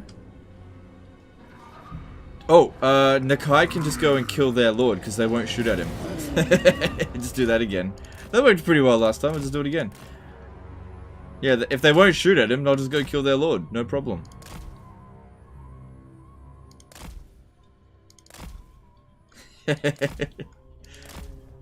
Legend, what will you do if you can't choose their ammo? I don't know. Oh no, he's coming. What are you gonna do? Excuse me.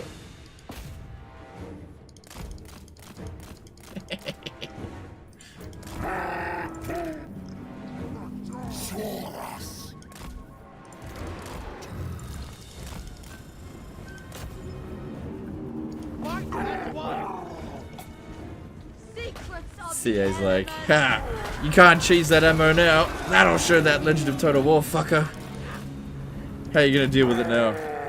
So, what you're saying is that enemy armies will not shoot at my single entity lords. That's right. So what's to stop my single entity lords from just, like, killing their lords?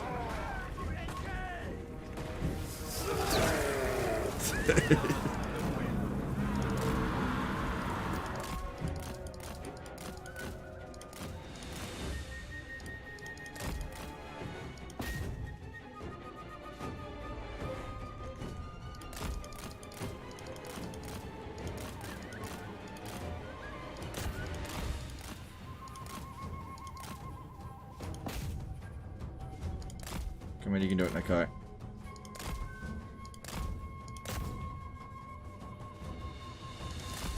Yeah, this is going pretty well so far. Because now I can heal Nakai as well. And also this gives us some time to generate some magic.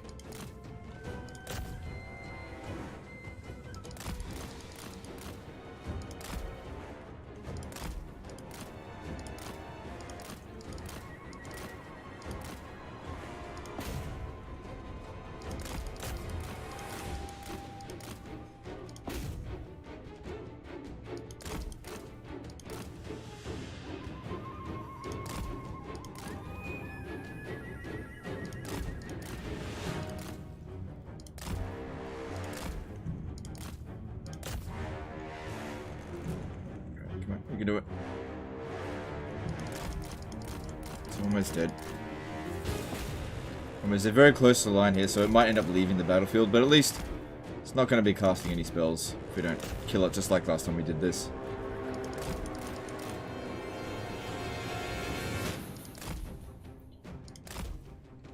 Okay.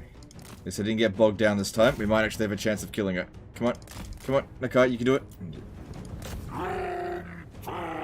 Come on, don't be shit. Stop being shit. Oh my god, Nakai. Fucking hell. It's hard to turn around. You fucking... Come on, man. Oh well, whatever. Job's done. Alright, now that that's done, get Nakai back over here. Fucking hell.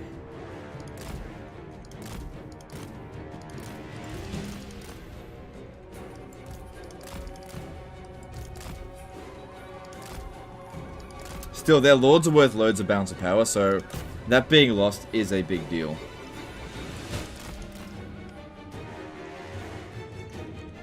So what I'll do is I'll send Nakai close to the...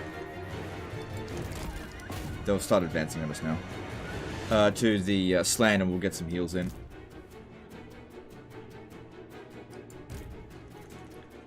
Yeah, these guys are really good kills.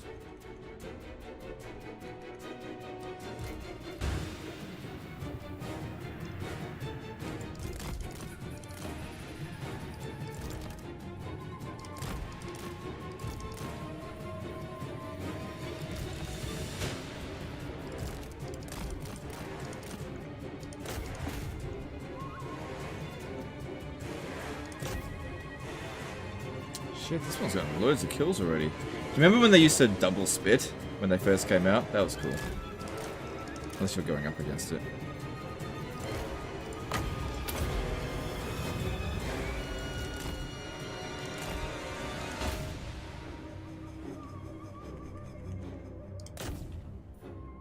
Jeez, these oracles.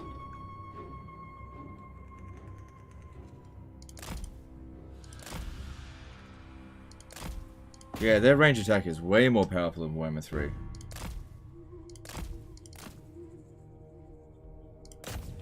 Look at that, 222 kills. That's nuts. What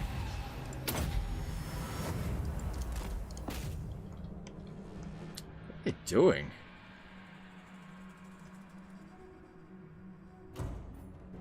Alright, I need to rearrange this a little bit. That's it. So we'll just throw the Saurus Warriors into melee. That shouldn't be a problem. And I'll send the Kroxigors up through here to go after missile units. Same thing with you. Let's go.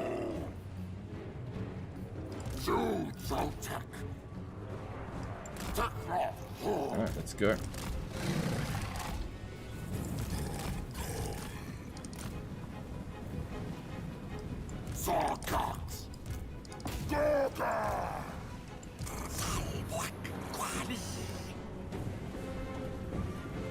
Yeah, that's pretty good kills for something that's rank 1.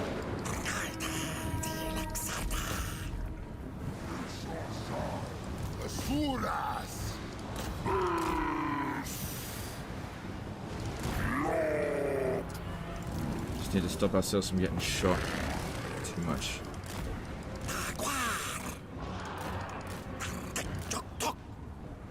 Come on, you gotta move.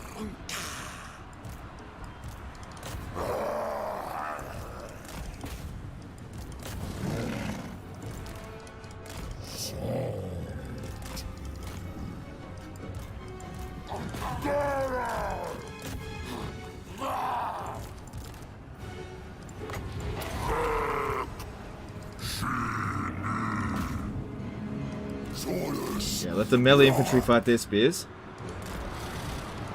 And let the Kroxigors go and fight missile units. You stay back.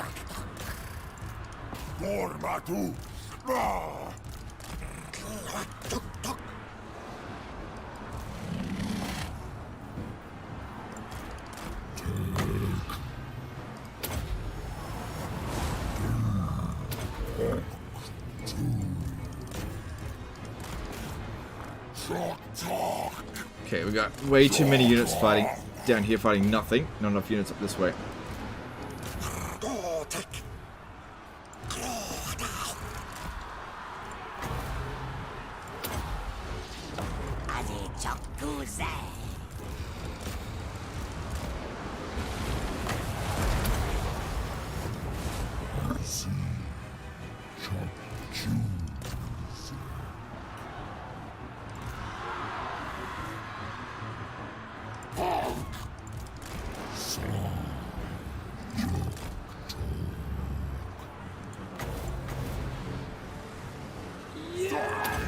Could backfire. How about you move back a bit? This could backfire.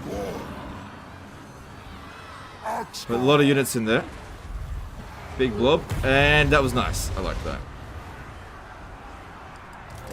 Start this friggin' archer over here.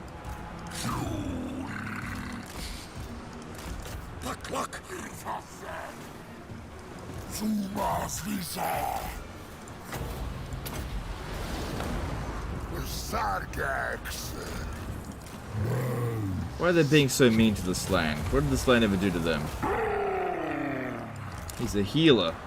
A doctor. Why are they being so mean?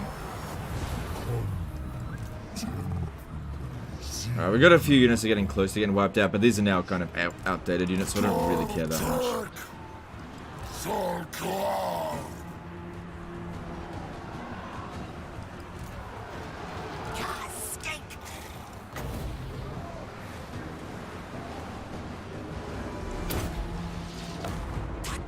What the hell did they go all the way around over here?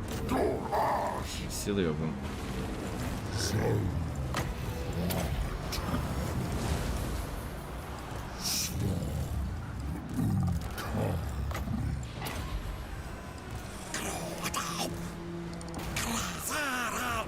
Get this one out of here. Too much damage. This guy here, same thing. Get him out of there. Too much damage.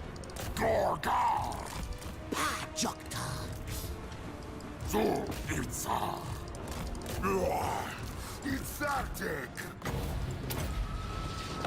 Jack Azon! Oh, we can touch that a little bit. Thoros. Sarjax. Kor. Chuck Azun. Coritax! Legend, how come you're not recruiting any archers? Gorga.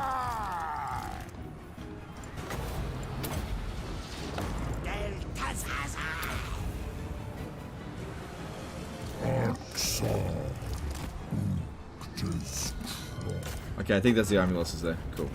Alright, let's just take these two over here and this one. Get a little bit of healing. Just in case we get attacked by the western provinces. Over the end turn. Because we've got the magic, I might as well make sure we're in good shape. I can't revive anyone from the dead, but I can heal single entities. Got the Barn on the Pterodon. That sucks, that ability. It's not worth much.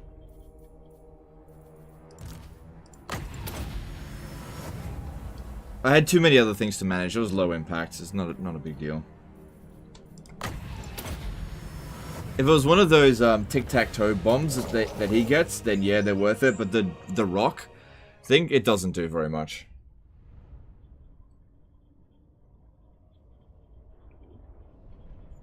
Cool. Didn't take that much damage. We should be okay to deal with the western provinces. Although their faction strengthening is higher than us. Remember, it only takes one battle for us to get a game over at this stage here, because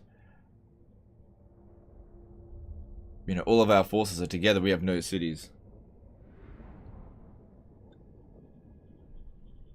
And that's one of the big risks when playing as a horde. You could just end up getting wiped out straight away.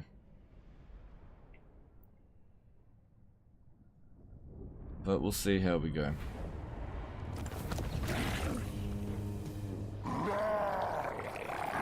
Oh, I lost this. But then I could get... I think I'd rather get that right now.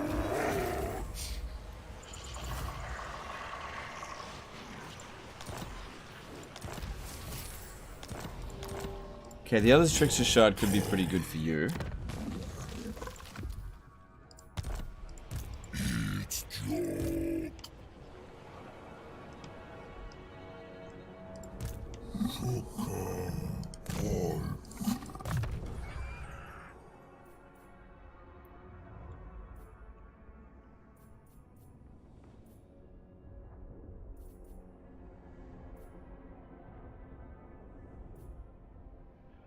Oh man, some of these are garbage now. Freaking enemy wins a magic power reserve change.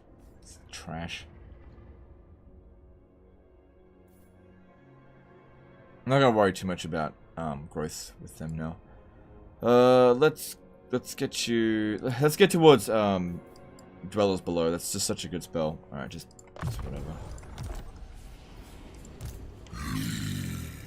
I am no one's slave. Alright, I think I'll put Nakai into ambush stance. Interference Because it looks like he can reach over here. Otherwise, he'll just run back. Because if we look at him, they are stronger than us. If they get both of their armies together, that could be a problem. But if it's just that one army, I think we'll be just fine. The only problem here is that it will be a minor city battle. So, the village of... Oh no, we already got a full... Okay, yeah. Okay, it should be fine. I just need to get close enough that I can actually go into ambush stance. There we go. And we'll see if they take that bait. Because they might... I don't know, we'll see. Alright. Just go with that to begin with. And... Yep. Get that increased mobility. Stimulate growth seems kind of pointless.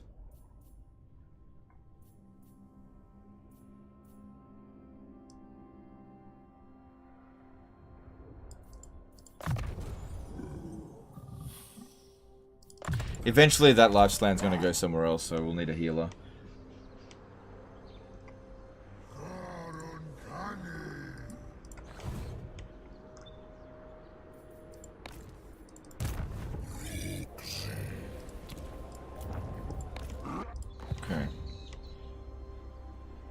At some point, I'm going to need to send somebody to go deal with Snitch.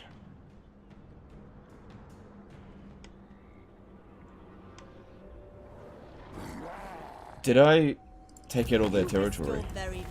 Yeah, I did. Okay, so they'll just go to the nearest settlement and die. So they're finished. Alright, what are we going to build?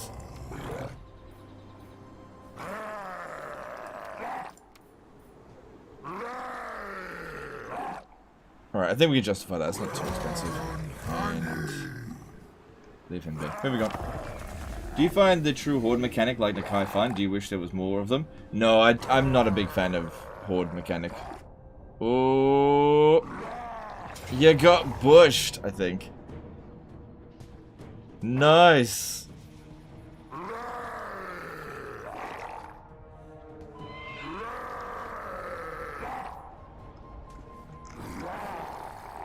Yeah, I'll fight that manually. Since the new patch came out, have you noticed that the AI seems to target their spells better? Nope.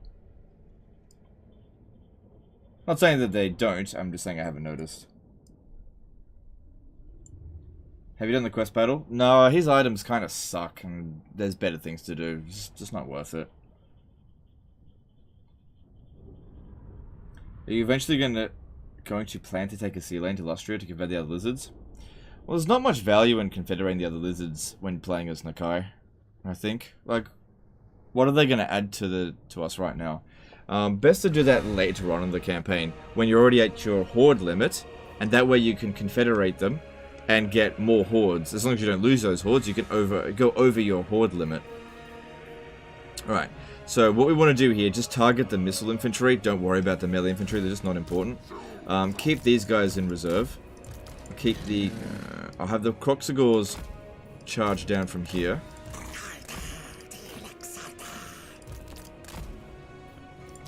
Put the staggered on.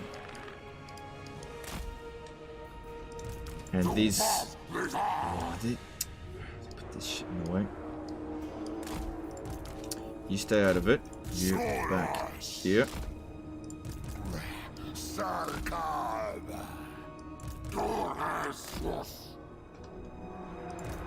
Okay, give them no chance of escaping this valley here. If the army manages to leave, I'm really not too concerned, but just aim for this. Because what we want to do here is just get a whole bunch of their important units sorted. Get them killed. That's it.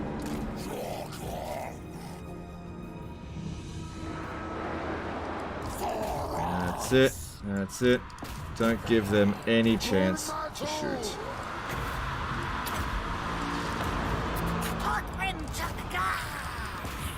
And this is why ambushes hurt missile-based armies way more than it hurts melee infantry-based. Or cavalry-based. No, you stay there.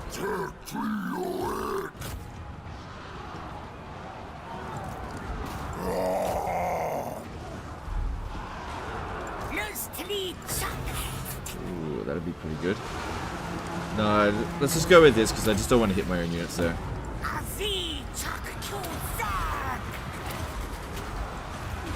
That's it, shoot them up.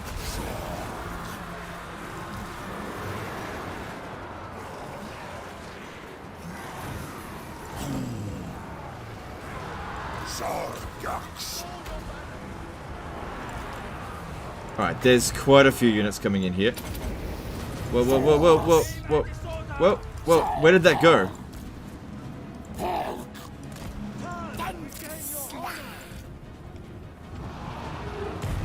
What the f-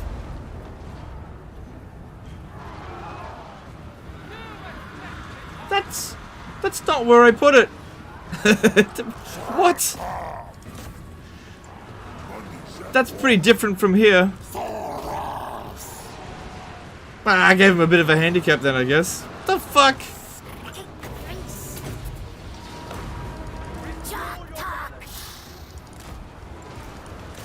Oh well, at least it hit the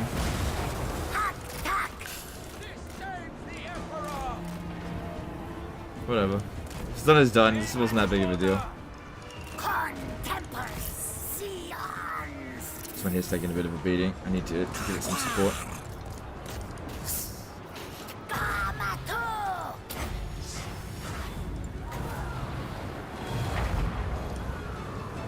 Zergax. Gosh!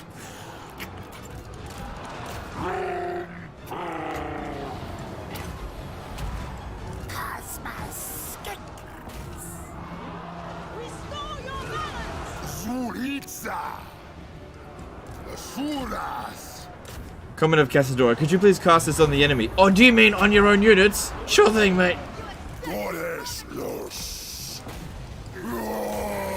I'm pretty sure I did not click there. Solo fits.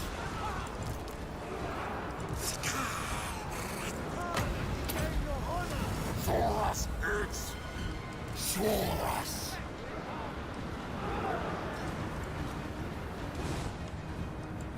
Skink. Kroxigor Dundee. Zuritza. These guys will never make it there in time. Kind of surprised the army losses hasn't been triggered yet.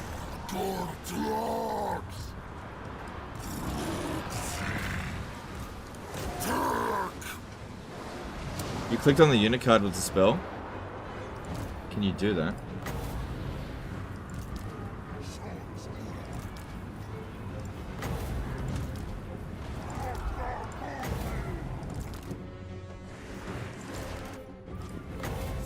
You can't do that. How did I click on the unit card? Thoras. Thoras.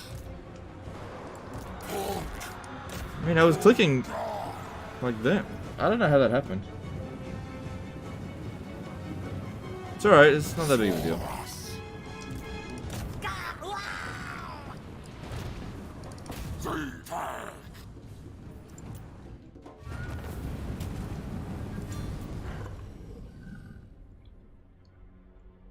You double clicked it? Yeah. Well, you double clicking doesn't seem to make any difference.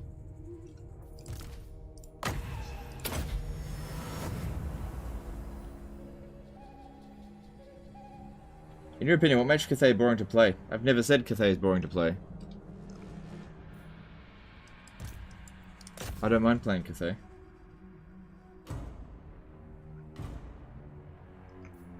Well, I double clicked there as well, look. So, yeah, I double clicked firstly to overcast. Let's just say I double click here. Still cast.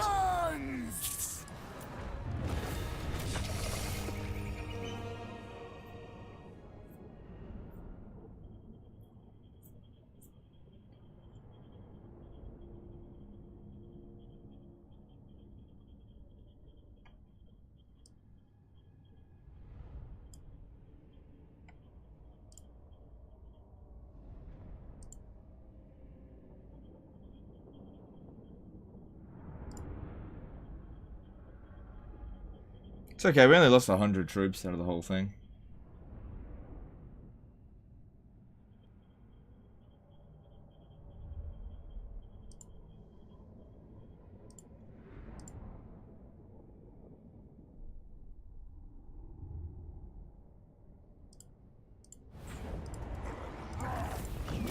Check replay? It's not gonna... It doesn't matter. It doesn't matter. It's not as I'm not gonna obsess over it. These things happen. I'm not sure that many of them either. I think I'll go with the money.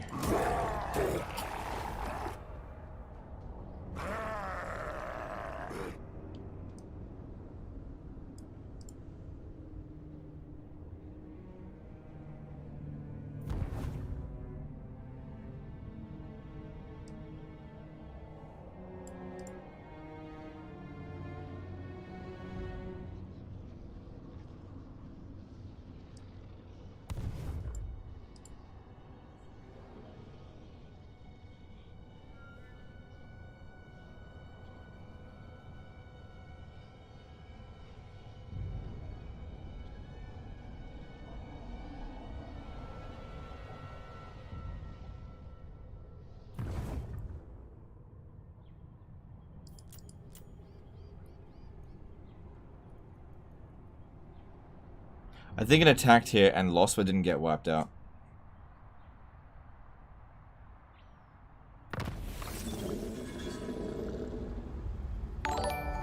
Ali NS Gorlek became a member for 3 months. Hey dude. Alright, thanks. Appreciate the support.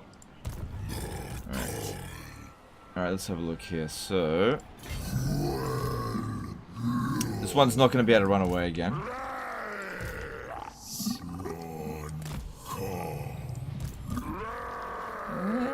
Did a bit of damage, but I guess when most of them ran away, just got early army losses. Alright, what are we doing now? Let's get... yeah, keep going with that. I do want to get Kroxigors, but 2-turn recruit time is just not really acceptable at all. Just got to keep moving. That's good, so we're now making 5,000 from Vassal Tribute.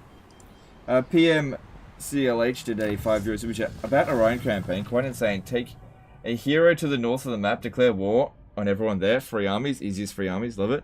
Yep. Yep, that's true. Thanks, super chat. I agree. Alright, so we need 400 for the next one. Let's see. Let's just keep going. Sequence of plunder.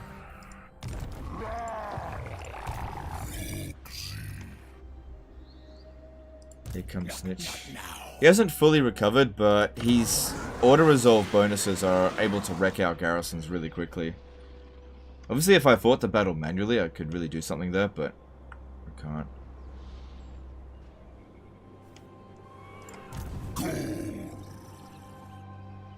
And unfortunately, due to his jumping in the underway, hopefully he actually... he's not going to besiege it, is it? He just launches the attack right away. Super aggressive.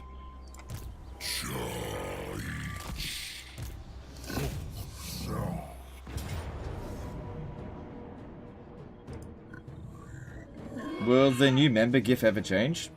No, why would it need to change? Right. Oh, wait. Oh, I guess it's okay if this guy gains some experience.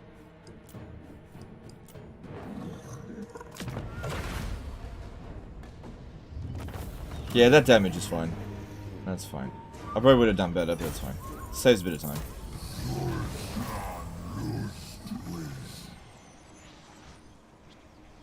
Recruit stance is same speed as normal stance with Nakai. You can also switch to recruit stance right after a fight. Yep, that's absolutely right. Which is why 1-turn recruitment is really good. See, Kroxigors take 2 turns to recruit. So you move in camp, recruit, that's fine, but then the next turn you can't move. And we need to keep moving. That's the important thing here. I think I'm gonna need to send someone to go after Snitch soon. But this guy is still in training. If I could just get him Dwellers Below, that'll make a big difference. But he's just not ready yet.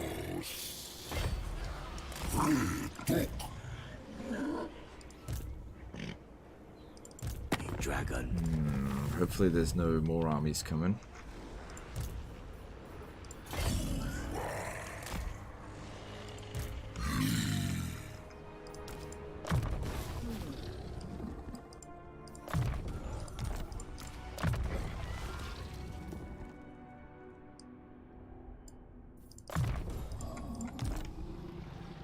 So yeah, Nakai is probably strong enough to be able to take on Snitch, but if I go down this way, he's just going to avoid us, I think.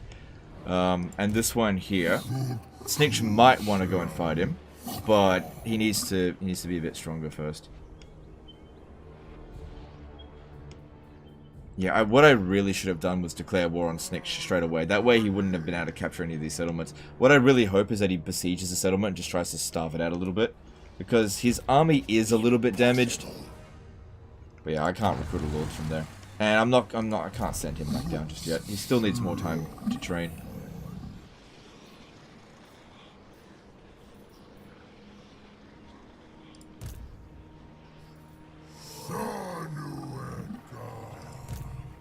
Yeah, let's get that going. And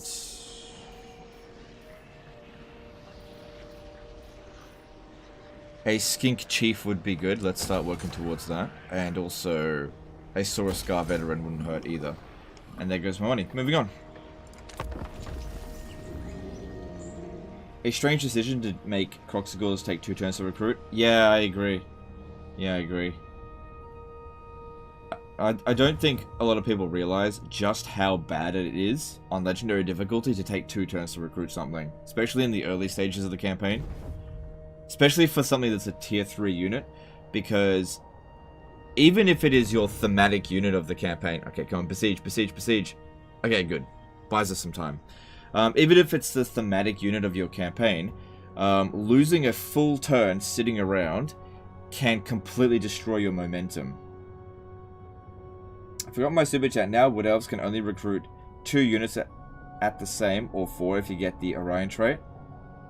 Yeah, recruitment, local recruitment overall has been reduced in Warhammer 3.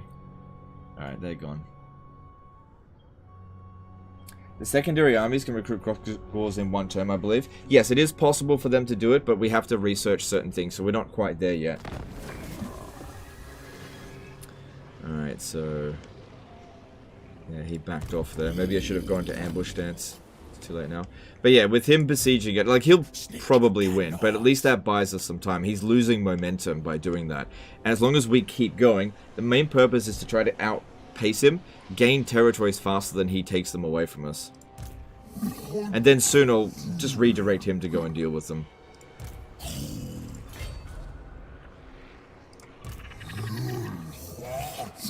I'll see if I can get out of this war with Snitch, actually. That'd be good. Oh, I doubt it. Let me just have a look. The crew are restless.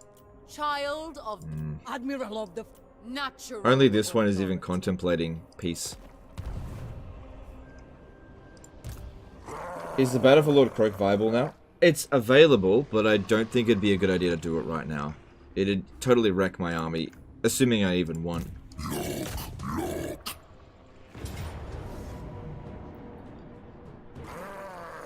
I don't think we've been back at full strength in quite some time.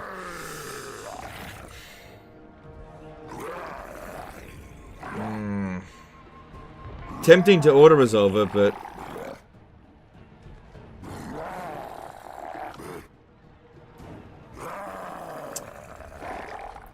you know how much damage we take in auto... ah, fuck it. We'll be fine.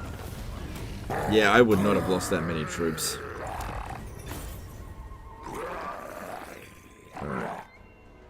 That'll be good to gain. Are Kroxigors good at dealing with Skaven? They can be, if you use them right. They can be. Because they're anti-infantry. Alright. I think what we need to do here is use ambush stance. Look at this. He can't move in ambush stance. Or did they change that? I don't think they did.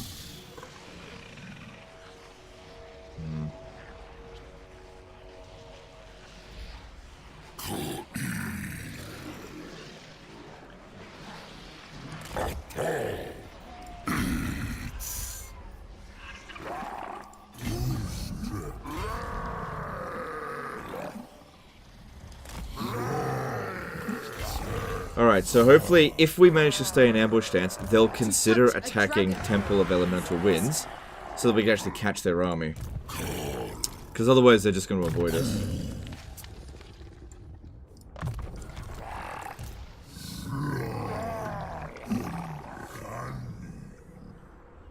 Are you losing buffs with Snitch taking those settlements away? Yeah. Yeah. But we're also gaining them back as we're getting these other territories, so... It's not so bad.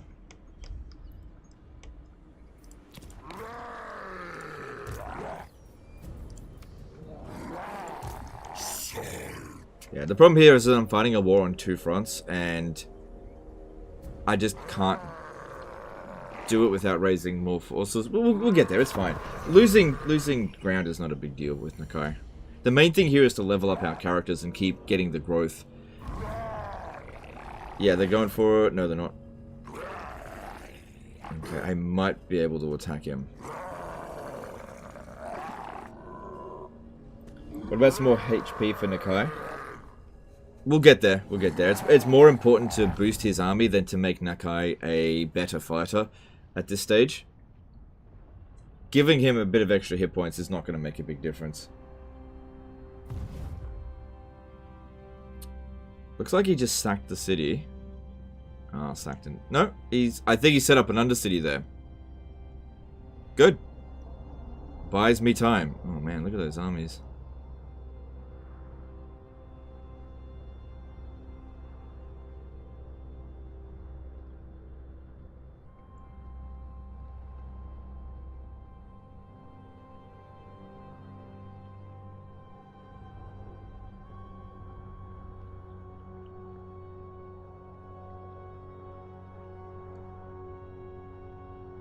Is there a better way to level up characters since they changed the XP gain from battles? The best way to do it is just play the game. Don't try too much to focus on like sack cities or anything like that. You just gotta fight big battles. Alright, well, they didn't go for this.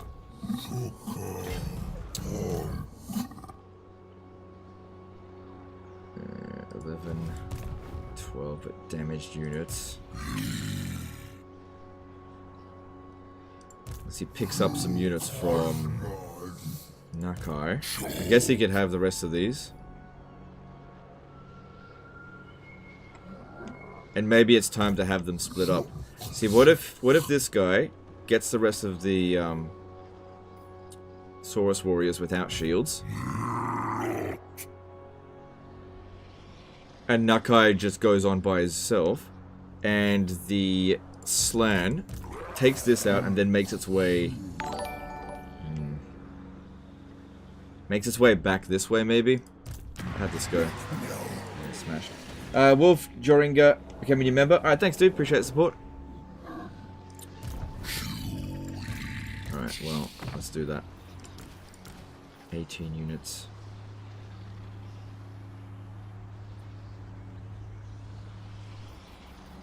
Okay.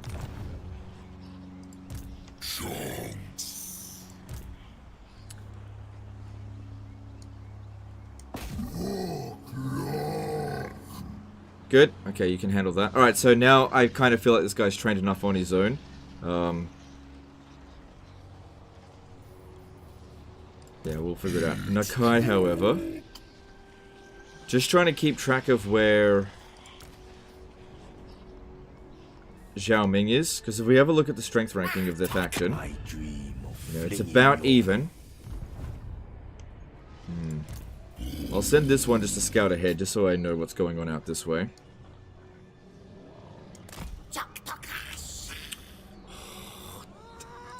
Indeed. Would have loved to have hit that. That being said, we make plenty of money. Alright, so we should be in the clear to make our way to about here. And that we should be able to hit Kwayang next turn. That way, if anyone gets us, it shouldn't be that big of a deal. And Nakai can... yeah, that sucks. That really sucks 2 turns.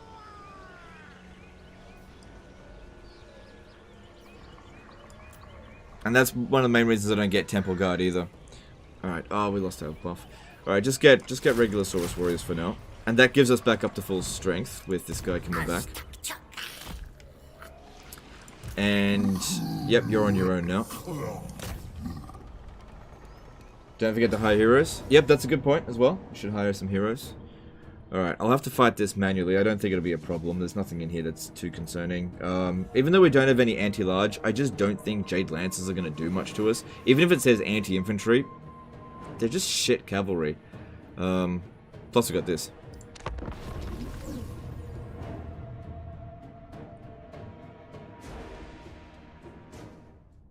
Will the new available heroes train in Nakai or the Lifeslan? Probably best we put them in Nakai. Nakai will see the best action. There's actually a good chance I'll still end up getting wrecked with this one. I gotta be very careful if I'm gonna keep him away from Nakai. It is a bit of a risk. Because we have to really keep track of where Eshen's forces are. Don't you have a right to reduce time to 1 turn? I should have a look at that. That could be good. Oh, yeah, I'll look into... I don't know, I'll look into that after this battle.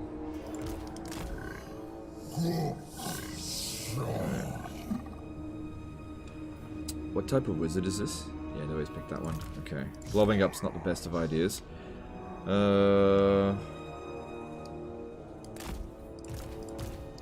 Soltak. That should be fine there. And we have heaps of magic.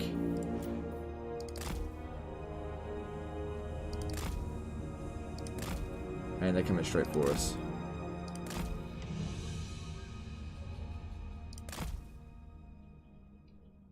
Now, when dealing with an army that's faster than you, the best thing you can do is just hold your ground as best as possible and try to brace. Yep, that's it. Shoot at the slan because he's got... Oh, hang on. Which is. There we go. Ah, crap. That's annoying.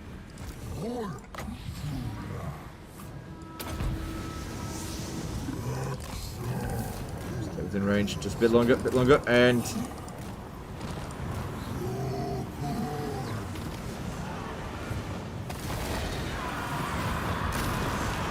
Yeah, it was alright.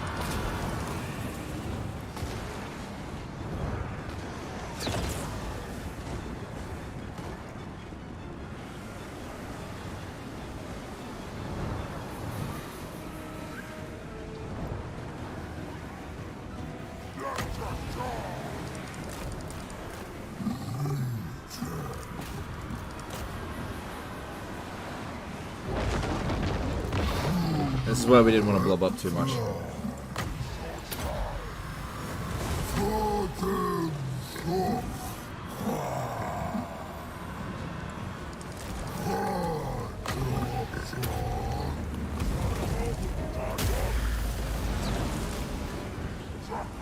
Yeah, they're trying real hard to shoot the slant.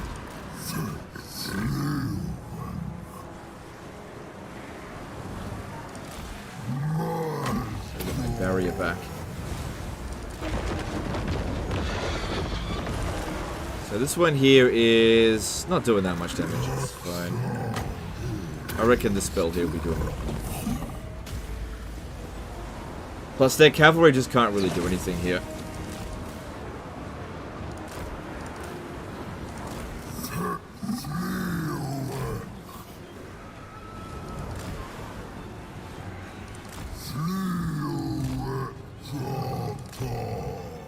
What's going on here? Need some healing. Yeah, the cavalry on the flanks here, they're just doing nothing. I don't care if it says anti-infantry, they are definitely not.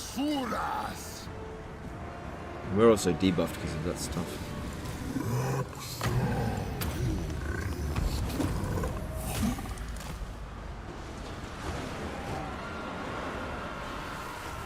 There's no right to reduce recruit time, unfortunately. Okay, fair enough.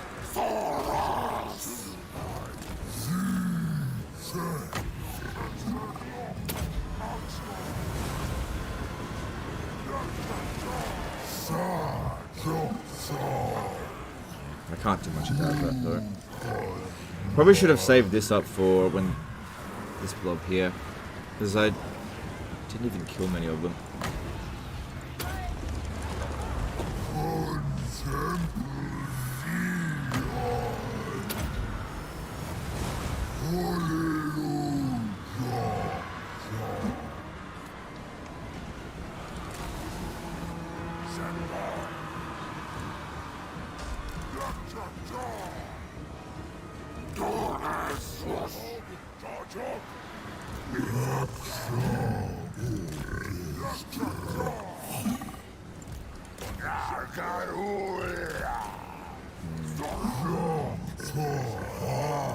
Yeah, not that much tactically I can do. Just try to dodge those shots. Just keep grinding them down. I mean, it's a melee infantry army. What more can we do? Flanking's not going to do that much. They've got the cavalry superiority. Best to just try to make sure that we're unflankable, which we currently are.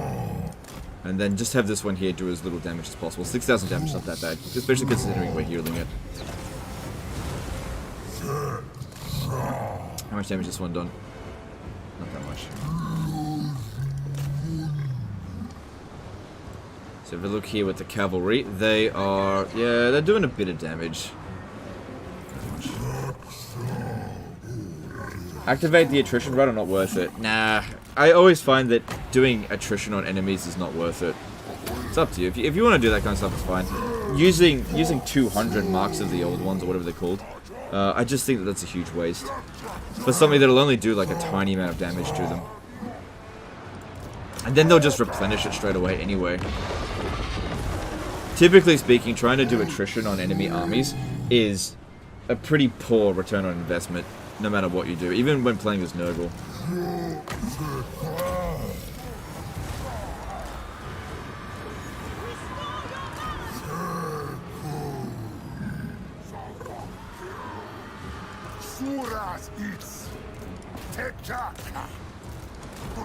Okay, there's not that much damage done.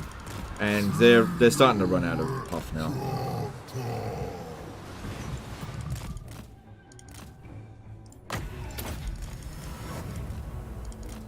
So rather than our Slan dishing out damage, we're trying to do some healing. Now we're starting to wrap around them as well. That one's run out of ammo, that's good. Get our barrier back. What are these? Jade Warriors. Halberds, no big deal.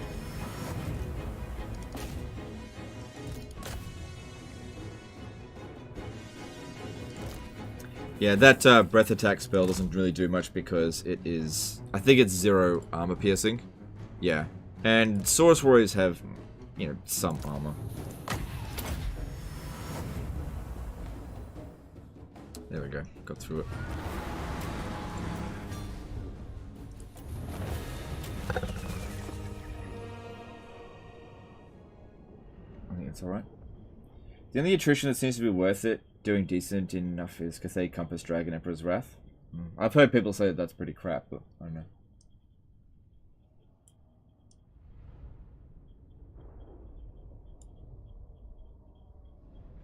Nakai fine. Yeah, Nakai is a lot better than he was in Warhammer 2. A lot better.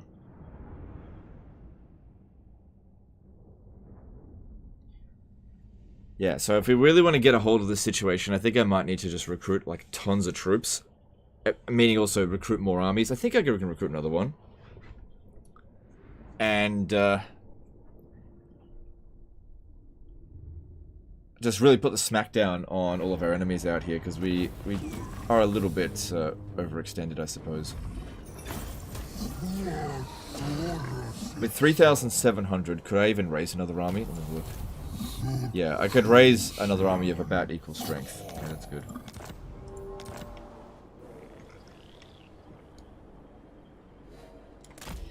So this guy coming back down here towards Shilong, got to be really careful and keep an eye on Snitch. Luckily, we'll be able to we'll be able to see where he is based on that, so that's good.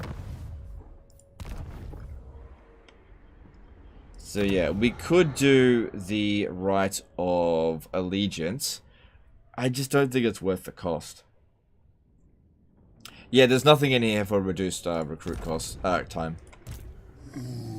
So if we have a look, he can globally recruit Saurus Warriors. Right.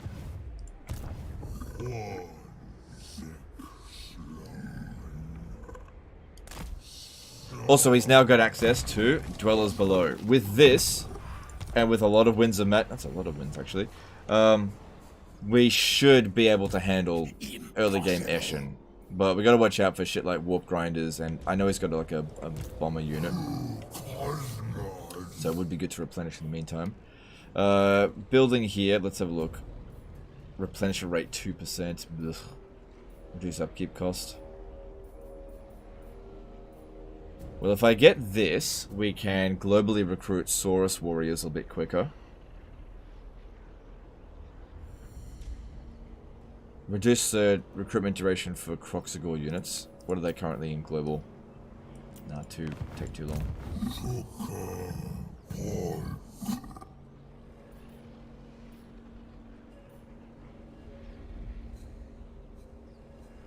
We could increase our capacity for skink oracles and put a skink oracle in the army, and that'll give us a lot of extra power. I think that's the best idea there. What else? I don't have enough money for anything else. I actually got enough for this. Okay, that's good. What about another army? No. Alright, I can get another army if I build this.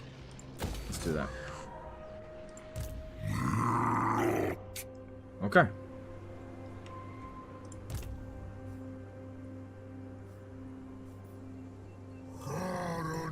Okay, I've got heroes over here as well. If I can get a skink chief, cunning, humble. Biff.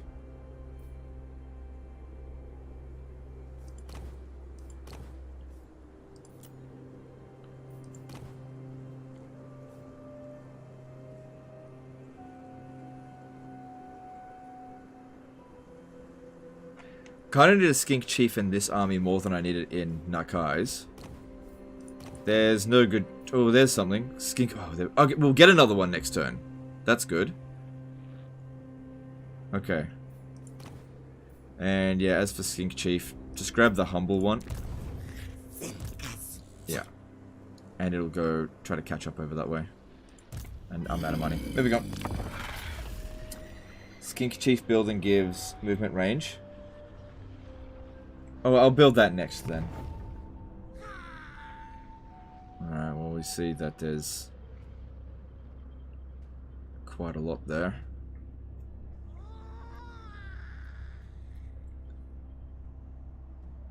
I feel like the hero number gap is too low. Well, you can infinitely keep increasing it as Nakai using his faction mechanic. You can just keep increasing them. Damn it. Wait, I don't think he occupied. I think he just blew it up. Would you consider doing a Total War YouTuber tier list? Okay, here's the thing. If I do something like that, that will immediately be considered toxic. Immediately. So that's the kind of shit that is not tolerated in the Total War community.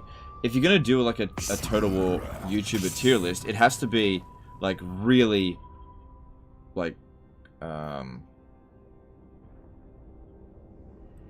like a parody? Not a parody. It just can't be serious. No, that should pass.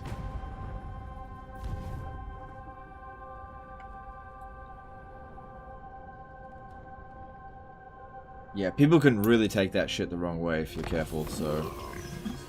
No, I'm not gonna do a Total War YouTuber tier list.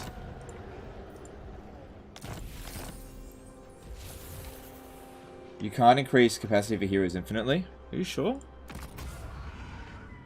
Hero capacity +1 for skink oracles.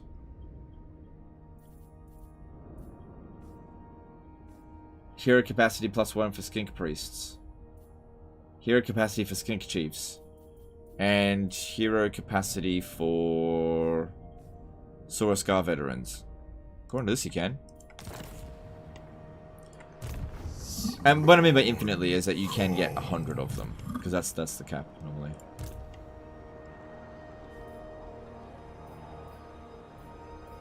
Oh yeah, campaign movement range.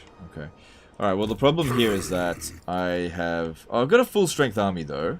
And there's Zhao Ming. Not a slave. I have an idea. If I attack this, he'll be coming in from the rear. And go into melee. Problem is, he's a fucking dragon.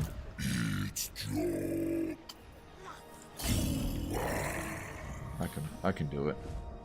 Yeah, if we attack him from just the right angle, that could work. I'm gonna do it. Sometimes you gotta have balls.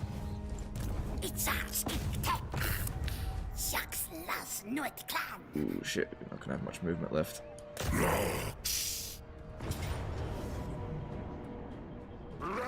Oh, oh, shit! Okay, that's fine. Alright, so what we have to do in this battle here is we have to be ready to, like, be parked near his reinforcements. What that'll do is make so that their Jade Warrior crossbowmen are just totally useless. So I got a minute 40 to get into position for that. So if we have a look at it, based on the angle that I'm attacking them from, I'm expecting his reinforcements to probably show up around here. If they show up from here or here, I think that might be a problem. But we'll see how we go.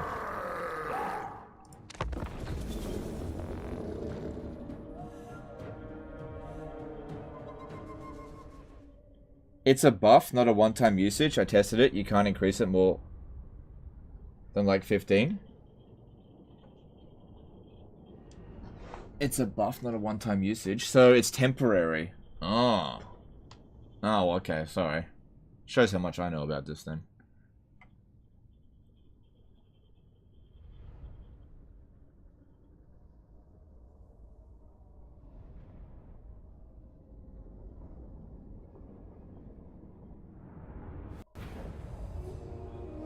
Okay, we should be able to rush over there within a minute 40. Don't have any vanguard deploy.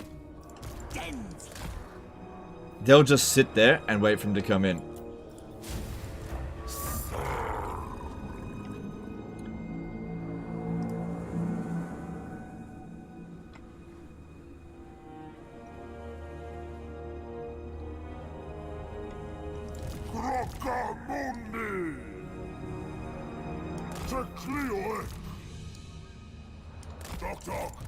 And yeah, we just eat them up as they come in, so they don't get to use their missile units at all.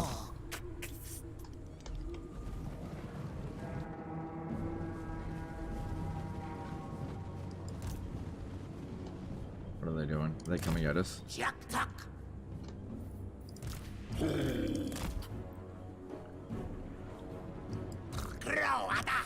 sure what they're doing.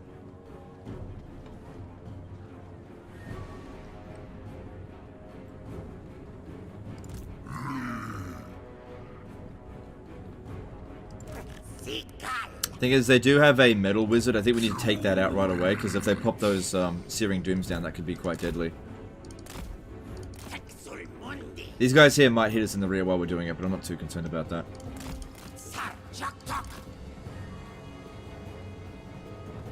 But yeah, this will prevent the cannon from doing anything. Okay, they've got a anti-flying unit, so I need to land. They'll have flying superiority.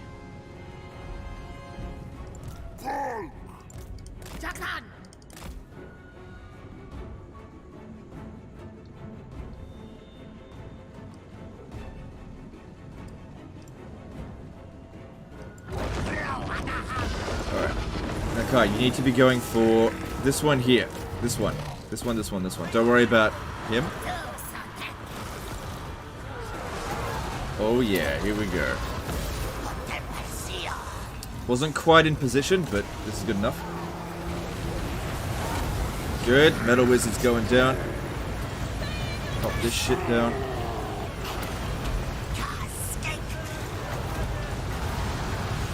This could be good.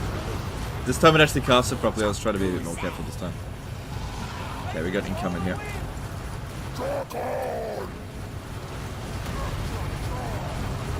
Oh yeah. Oh yeah. Here we go. Oh, gotta stop these missile units. Oh yeah. Holy yeah. Okay, go take out him as well.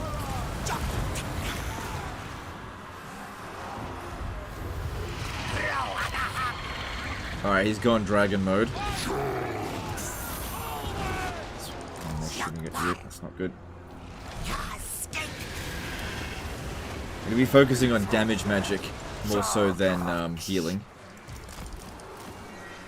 Just charge.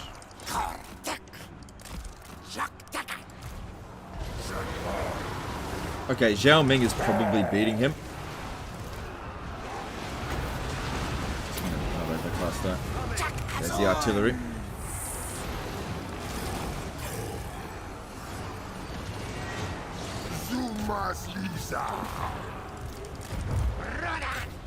Yep, that looked okay. Might have taken a little bit of friendly fire, but this is all looking pretty good so far.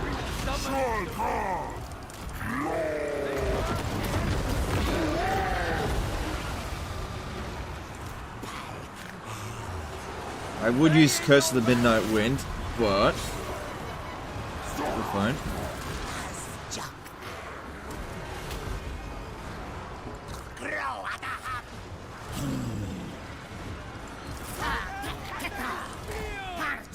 Charging on this, stop them. Yeah, that looks pretty good. I think that's worthy of an overcast. Right there. Under attack! Remain steadfast!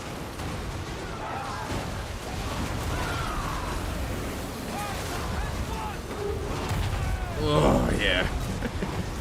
And I thought the comets killed off the dinosaurs.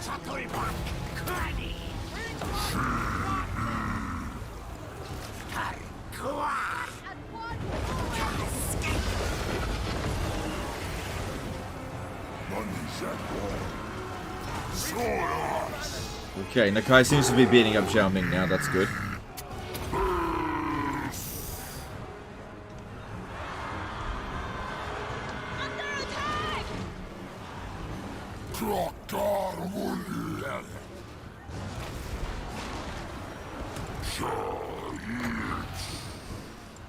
And there's the army losses.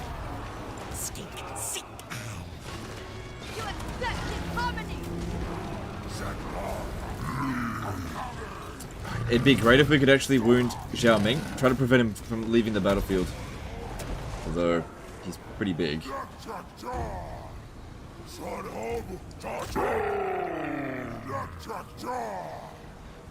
Yeah, couldn't stop him. Alright, before we leave the battle, make sure we try to heal our single entities. But yeah, that went really well. Look at all the dead Cathayans over here, and look at this, 1,000 kills on that. That went really nicely.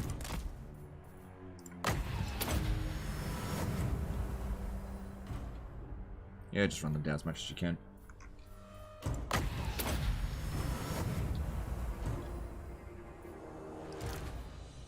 Nakai did pretty well.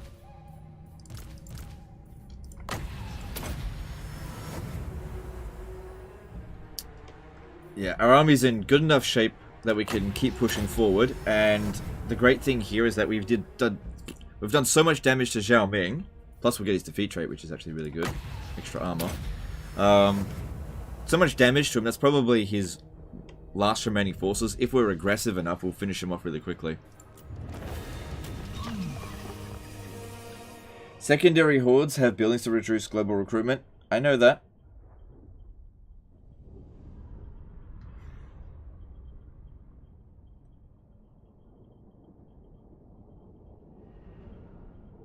What are ancient stegodons good for again? I don't particularly like ancient stegodons. They're just strong melee single entities. That's all. I prefer regular stegodons because they're an artillery piece. They have more utility. I always prefer utility over brute strength.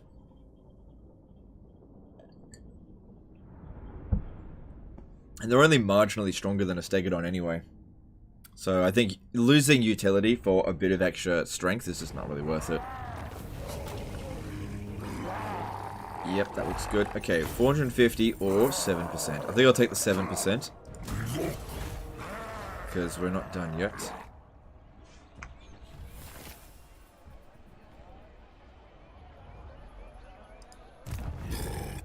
With just enough movement to attack Kwang.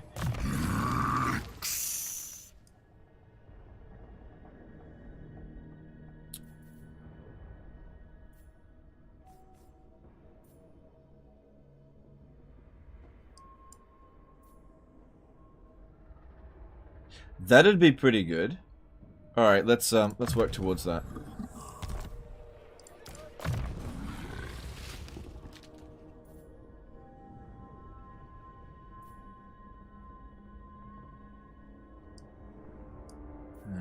Some good stuff in here.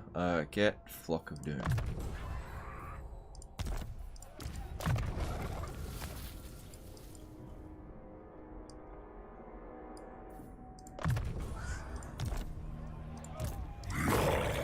Might be able to auto-resolve it this time. And that one was coming in for reinforcements, so this should just... Oh, yeah, look at that. Decisive victory. What the fuck? Look at that. He heals to full. Piece of shit. Yeah, we got good replenishment now, so that's okay. Oh, we lost one of our big temple things. Okay.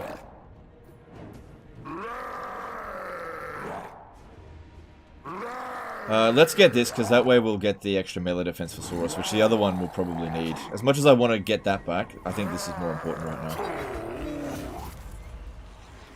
What would be the best generic cavalry to recruit via the ally system as Cathay? Bretonnian cavalry is always the best. Cool. So if we have a look at him... Oh, we haven't completely wiped him out, but we are significantly stronger than him now. Alright, it's going to take a few turns to get there. Even if we force march there, it'll still take us 2 turns. Now, we've encountered them. Speak your words and They're a little bit... Oh, what the fuck?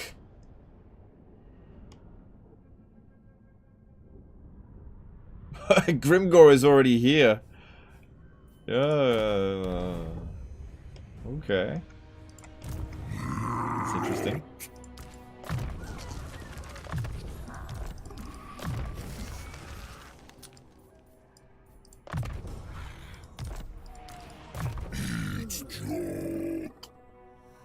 Yeah, I'm trying to get to there.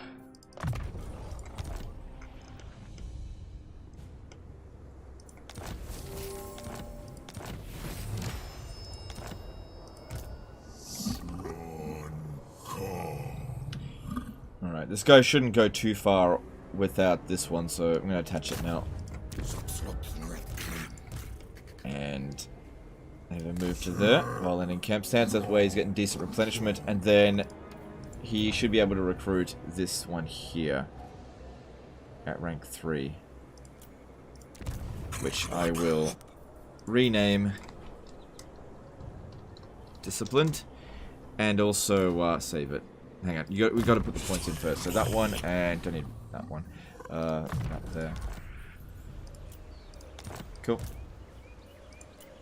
Then, in addition to that, I'll also recruit a new lord here. So we got another 2nd generation lifespan, so that's good. What else we got?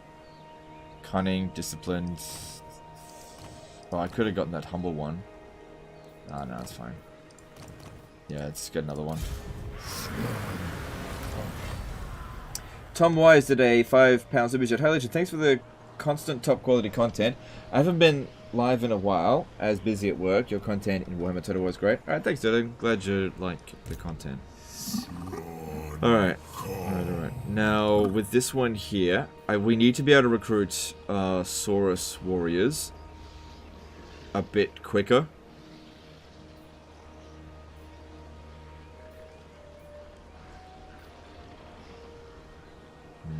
As much as I'd like to get this,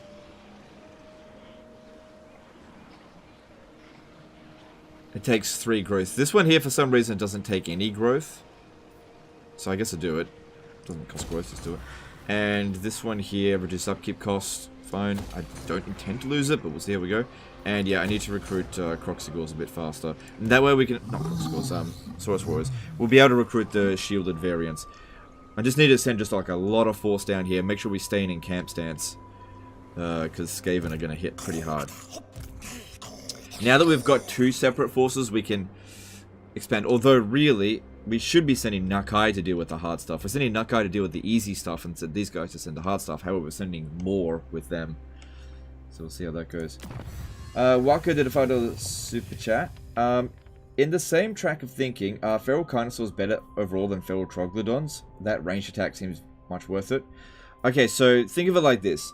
Feral Carnosaurs are a bit more brainless, so people who, without much micro will probably favor them over Troglodons. Troglodons, if you micro them, they are better than Carnosaurs, but if they get stuck in melee, they're not as good fighters. Thanks, Super Chat. Alright, that's good, but I'd much rather get this first, which we're getting pretty close to it. And I really want that. So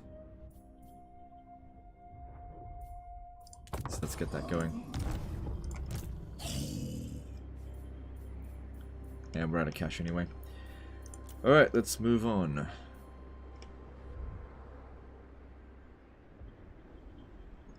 Yeah, it looks like Snitch blew up the settlement. yes. Yeah, he did. He blew it up. Which was stupid, because now he's just going to ruin Dwell it. Damaging his army. Oh, wait, no, it doesn't damage his army anymore. Forgot about that.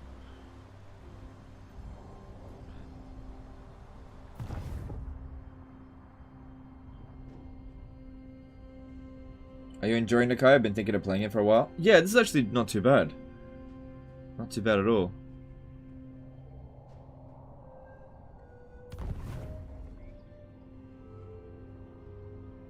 Are your thoughts on not doom stacking for different hordes? Doom stacking in Warhammer 3 is just not needed. You just don't need to do it. It's not optimal.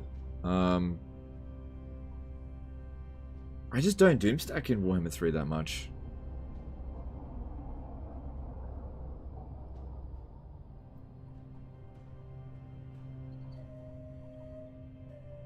Skink Oracle for second army? I can't. I've already used my capacity.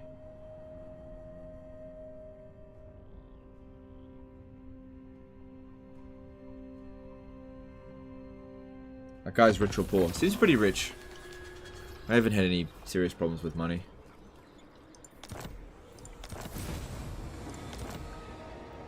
Alright. Now we need to keep an eye on... Oh, he didn't actually occupy it. Okay. I need to keep an eye on him. So if we have a look here, we've mostly recovered. So I'm going to send this skink chief to go and have a look. Alright, there's Snicked. Oh, that army is very badly damaged. Why don't we set up an ambush?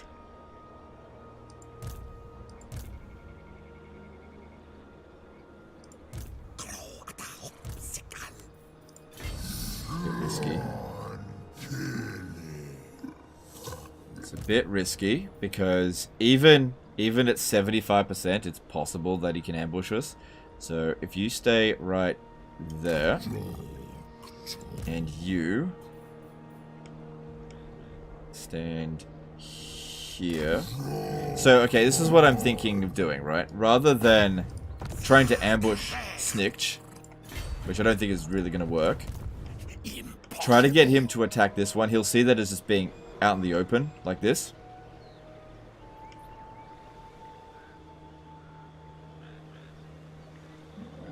Assuming he can even reach it.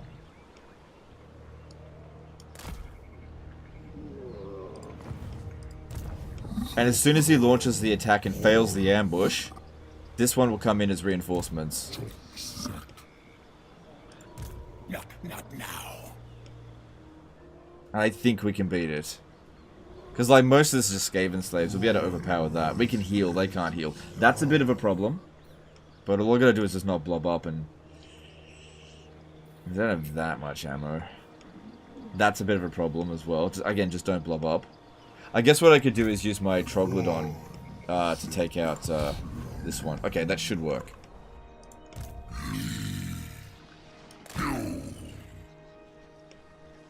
Yeah, he's fine there. So, a bit of a risk. Bit of a risk.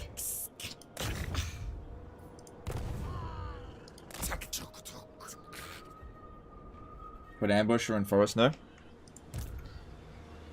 It's not considered a forest. Oh, that one is there, but if we have a look, I don't have... Alright, so if I go over here, the problem with this position is that if it fails, which there is a chance of it failing, Snicked will then ambush me with a 100% success chance. So the whole point of what I'm doing here is not necessarily trying to ambush Snicked, but trying to get him to launch an attack that he doesn't realize has an absurd amount of force behind it.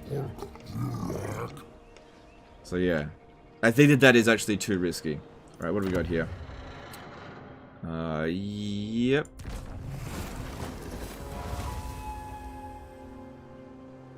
More life mages. Yep. Alright, so we'll take Can You Port with this next turn. No problem there. It's also possible that Snicked won't even do it. He might just go somewhere else. Jump over us or something. I don't know. We'll see.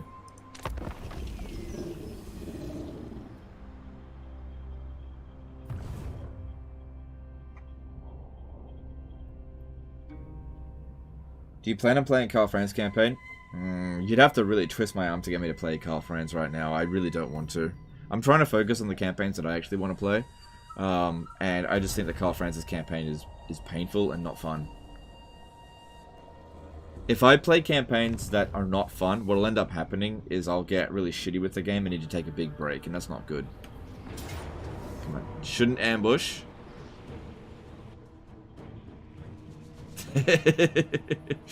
Alright, so I can auto-resolve it.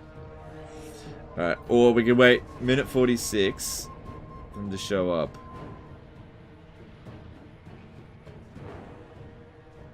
Fuck it. Let's fight this. Let's do it.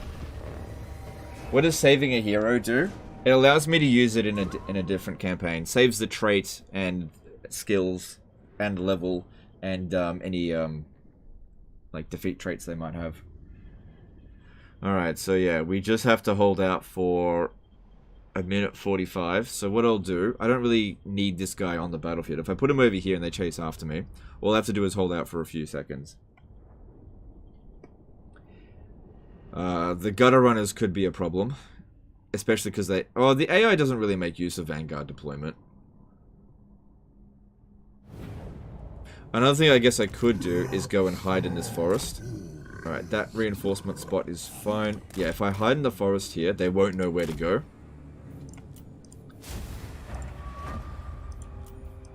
And all we have to do is hold out for a minute 30. If they defeat us within the next minute, then obviously they don't come in. Save and load in the same campaign not possible? No. Oh shit, they're about to find me. And I hope the poison wind mortars aren't here. I've got dwellers below, so we should definitely be using spell cut. Oh, they found me, but there's not enough time for them now. They found me.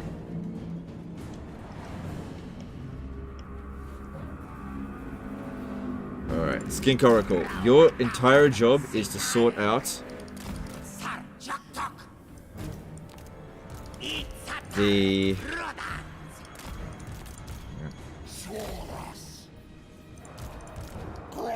Sort out the poison wind mortars, wherever the hell they are. Just do our best not to blob up. Okay, all this over here is no big deal. Skaven Slave Slingers, not a big deal.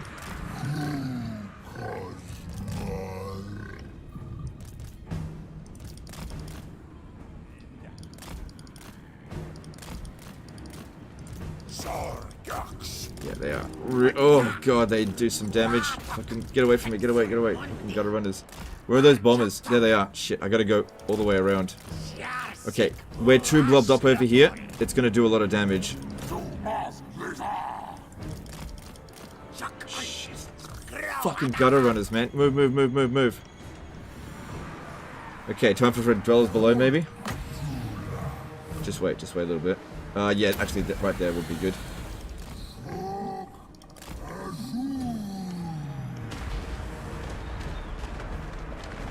So yeah, we don't want to have all of our units fighting here all at once because of the friggin' the mortars. Okay, which the mortars, they seem to kind of want to be shooting. No, I'm not sure what they're doing. Watch out, watch out, watch out, watch out. God damn. That's fine there. So he got... Okay, yeah, dwellers below, kicking ass, that's good. Just watch out, don't shoot me too much. Oh, shit.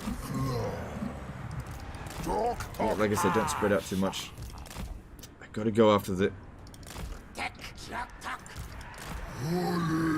Now those dwellers below over here is gonna be amazing. Oh man, look how fast Snickerdoodle is. Get the fuck out of here. Oh my god, he's faster than... I need to withdraw this from the battlefield. Holy shit. Just leave. Just leave. Find the nearest exit spot and go.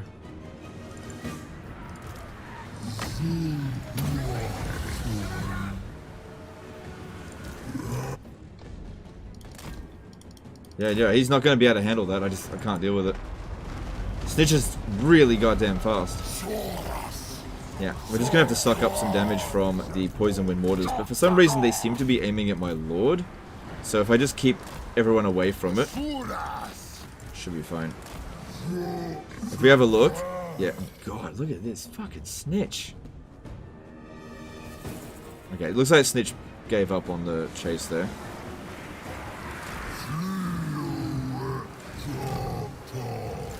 Yeah, you just get away, get away, get away, get away. Keep running.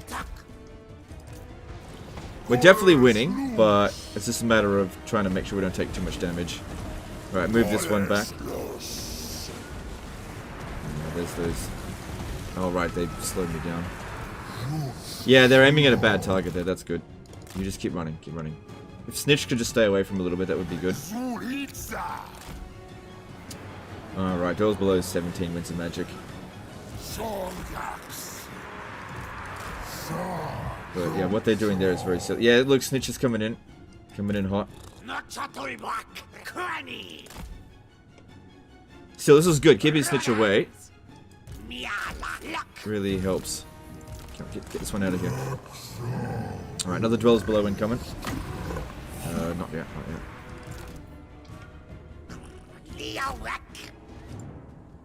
God, how is he so... Oh, he's got one of those banners. God damn.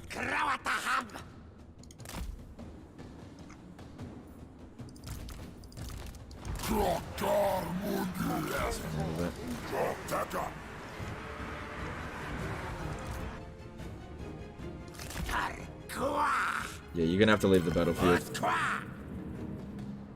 Or else you'll end up dead.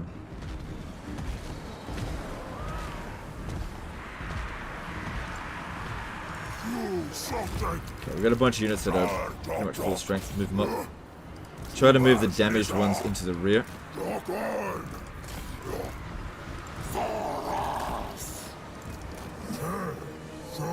Alright, it'll take Snitch a little bit of time to get back here.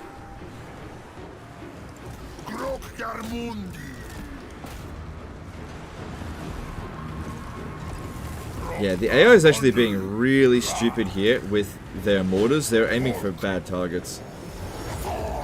Shouldn't aim for this land. It's a complete waste.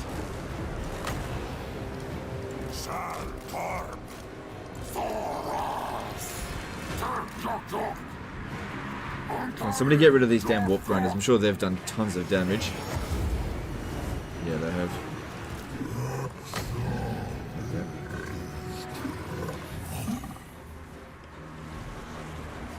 That is really silly of them. Oh god, these fucking warp grinders. Kill them! God, they do so much damage. Aim for those warp grinders, get rid of them so they stop doing that bloody ability.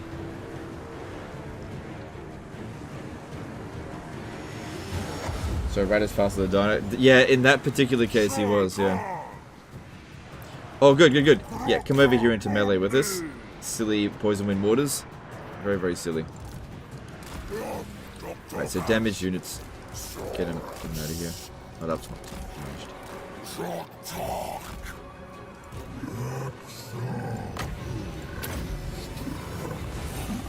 Alright, I think the worst of this is over. Snitch is coming in, but I just don't think he can kill this many Saurus warriors.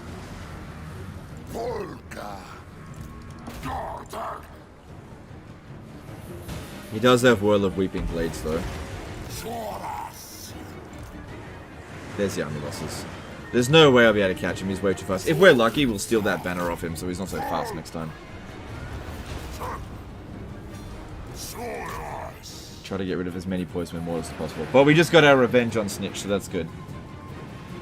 And now this Slan will have Stalk, which is actually useful in 1 and 3.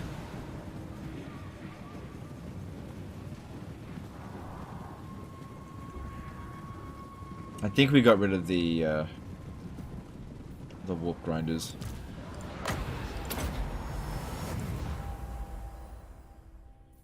$570 kills. Alright, that'll have to do. Can Snitch beat Scarbrand? Fuck no. No way in hell. Not in a duel. No way in hell.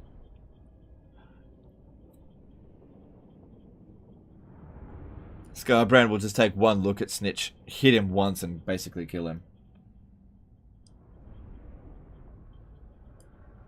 That mortar team MVP? No, it wasn't. No, it wasn't. No, the MVP was actually this one, the Warp Grinder, which is gone now, and they're not going to be able to replace that because it's his starting unit. Yeah, that could have been their MVP, but it only got 7 kills because it was aiming for the slant for some reason. I don't know why it did that.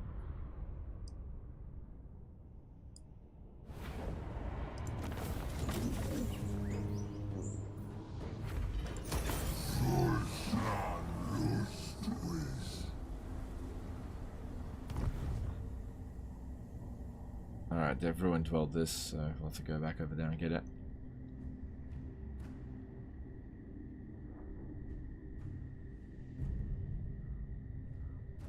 Is Scarbrand the best melee lord? One of the best melee lords. It's hard to say who the best melee lord is because there's somebody can always be beaten by somebody else. So, for example, with Scarbrand, he is very bad against Imric because of Imric. Imric and Tyrion both dump all over Scarbrand because Scarbrand does a lot of fire damage. Well, he always has fire attacks, and those two have loads of fire resistance. So Scarbrand has a really hard time fighting them, especially Imric.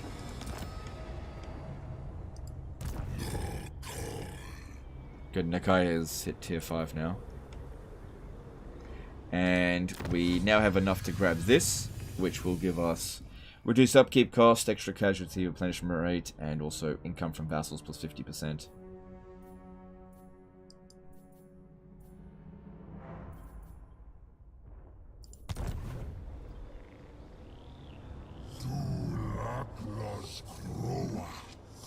Hang on, let me. How many settlements do these guys have?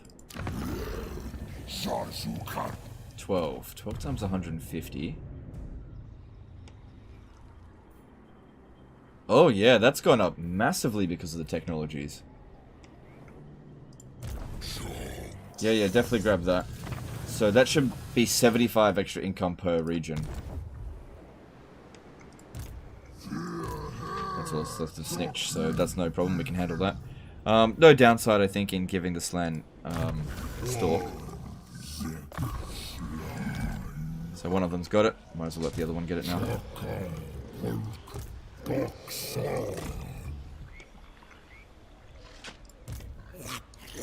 Just doing that so that it gives experience. Cool. What happens if you confederate other lizardmen? Then you confederate other lizardmen. They do become yeah, I'm just gonna auto it. They become a horde faction. All of their settlements get gifted to the defenders of the Great Plan.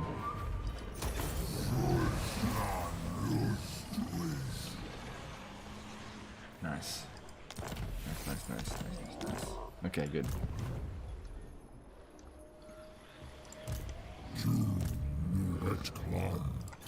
Alright, we've got incoming over here, so we do need to be careful. We haven't fully replenished. So you transfer that over here. Hang on. How many units can you recruit in global? Oh, these ones take 2 turns to... Oh, because it's... Right. It's only for regular Saurus warriors. So, as we upgrade it, so Skink Cohort Saurus Warriors, Global Recruit Duration for Red Crescent Saurus Warriors shits. Right, I need to do this one here to get the upgraded version. Okay, just move back a bit then. We're not quite ready. That's a bit strong. My will does not bend. And we're a bit worn out.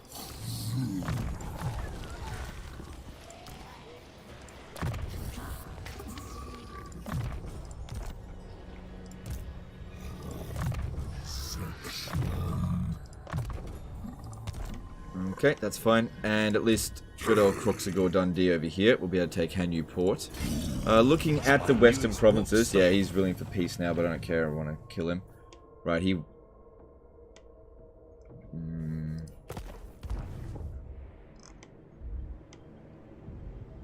Next stream, we try figure subtitle caption on live. No, I don't care about that. To touch a dragonborn is blasphemy.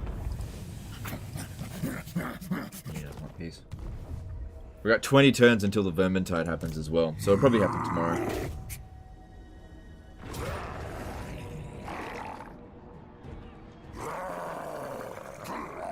Probably shouldn't order that.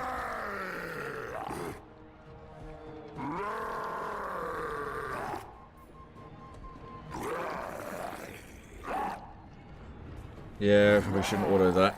Alright. Well, it should be pretty easy, but these garrisons here just have loads of auto-resolve power. Have a look. Easy map. We've gone through this loads of times before. Let's just deal with it. Gift the units to one army, then recruit with the other. No, that's what I would have done, but the problem here is that the unit that I wanted to recruit takes 2 turns to recruit. So I need to upgrade the building, and then it will only take 1 turn to recruit. See, the reason why I don't want to start recruiting a 2-turn unit is because I kind of expect that other army to come chasing after us, and so I think I'm going to need to move next turn. So if I start recruiting something and then have to move, then I'll have to cancel them. So it'd just be a waste.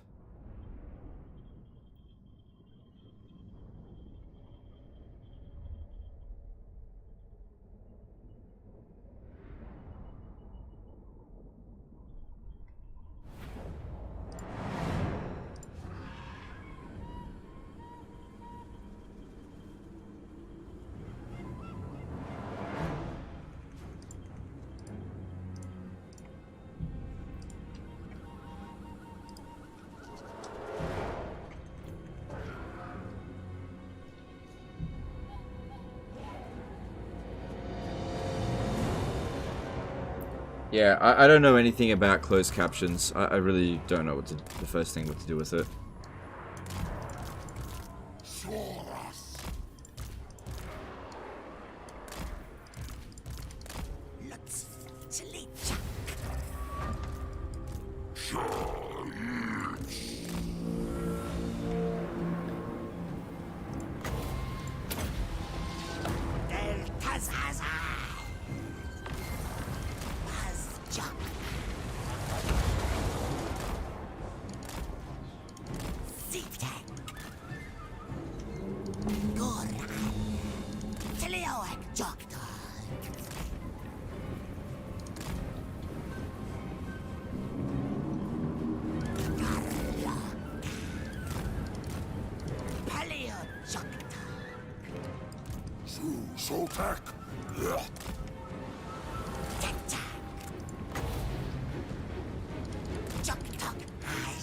My wife is deaf, so CC is really good help. Oh, okay. Well, sorry, I have no idea what to do with closed captions.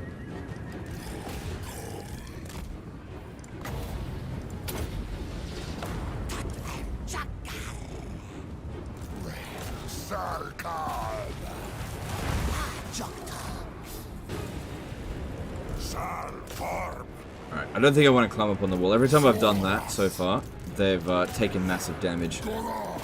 Let's go through the gates.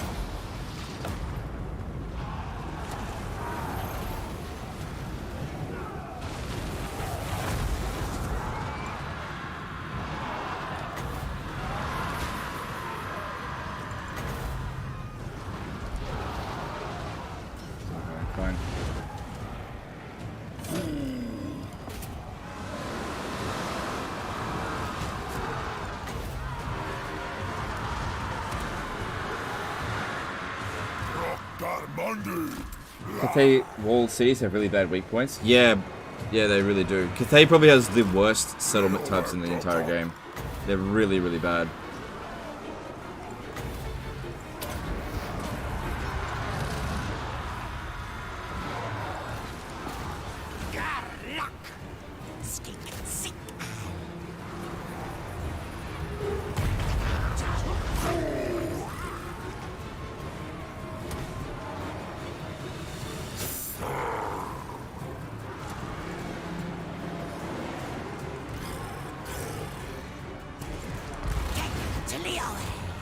This one here is taking too much damage to pull it back. Oh god, this one here is taking horrendous damage. Get rid of that.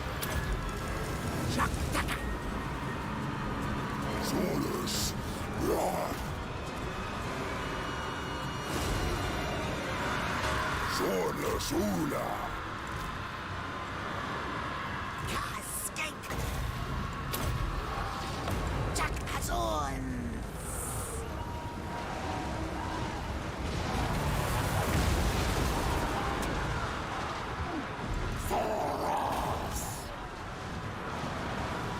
Sword of Seeds. Gosh. Skink.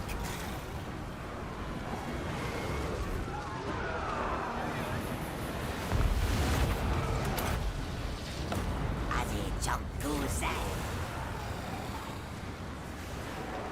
Thoros.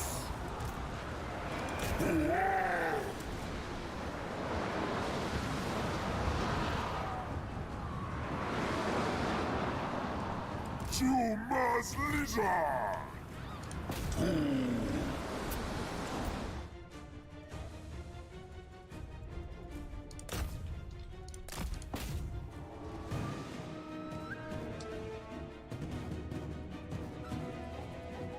Is Infinite Fireball cheese for Skink Oracle still there? I don't know. I never liked that cheese. I just don't care about it. I never really looked into it at all. So you'll have to test it yourself because I could not be bothered trying to trigger it.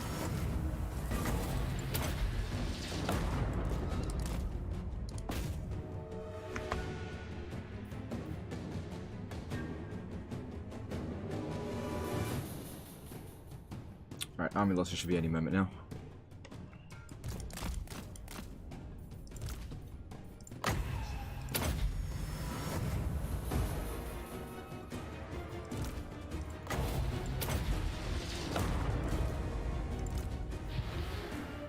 There we go. Jeez, look at that. That was one Thunderbolt. Jeez, that hits pretty damn hard.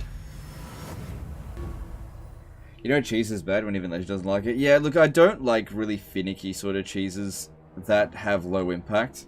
I get it. You know, unlimited fireballs might seem really good, but fireballs is not really that good of a spell in the first place. And the thing is, if the game was, like, particularly difficult... Like, think of it this way. The more difficult the game is, the more willing I am to cheese. But if the game is not particularly difficult, which in Warhammer 3's case, it isn't, I'm not really willing to put in a shitload of effort.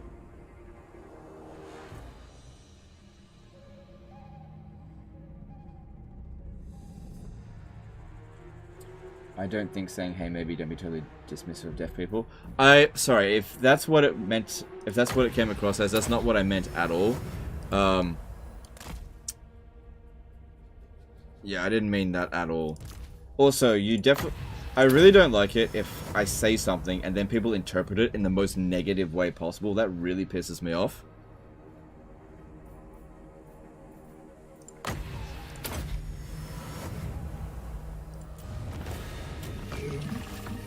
So in regard to closed captions, it's one of those things where what I mean by I don't care about that was that it has such a low impact on the channel that these streams are so long that making sure the closed captions are correct is one of the worst uses of my time.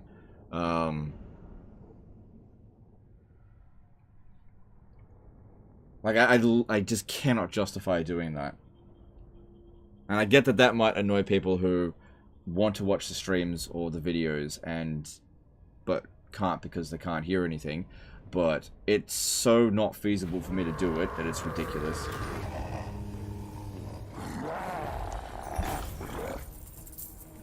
I think it was worth asking for clarification there. That's fine. Yeah, sorry. Look, I was in the middle of a battle, and, you know, I guess I gave a bit of a blunt answer. I should have been a bit more clear.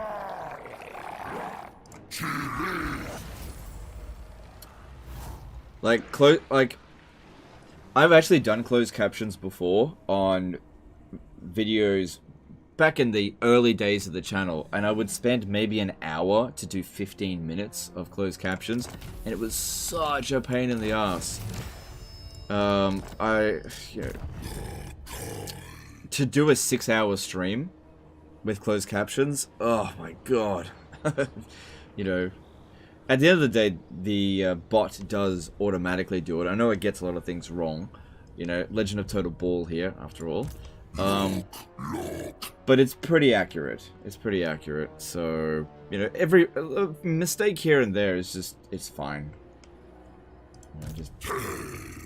The thing is, with YouTube, a lot of people do think that, you know, you should put in all the time and effort in the world to try to make everything perfect. But unfortunately, this is the kind of channel where, like, I'll be perfectly honest, my channel is the videos are mostly garbage. They're very quick to produce, daily videos. I make a video as quick as I can, get it out as quick as I can, and forget about it as quick as I can. That's really all it is. It's incredibly disposable content.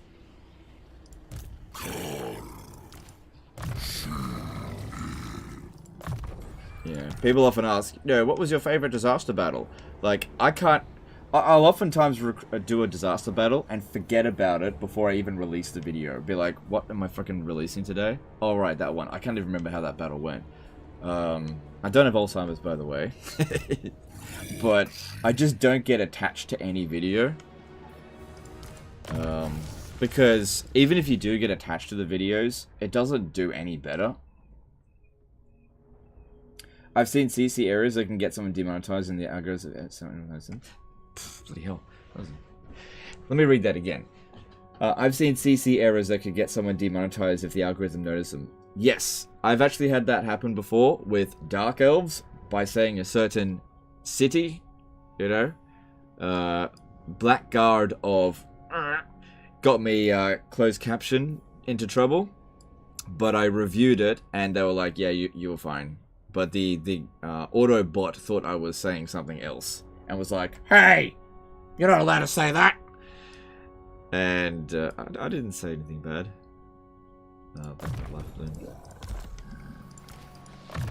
But the thing is, with YouTube, it's one of those platforms where it's like, you just shouldn't worry about everything. In fact, just try not to worry as much as possible. And if a problem comes up, then deal with it, rather than being like, oh, I have to make sure that cross all my T's and dot all my I's. Nah, YouTube is just like garbage in, garbage out. It's like, pretty much. I find that you can definitely overproduce your videos on YouTube. It depends on the channel though. Like, for example, if you're a channel like Oversimplified, then, you know, every one of your videos is going to get like at least 10 million views. Put in the effort to get closed captions, right? And I think he does. But if I'm producing, and you know, he releases a video every 6 months, but fantastic video. Whereas I produce a piece of shit video every fucking day. I do not have the resources to do that. You know, to make sure that every last thing is sorted. Because, you know, I might, let's just say I get a disaster battle video, right? Or a doomstack video. And normally they would take anywhere between 30 minutes to an hour to produce in total. So that's from downloading the save file to doing the video to releasing the video. You know, a half hour to an hour, because I don't edit them. I just edit them as I'm recording it. And it might get 30 to 60,000 views.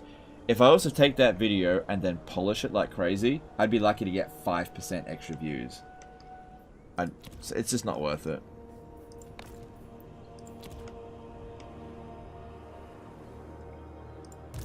Alright, I think we're good here. If they come around over this way, I might be okay to attack them next turn. This guy here could globally... No, don't bother.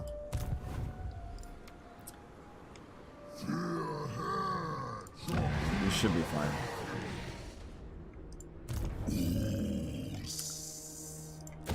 And I think for some people that can be hard to reconcile with, because they want to see, you know, the content more polished or be better in some way. But the problem is, you can overproduce content to the point where, like, let me just ask you guys a question. Would you rather one video a day, but, you know, the current format, or would you rather it be slightly better polished, you know, edited down, knock off about 20% of the time, but I only release a video once every 3 days?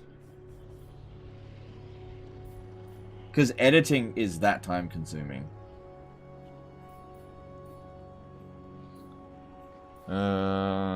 That would probably be okay, but what else is there?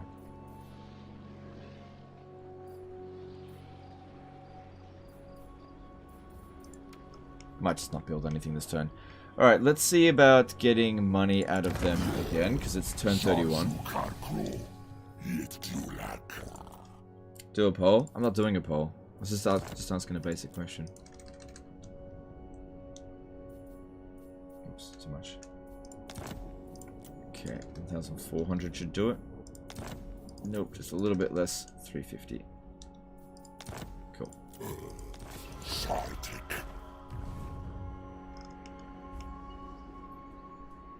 What if you did one more time-consuming video a week?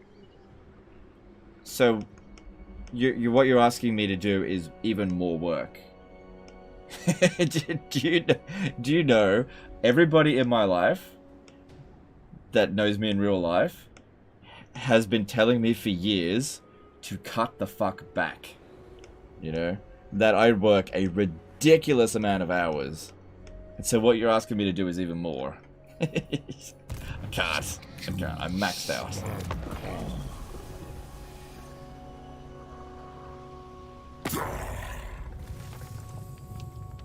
Hire an editor? Okay, so that's a good question about hiring an editor. So for one thing, one of the things that makes doing what I do manageable is that I don't have personnel to manage, right? And as I said, if I took a disaster battle video and sent it off to an editor for them to edit, right, it would generate about 5% extra views. Now, the average video that I make makes a certain amount of money, right? I'm not going to say exactly how much. Would that editor be able... Like, you've got to pay an editor a reasonable pay, right? Would that editor be able to provide enough value to the channel that they would... that the work that they do... would it increase the value of the video enough to pay for them? And the answer is no.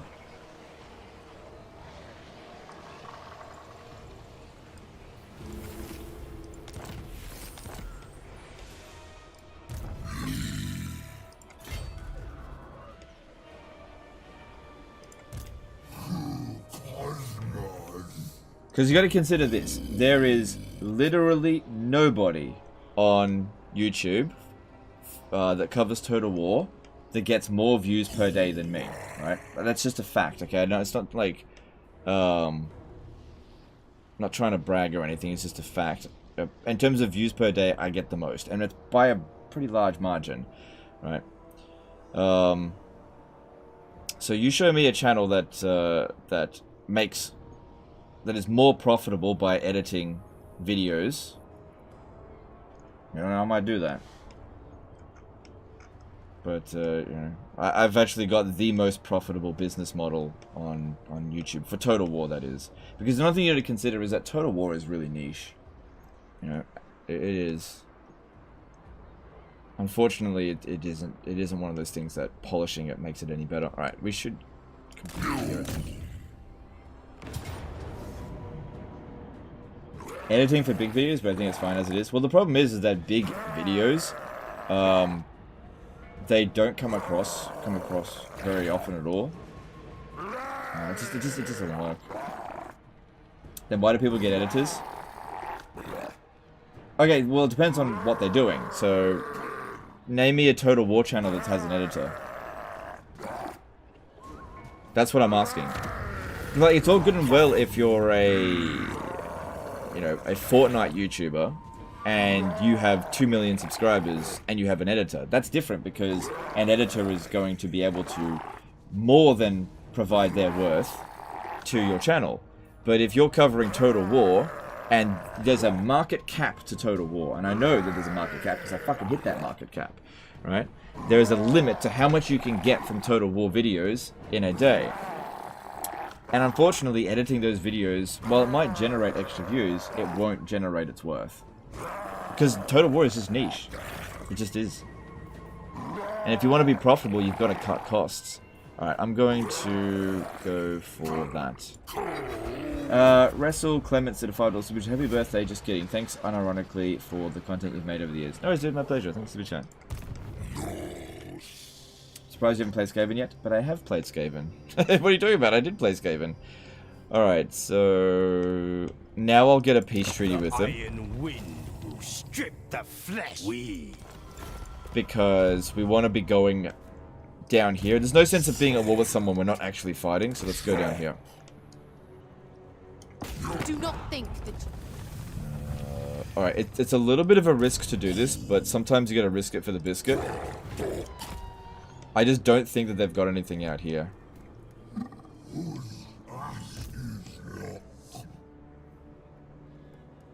People don't understand things like profit margin or marginal return on investment, so you're arguing with a brick wall here. I get that, but, you know, I feel like I don't mind talking about this stuff because it's really, it's not painful to talk about. It's not really personal. It's just business.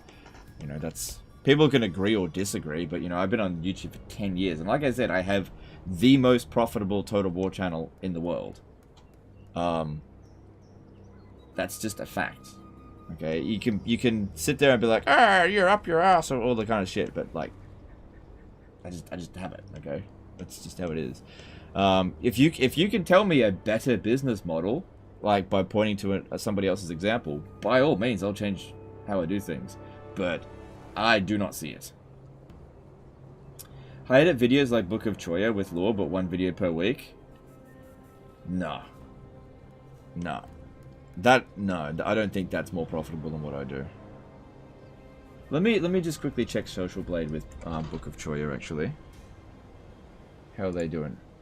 Because the thing is, you might look at individual videos and be like, look, Legend, that video has like 4 times the views that you get on one of your videos. But if you're releasing, yeah, I need to find his channel URL.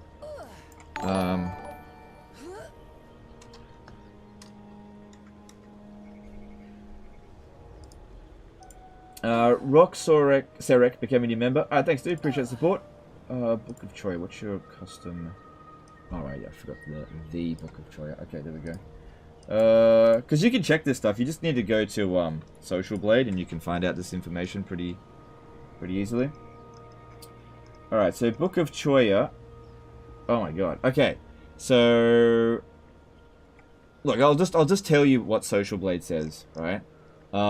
On average, I get 150,000 daily views, okay? Now, obviously, a lot of those views come from archived videos, right? Book of Choya gets 10,000 daily views. So, my channel gets 15 times as many views per day as the Book of Choya. Now, that being said, Book of Choya, great channel, by all means. Really, really great channel. I really like them. But I'm at very minimum 15 times more profitable.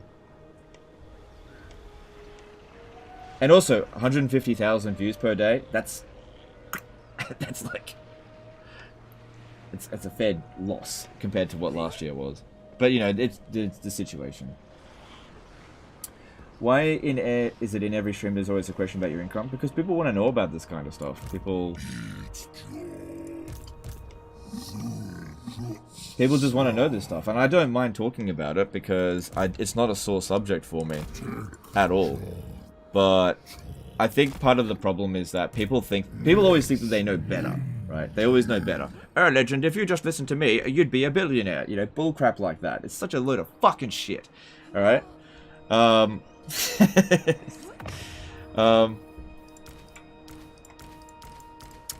And I really don't have a problem sitting down and explaining it in like black and white how it actually works. Okay, now we can recruit the units that we want in global. Pretty expensive, but we got money. How many views you got last year?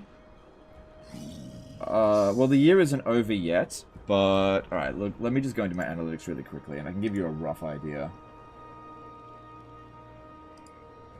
I really don't mind talking about this kind of stuff. I gotta keep exact dollars out of it because people get really shitty about finding that information out. But in like terms of views and stuff, no, you can find the stuff out. You just look at Social Blade. All right, hang on. So if I check 2021, all right, so 2021 got 71.2 million views across the entire year. Obviously 2022 isn't over yet, but okay, why don't we do this? Why don't I compare 2021, but only up until October 23rd. Hang on, let me just go into advanced. Oops, hang on. Just to set up a custom date. So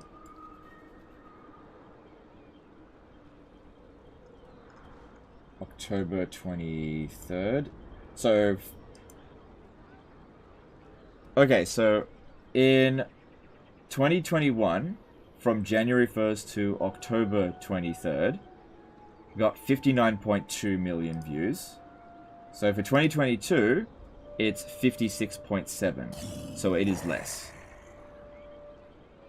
It is less. And this is the year that Warhammer 3 came out. And nothing happened last year. There was one DLC. And I worked harder this year than I did last year. I'm not familiar with the way YouTube works exactly. Do 4 times 250,000 view videos make the same as 1 times 1 million view video?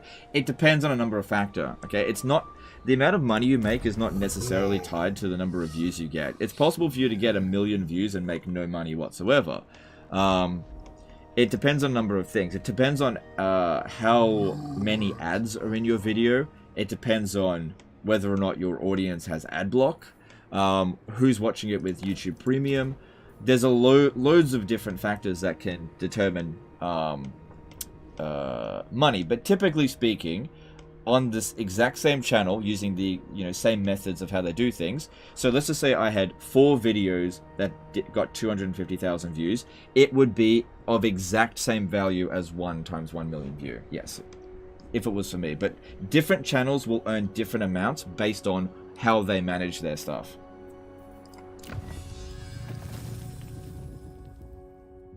So as an example, let's use Enticity as an example, because it's like a polar opposite to how I do things. So Inticity's videos get loads of views, right? Like his views are comparable to mine. However, a lot of his videos are like 2 minutes long. Now, in 2 minute long videos, there will be less YouTube Premium, less ad revenue. So if, let's just say you take one of his videos that gets, say, 40,000 views, and one of my videos that get 40,000 views, it is quite likely that I would make 5 to 6 times as much money on that video than him, because his has way lower overall time on it.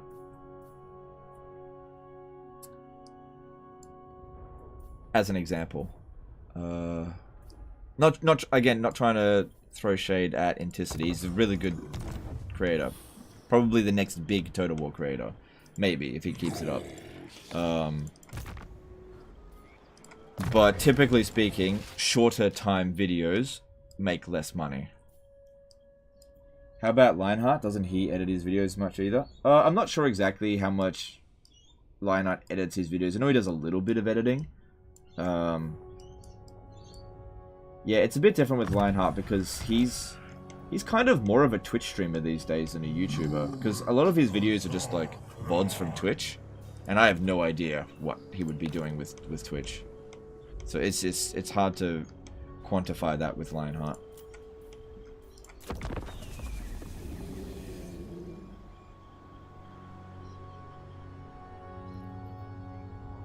Did I forget to encamp over here?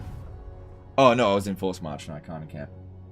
Okay, so then with your channel, yeah, switching your video types without adding significant views is basically a massive bad move. Hiring an editor doesn't make sense. Yeah, it doesn't make sense. Because here's the thing, we do every now and again edit a video. I get my wife to do it. Because I only have like an edited video maybe once a month.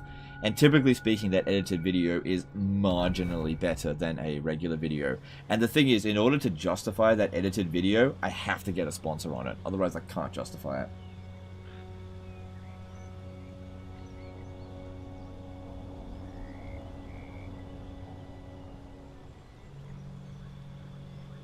So edited videos are made possible through sponsorships. Because, like, yeah, it just can't be done without it. It's just not worth it. Do you still enjoy YouTube, or will you enjoy it more when you don't have to stream anymore? It varies from day to day. It just depends on what's going on. So when, like, I find that my enjoyment of YouTube depends on the crowd. So when you guys are happy, I'm happy. When you guys are unhappy, I'm unhappy. I'm usually a reflection of you guys. And I kind of feel like this year you guys have been mostly unhappy. For the most part. Which, I understand. Unhappy with me, unhappy with the game, unhappy with the community, unhappy in general. Typically speaking, my mood is a reflection of yours. Alright, I'm gonna go down to Bamboo Crossing first. Otherwise we'll never be able to get back down here. What about Soto? One video soon, TMN. Soto.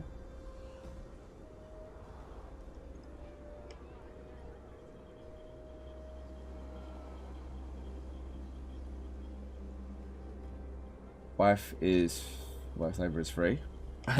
No, not really. No, no.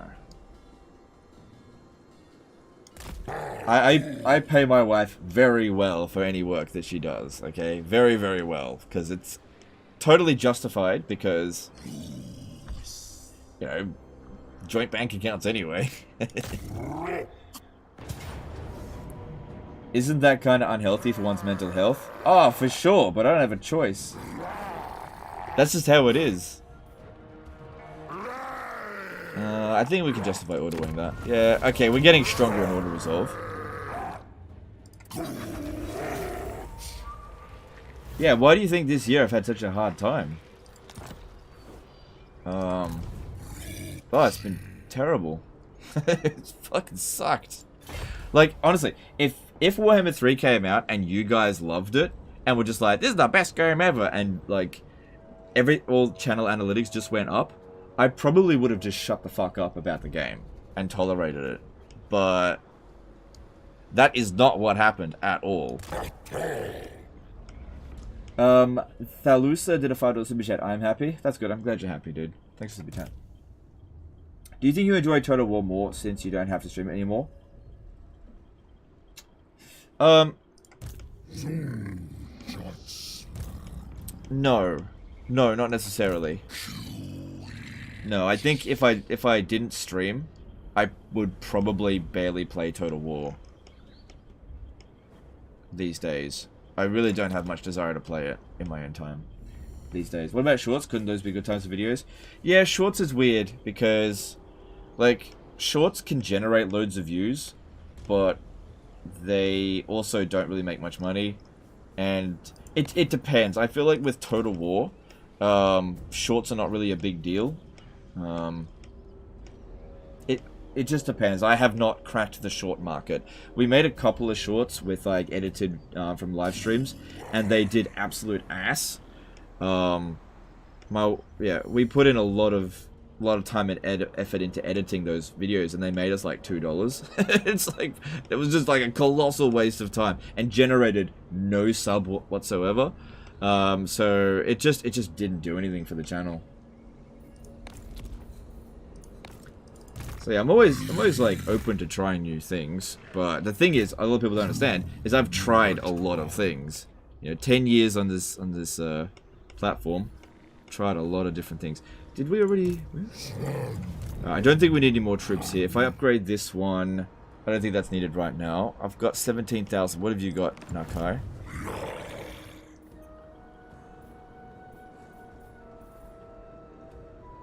That'll increase our capacity for skink oracles. And that'll decrease our upkeep cost. Because at the moment this army is pretty cheap. Alright, cool. Move on.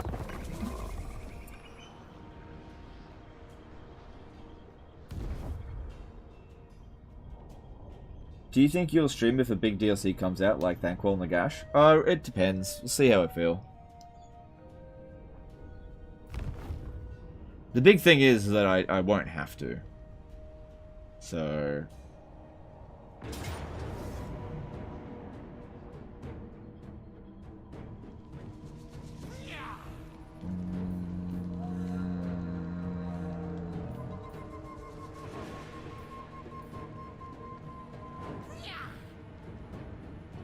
I'd say auto is fine. Yeah, we got replenishment rate. That should be fine. I'll take the replenishment. Like, yeah, if a DLC comes out and it's like amazing, then yeah, sure. Yeah. Do a campaign. Show Legend a way to do Warhammer shorts and rock the bank and you'll see more shorts. Yep. Hey Legend, why are you motivated by money?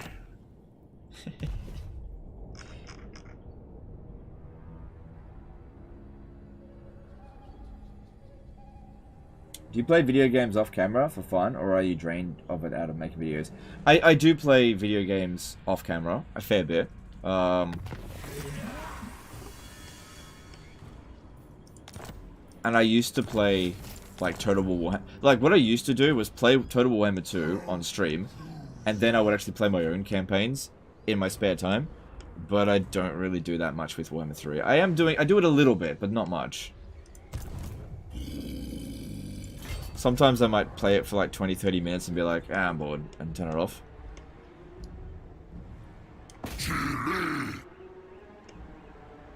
So yeah, we'll attack that and then swing back around this way. I can't really be dealing with that right now.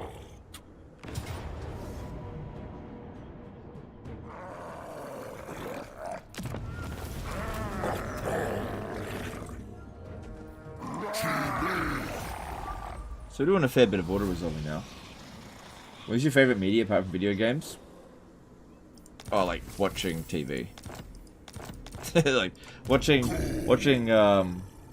yeah, just watching like TV series with the wife. That's probably what I enjoy the most. You guys are probably very secondhand embarrassed if you found out what we're watching at the moment. But I actually like it. So I don't know if I'll tell you.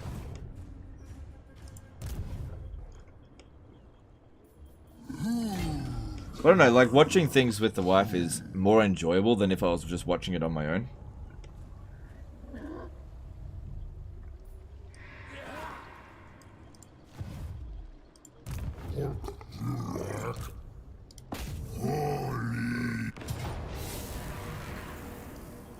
Have you watched House of Dragon yet? No, I'm not really that interested in it because of Game of Thrones Season 8. So I hear it's pretty good, but I kind of want to just give it a little bit of time before I'm willing to invest some time into it. Do I watch Rings of Power? No, I don't watch Rings of Power. I don't have Amazon Prime. I don't particularly like Amazon as a company.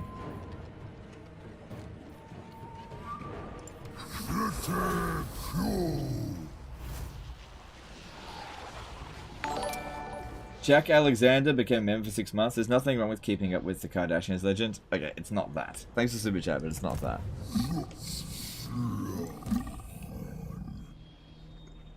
How many likes are we on the video? 1,560. I'll tell you what, if we get to 2,000 likes, I'll tell you what TV series I watch with the wife. If we get to 2,000 likes. Begging for likes! Yep.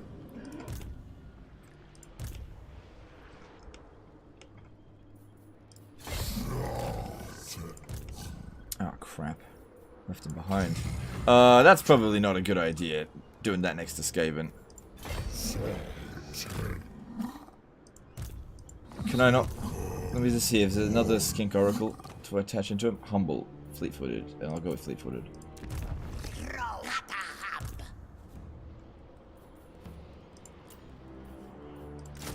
Pick up some more Saurus warriors. Yep. I think the reason that we're like moving on to like personal life stuff at the moment is because the campaign kind of got... We're kind of in a roll. At the moment, there's nothing difficult going on. I'm kind of in autopilot. But once we get to a point where there's actual challenge, then we'll probably switch topics.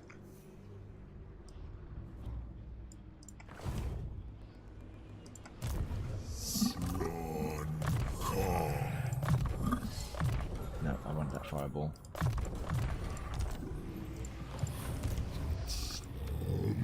And how are we going for skink chiefs? Can't get them here.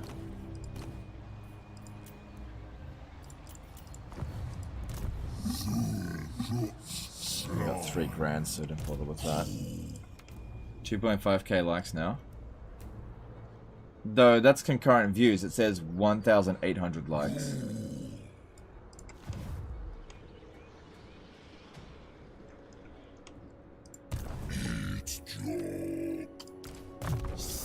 So we're about 16 turns away from the endgame crisis as well, which is going to be snicked. So that'll be interesting. This. People want to know about your TV show so much, we just got 300 views. No, we didn't. What are you talking about?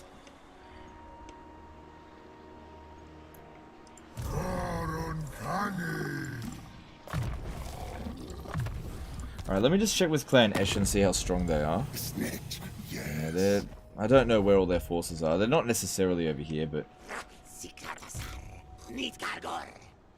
Look at that, they're all about to meet up again.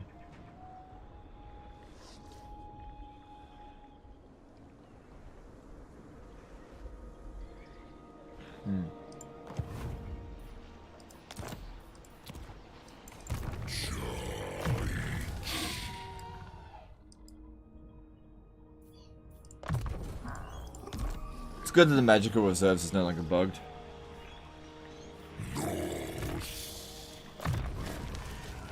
Guy got his immortality, that's great.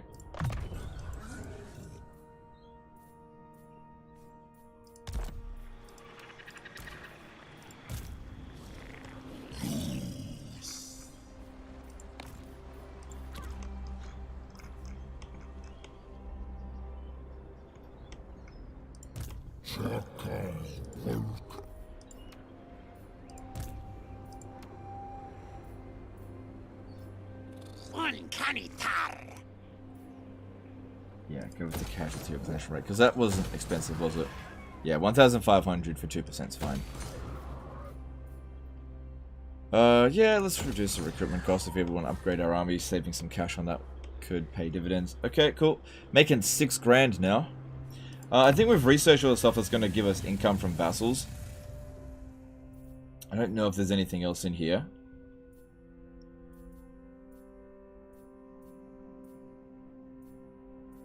Yeah, I don't think there is. But that is a huge economic buff compared to what it was like in Warhammer 2. Huge. To be making 9 grand from them at the moment, after 17 territories, that's absolutely nuts. Okay, I can use this to find out where their armies are. So they've got an army here, and an army there. So that means they're really not over here. Now, I've got 100 allegiance with these guys, so what I could potentially do is generate a Rite of Rebirth. Well, I need enough cost. And I could borrow their army, but only for 10 turns. Alright, let's move on.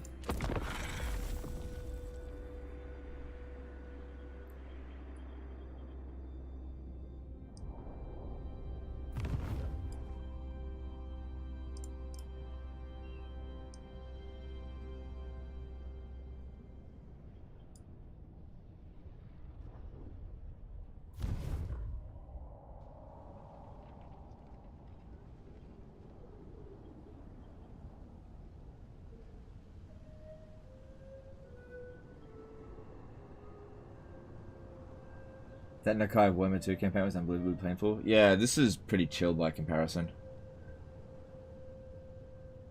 Warhammer 3 just is just not as challenging as Warhammer 2. Even if certain factions are nerfed, like the AI just doesn't put up as much of a fight. See? I mean, it was never going to fight me, but it just doesn't put up as much of a fight. You're making more than my SOTEC campaign? Maybe you just didn't research all those texts. I really focus hard on getting that stuff done.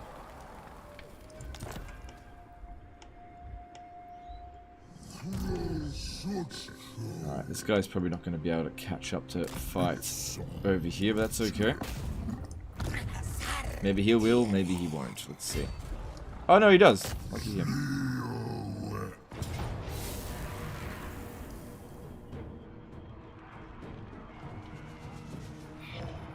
I'm glad I didn't force much over here. That actually could have been a problem. Alright, big garrison. If we ought to resolve this, I think it would be a mistake. Yeah, same map as always is. There's warp lightning.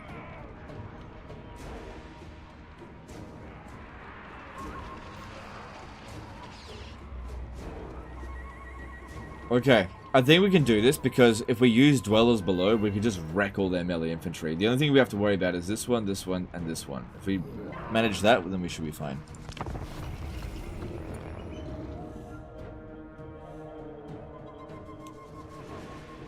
Feel free to ignore this, but what's your opinion on wokeness? I don't really care. It's one of those things that is like there's a scale between too much and too little. And there's like a sweet spot where you can be woke-ish and it's fine. And there's a scale where if you're not woke at all, you're a dick.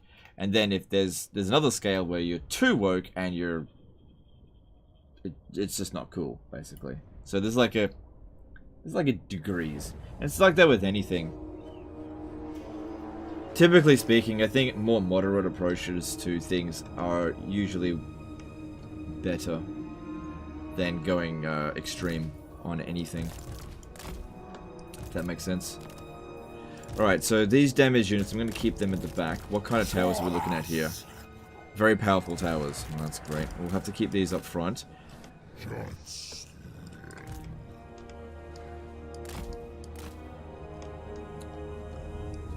Keep these in reserve until at least we've gotten through here.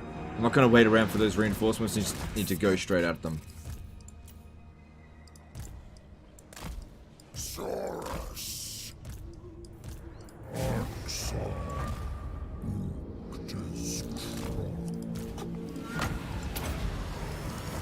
So, high power towers incoming.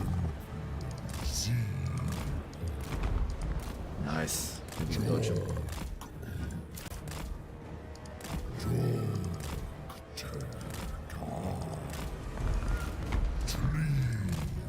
For the most part.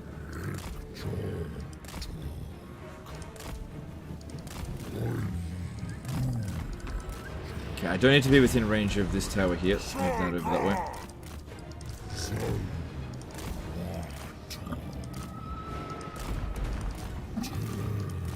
Okay, well, that's a prickly subject for a lot of people. Yeah, I know. I don't feel like I have a bad take on that, though.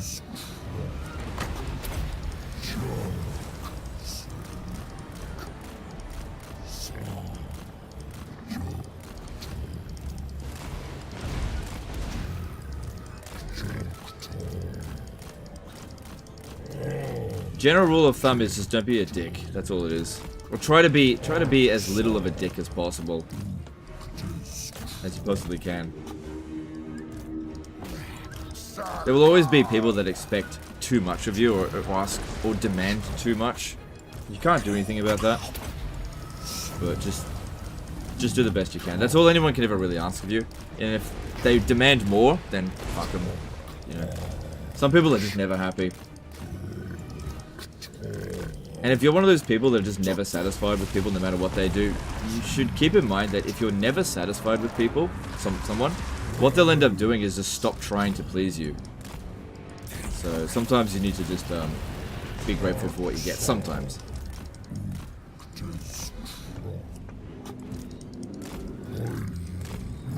Alright, we should be fine to get out of the range of this one. Yeah, get over here. Alright, once we break through, I really need to go and kill that fucking wizard. No. Shit, you.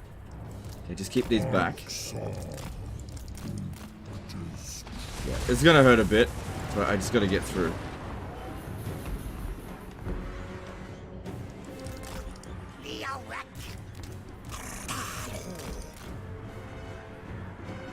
$2K likes. Did we get to 2K likes? Okay. Alright, I'll tell you. The show that I've been watching with my wife, and that I actually really enjoy, is Grey's Anatomy.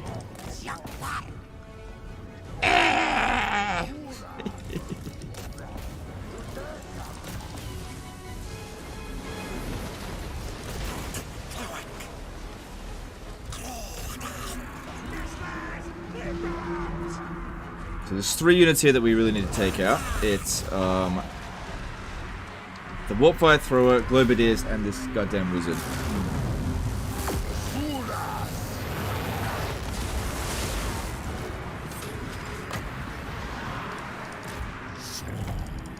No, where you going? Where you going? Where you going?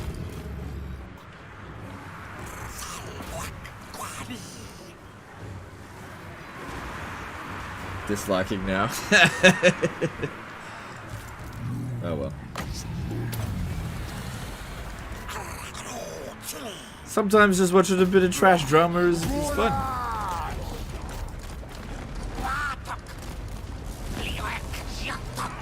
Legend is into McDreamy? Ah, no, I'm actually more of a McSteamy kind of guy.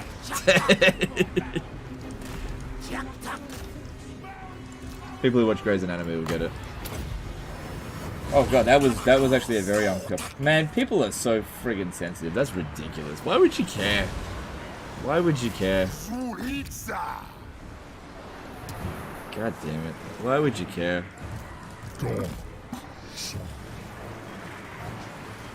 Right, did I get that cast off? Oh yeah, 330 kills. Come on, let's get another one in.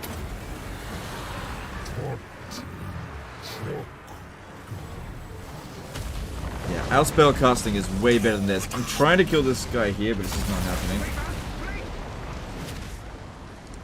No. Don't let this one shoot at us, that would be a big mistake.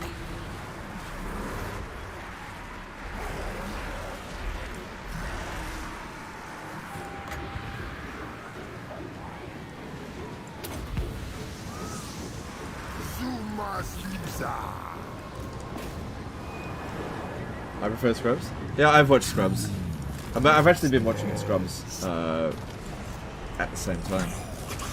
I don't know, medical dramas are entertaining, I guess.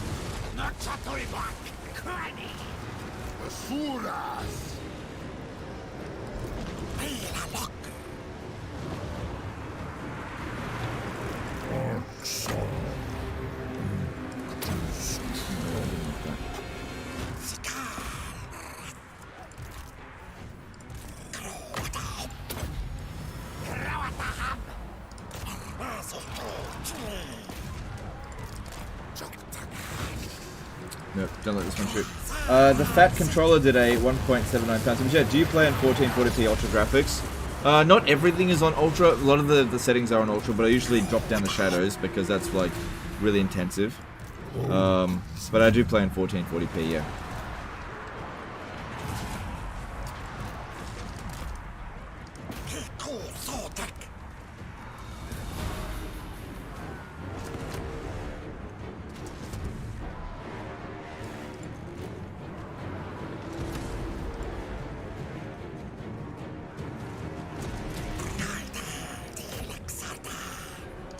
Fulton House MD? I haven't watched that yet. I don't know, maybe watch that one day. You ever think about a medical career for yourself? No, man, I'm too old. I'm too old. That ship has sailed. I'm 35 years old. In order for me to become a doctor, I would have to firstly go back to bloody college. And do, what, 6 years of medical school, and then I'd be an intern after that. So I'd be 41 years old and an intern. No, I don't think so. Too old. No. That ship has sailed. Some people will do that stuff at that age, but like, I've already had a successful career. I'm not going to do another one.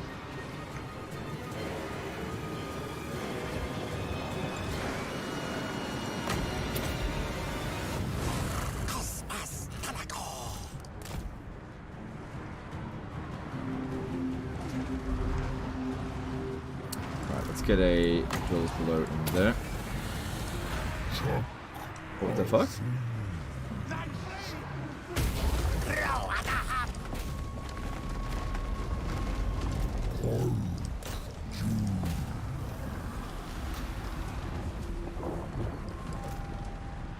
Kroxigor Alright, we can start bringing in... Oh no, they're damaged. What happened to their lord? Where'd he go? Oh, he's over here. He's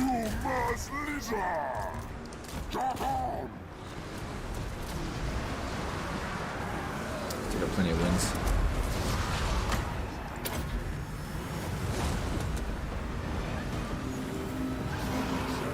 Alright, we're in this battle. Oh yeah, big time. Look at this, 860 kills, and the units, like we lost some troops, but this was a pretty large army we're going up with here. Dwellers below just absolutely wrecked Skaven blobs. This gun has it like in Nakai? Yeah, it's pretty good. It's pretty good. A lot better than what it used to be in Warhammer 2. Vastly better. Dwellers below is 10 winds of magic. Oh right, I must have the next upgrade. Yeah, 2 winds of magic for Earthblood. Shit. Too bad we don't have life leeching.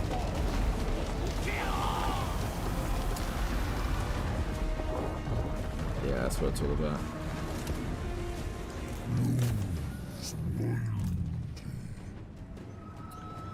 Where's the capping point for this one?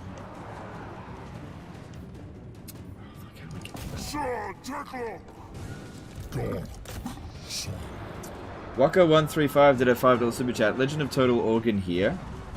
And today we have a 7-year disaster body video today dealing with a spleen. Okay, fair enough. Thanks, super chat. No, if I was ever going to have a secondary career, it'd be like a junk food restaurant.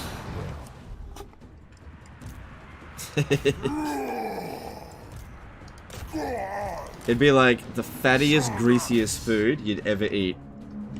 That'd be my second career. Come to that fucking... like, something that I would... the restaurant I'd work at, it'd be something out of Idiocracy. But fucking truckers or something. If you've seen Idiocracy, you'll know what I'm talking about. Alright, so I think that went pretty well. No units fell towards critical damage. These guys are a little bit damaged, it's fine.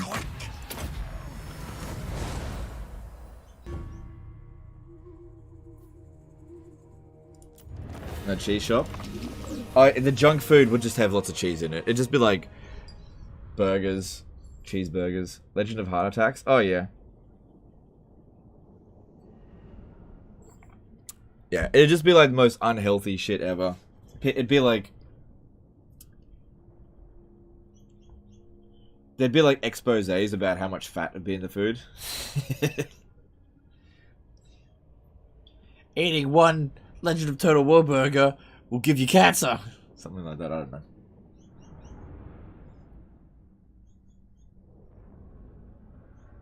Any reason for Saurus over skinks? I just kind of rolled with it because that's what we started off with in our recruitment building, and I'm of the kind of mindset of if it ain't broke, don't fix it. And since we're going up against Cathay, Cathay can't really deal with Saurus warriors too well. Same thing with Skaven. They just in the early game they just can't deal with them that well, and so they've just been easy to replace. Yeah, we got that. Right, if I upgrade to full, that'll give us extra relations with Lizardmen, which is not really that important. What are we missing from here? Oh yeah, the Blessing of Itzel thing. Beast of Itzel.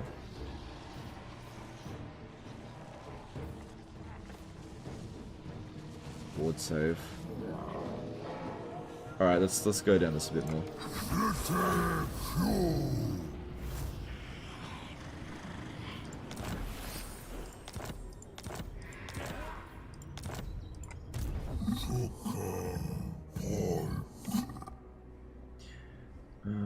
Now that I think about it, maybe these two guys should take the Bridge of Heaven, and Nakai should head to... no. Oh, look, the northern provinces already took out their capital. Let's have a look at this. How much territory they got left? 5. But no armies. All over here. Let's see if he wants peace. Ash in our blood in dirt, blades in shadow dark. No. Alright. Alright, maybe I will have Nakai come around this way. Because getting to Celestial Monastery is time consuming. It'd be quicker to go around that way.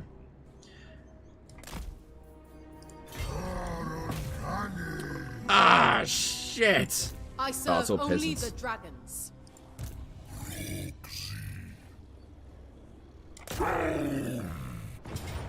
God damn, I wasn't expecting that.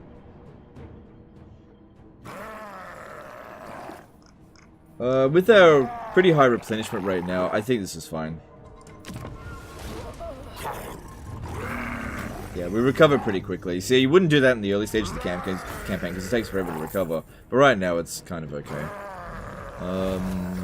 I'll get that replenishment rate.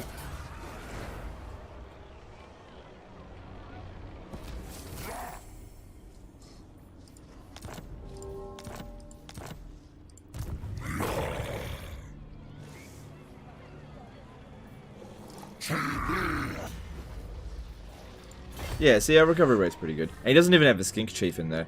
Speaking of which, if we were to get one...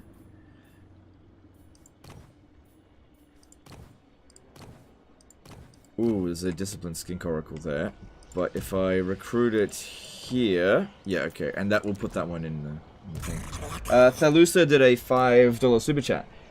Is there a trick to not have your melee infantry constantly rout and lose in very high battle difficulty, or is it just working because you're facing rats? You need some sort of support for melee infantry. Melee infantry on their own will always eat shit against a stronger army. There is nothing you can do. If you have melee infantry and you go up against an army that is stronger than you, you will fucking lose on its own. So the way for melee infantry to overcome those odds is if they have some kind of support. Something that gives them stat boosts, something to like bombard the enemy with magic. But yeah, when you're dealing with like melee infantry are one of the lowest utility units in the game. They've got the lowest speed. You're dealing with melee cheats. Unless there's some kind of speciality with your unit. So, for example, if you've got anti-infantry and you're going up against infantry, you might be able to overcome the odds. If you've got anti-large and you're going up against a mostly cavalry army, you'll probably be able to overcome the odds. But if you've got, like, a melee infantry unit that is just, like, standard. Let's just say it's, like, Saurus Warriors. We'll just use Saurus Warriors with shields, right? So you've got an army full of Saurus Warriors with shields, you've got no magic, you've got no ability to buff, and you go up against a army of Chaos Warriors, and the balance of power says it's about even, then you are going to have to work your fucking ass off in order to win in that situation, because you are always going to eat shit. You don't have armor piercing, you know, you're not going to be able to outrun them, flanking is going to be practically useless, it's just going to be a straight off trade-off, where their stats are going to overcome yours, which is why if you're going to build melee infantry-based armies, you have to build something else in the army. So in the case of these guys here, what I've got is Dwellers Below. So the melee infantry is just there to keep the enemy locked in place. The Dwellers Below pops down, kills the entire fucking army, which is exactly what we did over here. Thanks, Super Chat, appreciate it. See, other units in the game, like archers or cavalry or monsters, they have utility, and what I mean by utility is they have speed or something that gives, or like extreme amount of attack damage that gives them an edge over units of similar type, where they don't always eat shit. But melee infantry are the units in the game that eat the most shit. There are, if you want melee infantry to be better in this game, they need abilities. So units like Iron Breakers, for example, where they have melee, they're essentially a melee infantry unit with an explosive ammunition. They can actually go up against the odds as long as you use their ammunition effectively, sort of thing. But typically speaking, melee infantry on their own will always just eat shit.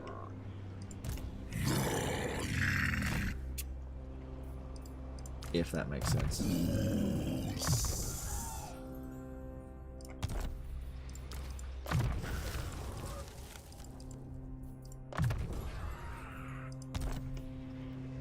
Decided not spelled right. I did not. Thanks, dude. I just wasn't paying enough attention.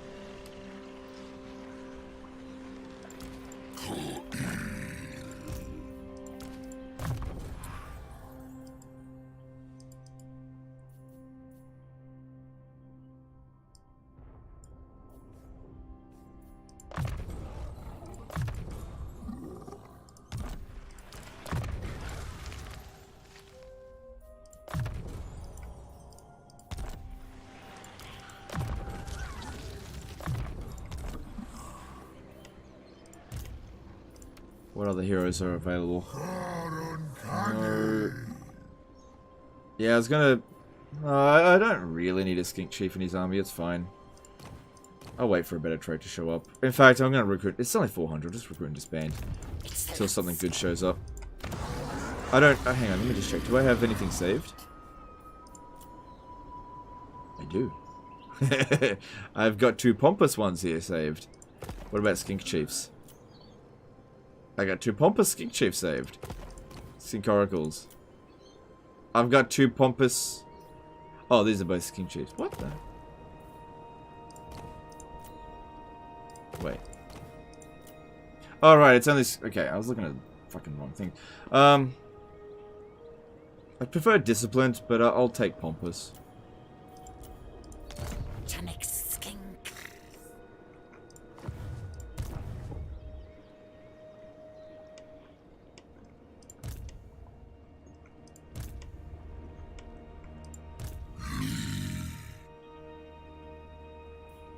Yeah, that'll be fine. Okay, and I'll merge my unit next turn.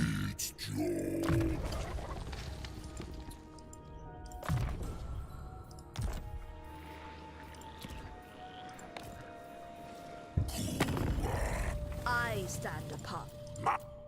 Going on there. Garrett Ratchford did a tentacle submission. If you were in the reverse position dealing with Nakai as, say, Zhao Ming, what kind of army would you go for? Just high tier... Hit tier 3 and Kroxigors and Stegodons just run over Jade Warriors. Oh, okay. So what I would do is just spam Peasant Warriors. Like, if Nakai is coming at us with 1 army, I'd bring 3. I'd just bring 3 shit armies. There is a quality towards quantity. Yeah, Peasants are really, really cost effective. Peasant long spears and just basic archers, and just drown Nakai in Peasants.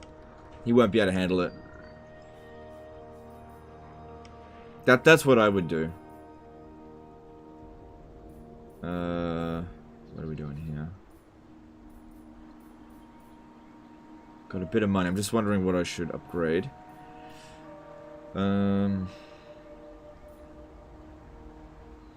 There's an army ability through there.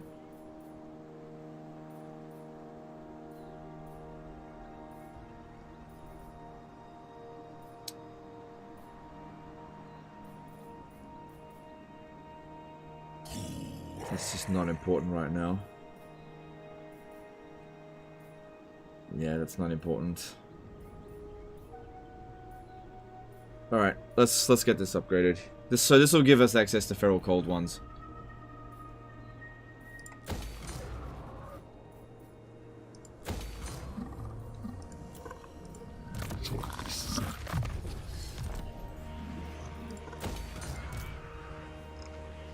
Okay.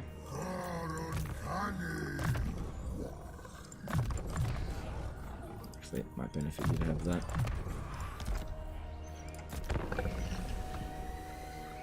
I find the saved character mechanic kind of cheaty, not gonna lie. Well, it depends on how you look at it.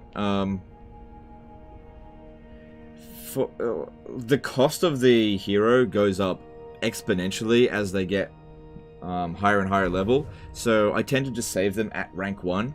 So when you're increasing your recruit rank naturally throughout the campaign, it doesn't actually increase the recruit cost, unlike what it does in Warhammer 2. So, as an example, in the late campaign, you could locally recruit a new skink chief at 400 gold, right? And it could be rank bloody 30, straight off the bat.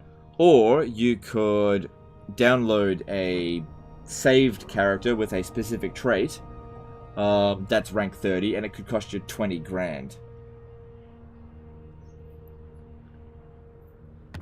And at the end of the day, none of these traits are overpowered. Unless you spam them like crazy. Which, you know, I've got one trait here. One Pompous. That is not going to make any difference. At this stage. Are they dead? Do not waste your... Yeah, they're goners.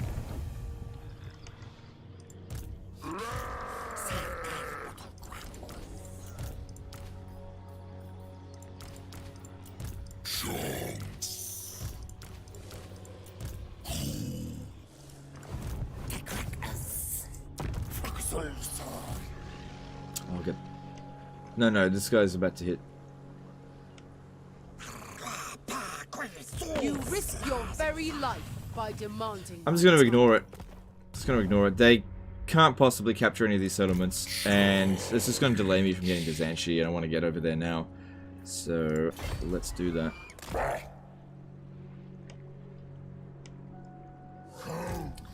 And I want this one to get over here.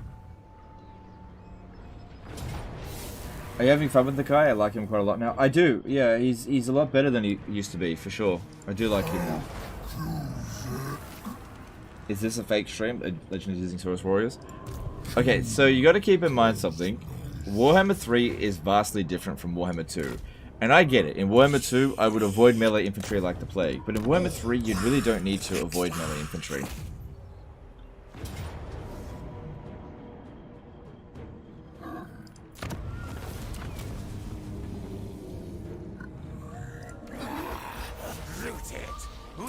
That's GM today, Photos. I'm currently a normal player, and whenever I try to up the difficulty, I get overwhelmed by bigger and better armies by turn 15-ish. How to get better? I mean, there's loads of different ways to get better.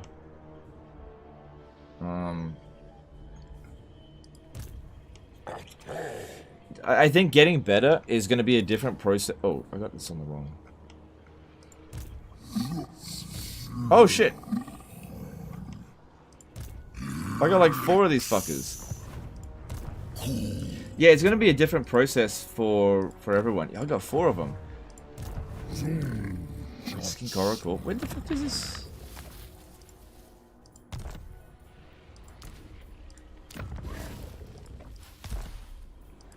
Right. Okay. Sorry, I lost track of things there a bit. Fleet-footed. No, I'll get rid of this one. Doesn't have any items. Yeah, that's a difficult one to answer because everybody's process of getting better is going to be different. Whether it, you know, learn to micro better, learn to understand the game better, learn the AI's weaknesses, which is like where I get better. Like my method of getting better is just being able to exactly predict whatever the AI is going to do and then just fuck them. Some people, they get better by doing keyboard commands, like they're just basically a pianist. You know, they just know all of the keyboard commands and their micro is just off the charts. I don't think that is necessarily the best way of going about it, but I think a combination of all things is how you become best. But I think for me personally, I couldn't be bothered getting any better. It's just going to be different for each person. And without knowing you as a person, it's really hard to answer that. Force march here, there's no Skaven in this way.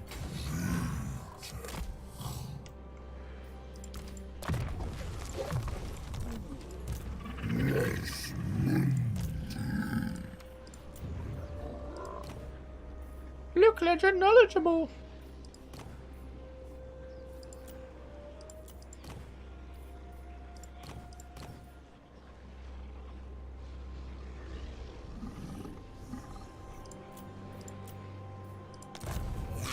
Last turn. I'll throw this into one of these armies down here. I think what I'll do is I'll send these.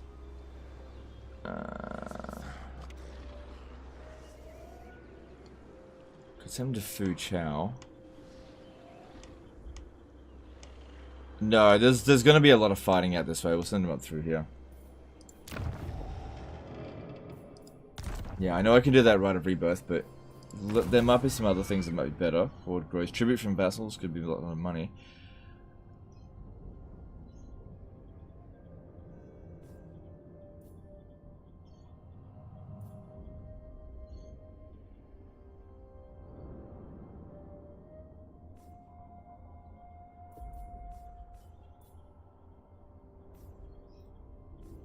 I think I'll just hold off. I don't need to spend it right now.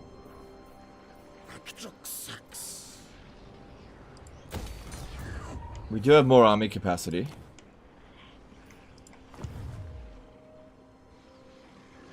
But I'm good for now. Let's move on.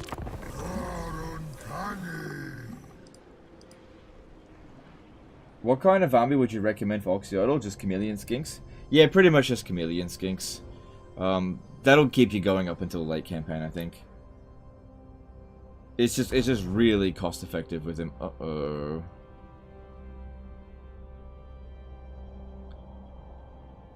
Uh-oh, spaghetti-o.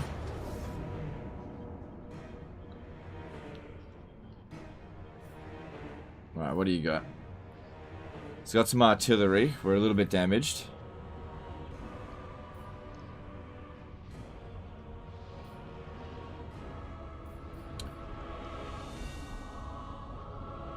Death magic is nothing to be concerned about. What is that? Ugh, that's not good.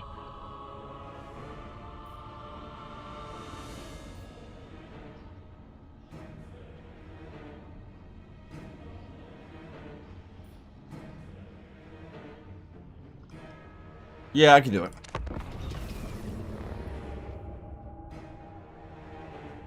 Do you think Nakai's campaign is fun? Is his campaign strong? Yeah, it's pretty good. Yeah, it's pretty good. It's so much better than what it was in Warhammer 2. They've done a good job of it, I think.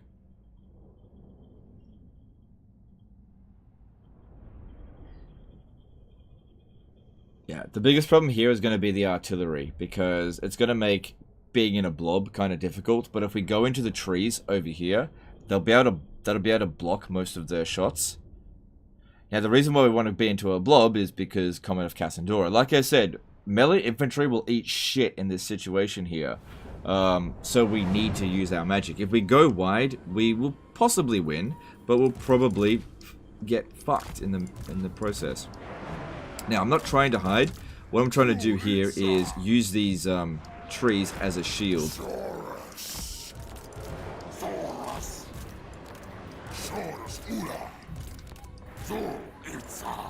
That way they can't utilize their artillery very well. See, we're not hidden if this one stays like this. Although, if you... No. Yeah, I'll bring it in. Alright, these ones come around over here, and this one can go and annoy them. What about you? You just stay in here for now. So we got some army abilities, Feral Cold Ones, Protection of Quetzal, and Storm Over... Whatever. Alright, let's do this.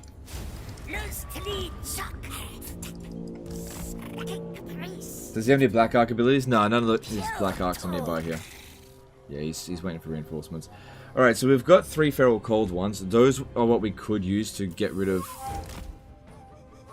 some of his artillery. Also, the Horrendous Thunderbolt has 2 winds of magic. Oh, shit. There's some spell resistance.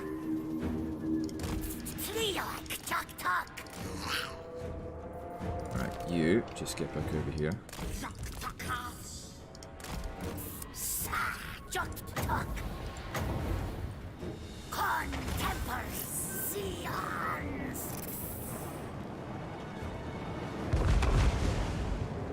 Good. Get rid of these bolt throwers. Or at least they're overcasting. Alright, if I cast that now, it'll just be a waste.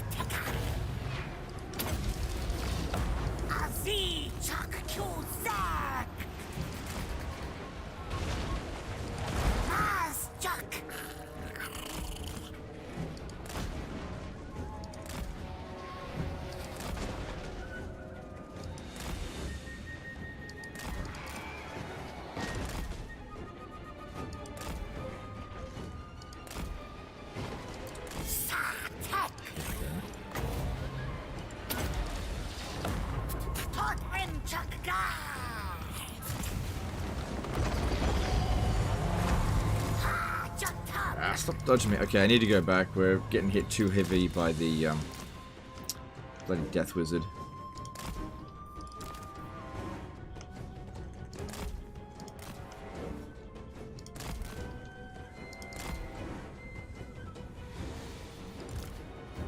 Luckily, this is only 2 winds of magic, so that's not a big deal.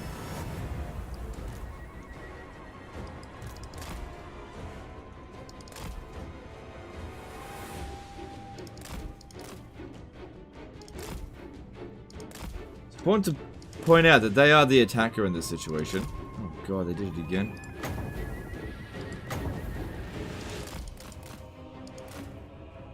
Oh, it just changed music. Uh-oh.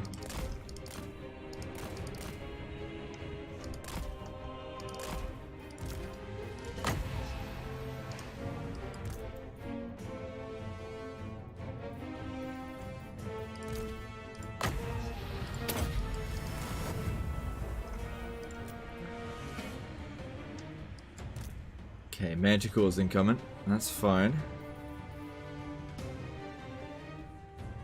But they don't have Dark Conduit, do they? No, they don't. I would have noticed that. They don't have Dark Conduit, right? No, you guys would have said it. They don't have Dark Conduit. Shackleton Mangrum did a $2 super chat. What is the best beginner-friendly faction?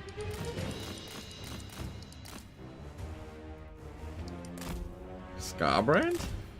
I don't know. I'd say Scarbrand. Shit, I don't know, because, like, I'm not a beginner, so I don't know. Lothern's pretty easy. Thanks for the chat, dude. Appreciate it. Alright, well, at least while we're here, it's going to be really difficult for them to hit us just because of the trees. It's going to block so much of their shots, but we're just going to have to suck up some damage.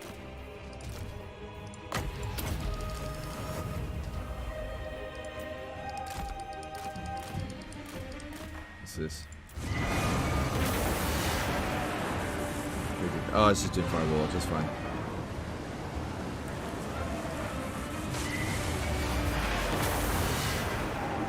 That's fine.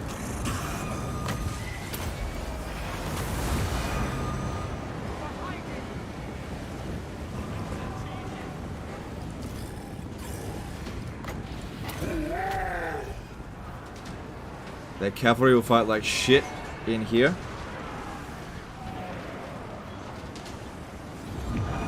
Yeah, look, see the artillery. Look, they are hitting trees.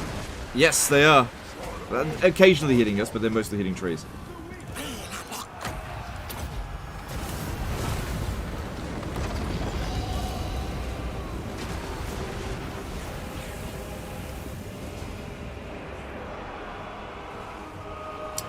Alright, they got a fair few missile units coming in here that could be a problem.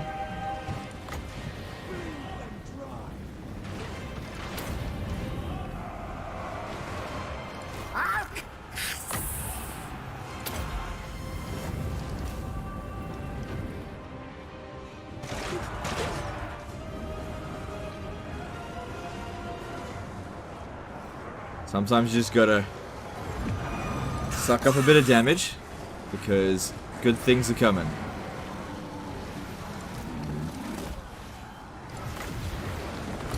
Just wait, just wait. Good things are coming. Here, give you a lightning bolt, dickhead. Oh man, they're going ham on my wizard.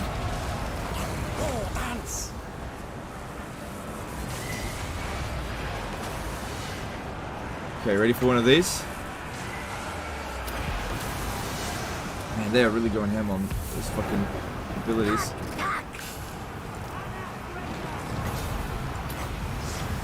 Alright, ready? Here we go. Look at that damage. Okay, and Comet of Cassadora, please. Right. Right in there.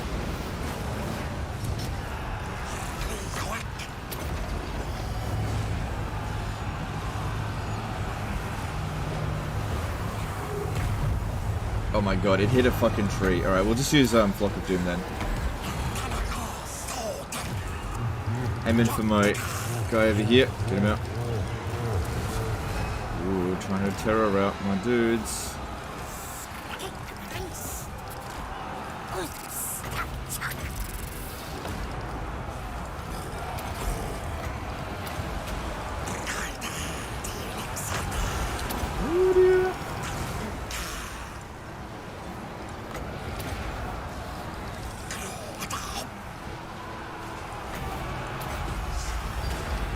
I don't know if those buff spells are really the best call right here. I think Flock of Doom is our best option.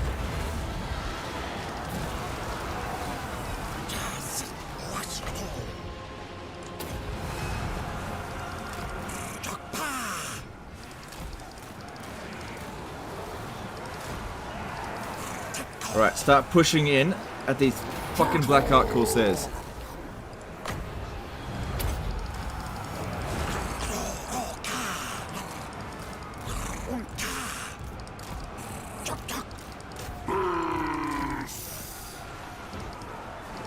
Yeah, they're trying really hard to get rid of my Troglodon.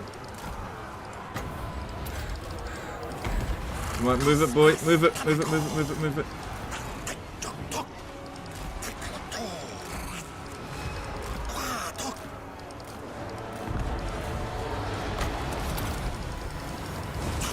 I think we're okay. I think we're okay.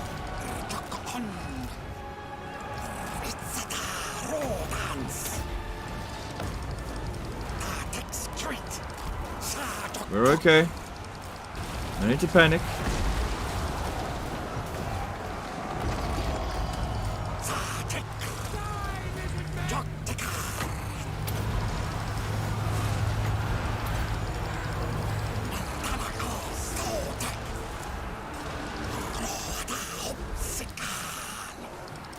The enemy are exhausted. They've used up so much of their like abilities and stuff now. They're just totally exhausted.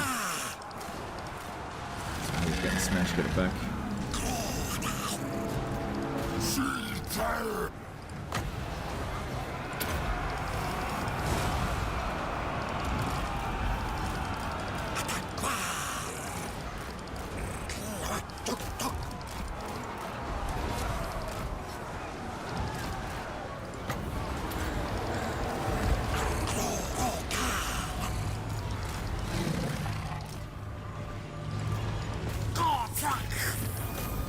Yeah, boy! Here we go. We got him.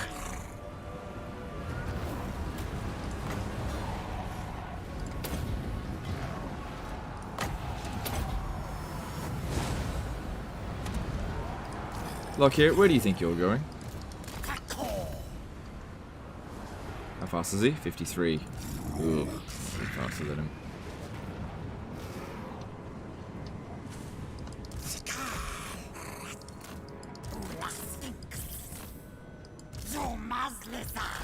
But you are, especially if you use this poison attack, that could be really helpful.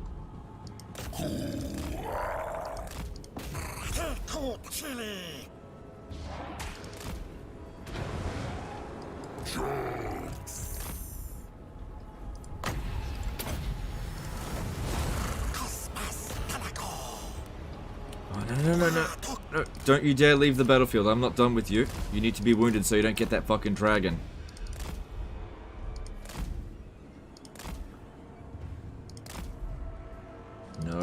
No, that's a bad lock here. That's it. Go in that direction. Let Nakai do his thing. That's it. There's a good boy. No. Bad lock here. There's a good lock here. That's it. Go in that direction.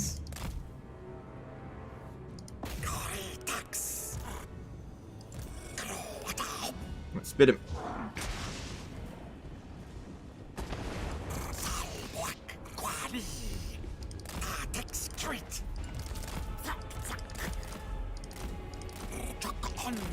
Come on, Nakai. Oh shit. Nah, I think he's gonna get away. Come on, I need to get in front of him real quick.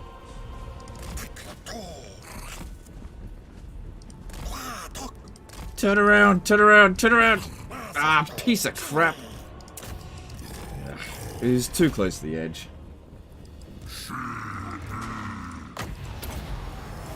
Alright, he'll still probably get a fair bit of experience. Because he's really close to getting his dragon. Alright, that'll have to do. Heal. Yeah, we're fine. We'll replenish over the end turn just fine.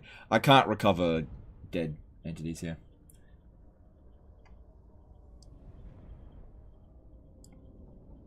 Dread Saurian Doomstack when? I don't like Dread Saurians at all. I don't like them.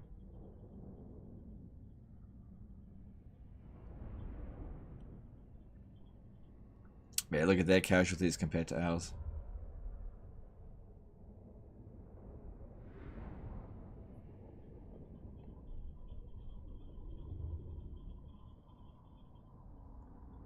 But yeah, it looks a bit dicey because what the Dark Elves do, they come at you hard and fast and they just throw loads of abilities at you. And so it hurt us a lot to begin with, but we had staying power. They had to break us at the start, which they didn't do. I'll take the money. Henry Shishkabob Cornell did a $10 super chat. Long time viewer, first time super chat. Thanks for the videos, home skillet. Alright, no, dude, my pleasure. Thanks super chat.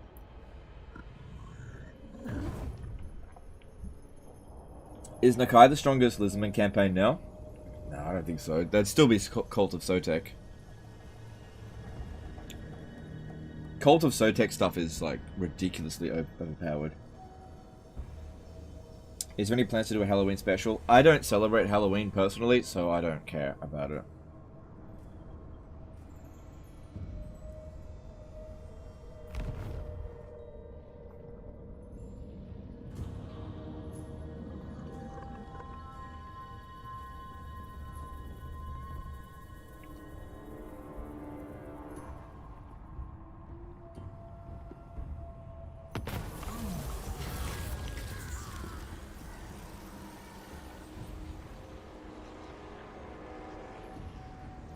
We don't have any provinces, so I don't think that's going to affect us.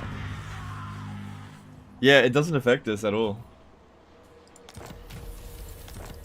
Lockyer's defeat trait's not very useful.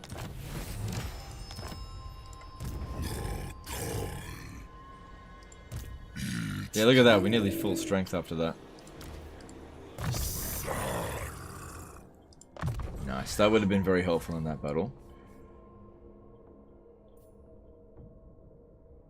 What's the difference? Lasts a bit longer. Same cooldown. Yeah, okay, it's better than nothing.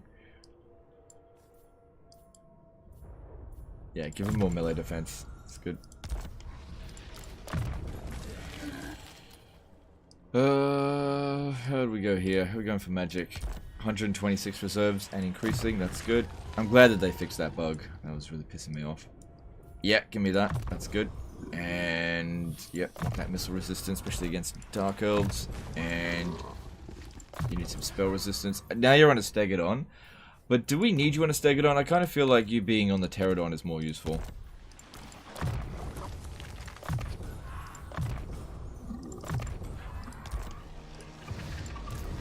And that one is to go into one of those other armies.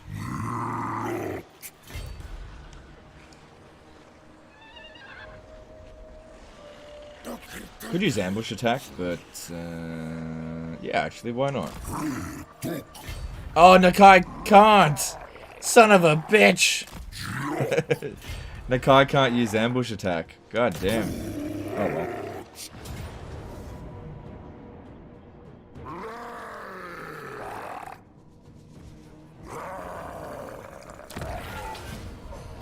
See ya, Lockyer.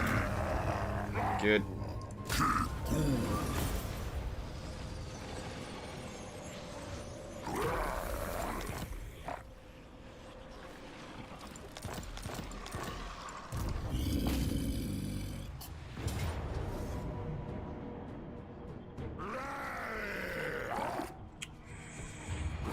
Yeah, it's fine.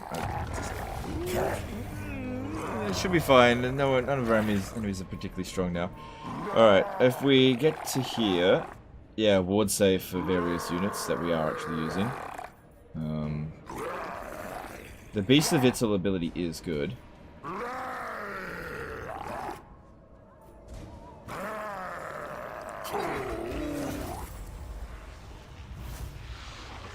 What happened to SYDC campaigns? I am more than happy to do a Saving Disaster campaign, but I have not received any good ones recently. The ones that I get sent in are like, help me, legend, it's turn 6, could you save my campaign? I'm like, no, fucking turn 6, just start again, sort of thing. I'm just not getting good ones sent in. And do you know why we're not getting Saving Disaster campaigns? Because people are not getting into disaster campaigns, right? The game is not difficult. People will get into disaster battles, but those battles are not like the end of the world. And also what's happening is that people are doing this. They're setting their endgame crisis to turn 10. Endgame crisis shows up, and then they send it to me to try to fix, and it's fucking impossible. like, I don't want to deal with your turn 10, 200 strength endgame crisis. And they're like, just, hey, Legend, could you sort this out for me? It's like, no.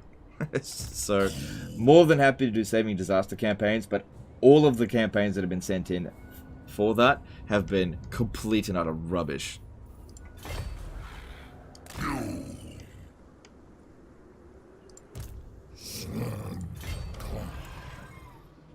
Legend, could you please sort out my turn 10 campaign? It'll only take you 50 hours. No thanks. Typically speaking, if a saving disaster campaign is the result of an endgame crisis that has only just triggered, then I reject it straight away.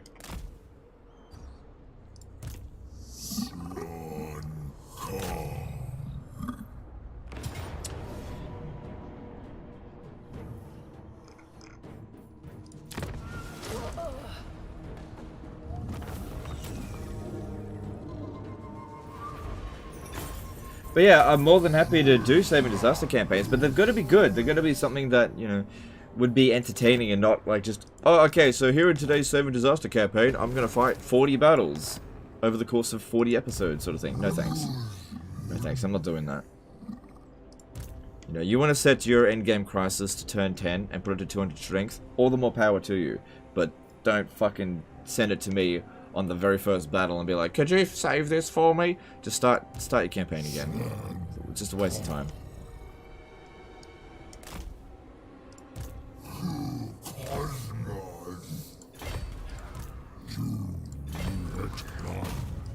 But Legend, what about the challenge? I'm not interested in challenge anymore. I'm just not interested in it.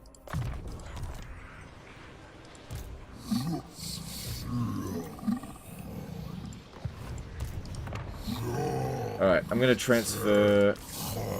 No, not the other way around. Transfer these into the other source... No, the healthy ones. And pick up some more... I'd love to get some Kroxigors and throw them into here, but we still wouldn't be able to recruit them at one turn yet. I'll tell you what I could do. I could recruit a Lord.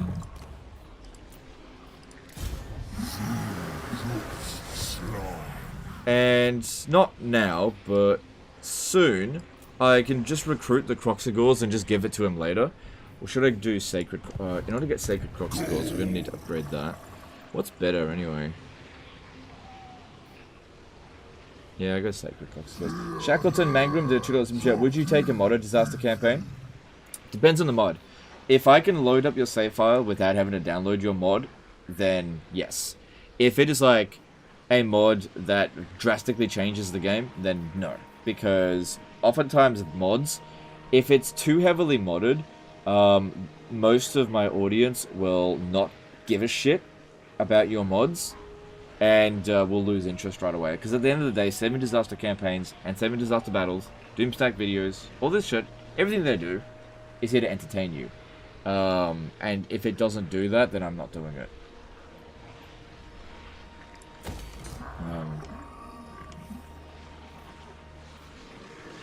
But Legend, I would watch it if you had 40 silly mods in it.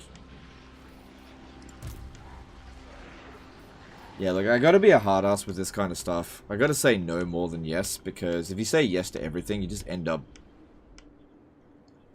like, not really pleasing that many people. I mean, just look at this particular campaign. How many people have come here today being like, why you not play Orion? And just look at before when I said that I watched Grey's Anatomy. Like, we lost 100 people. Just because I said that. 100 people were like, what the fuck? And left, you know? People are super sensitive. If it is not exactly what people want, they will not watch. That's just the nature of things. I don't have a problem with it, but that's the nature of things. And so, as a creator, I have to be a hard ass about it and be like, this disaster battle is boring, this disaster campaign is way too fucking early, and I gotta be the hard ass, because otherwise people will...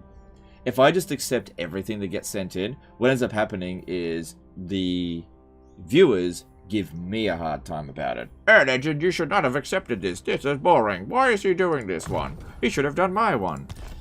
You know, it's just how it is.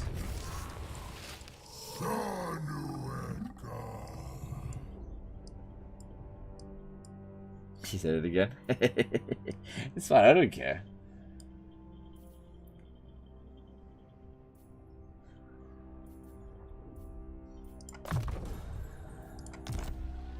Plus 50 viewers this time. I'm telling you, yeah, people are very, very sensitive about this kind of stuff. You have to be absolutely perfect, you know? Legend, what's your favorite color? Red. What? Why is it not blue? That's it, I'm out of here. You know, it's just, that's what people are like these days.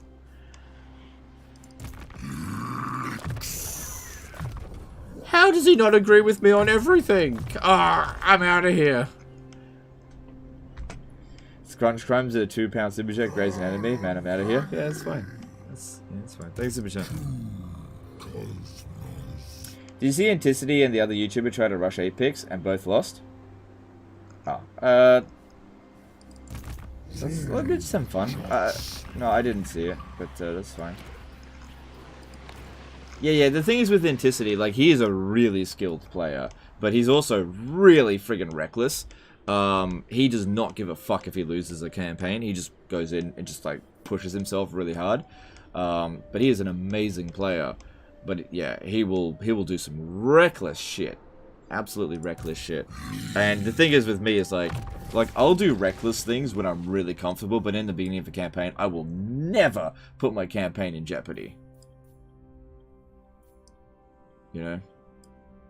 That's why I never lose campaigns, is because I refuse under all circumstances to let that happen. But Anticity doesn't really care. He'll just do it.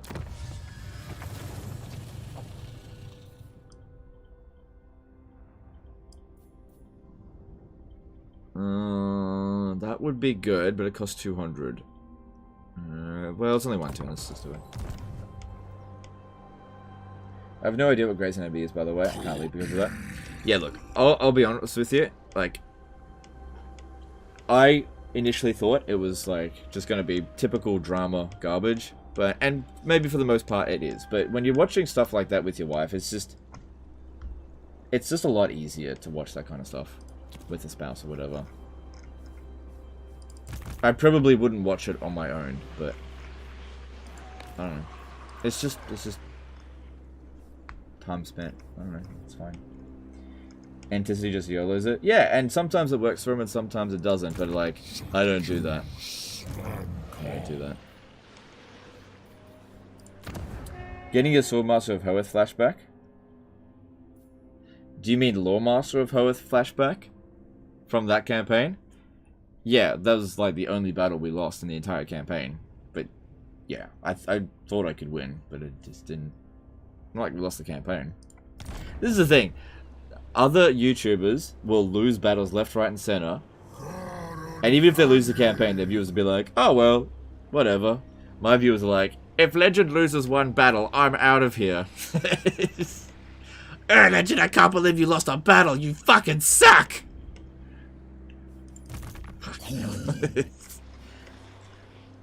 I think I'm just going around looking in circles here. Let's move on.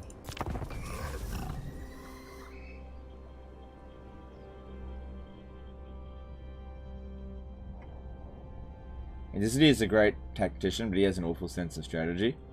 I think he does actually have a good sense of strategy. It's just that he doesn't always do it, because he's trying to have fun in the game. That's important to note. I think he is actually a good strategist. Anticity is an amazing campaign player, and an amazing multiplayer player. But he's very different to how I play. It's not better or worse, it's just different. And you know what the great thing about Total War community is? You absolutely do not need to play the same way.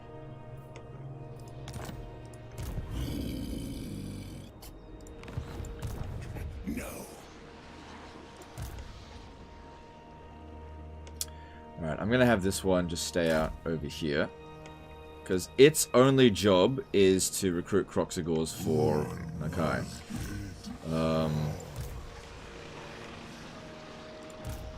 Snitch cannot. No, no. He's recruiting some better units now.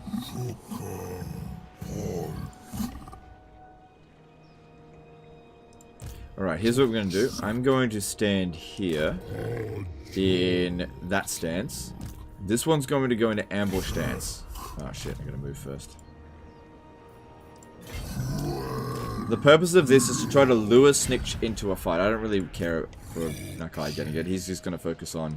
I raid. Oh god, even after we wrecked those two armies, he's still fairly strong.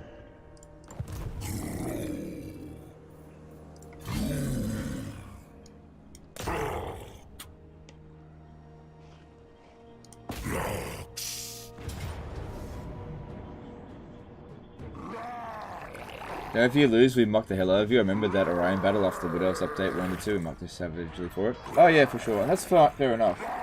It's fair enough. That's how it is. Yeah, it's probably a bad idea, but yeah, okay.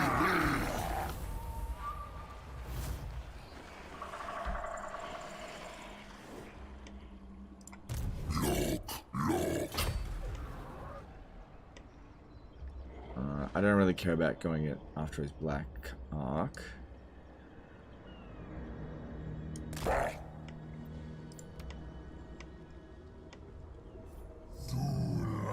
Upgrading this is not going to provide any benefit. Same thing there.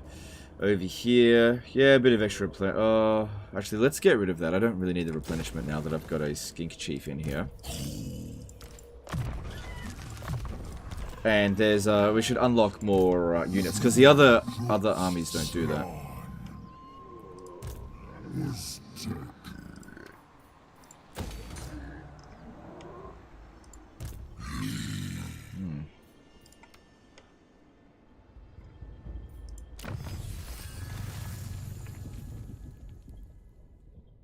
Causes terror for Kroxigor and Sacred Kroxigors for 400.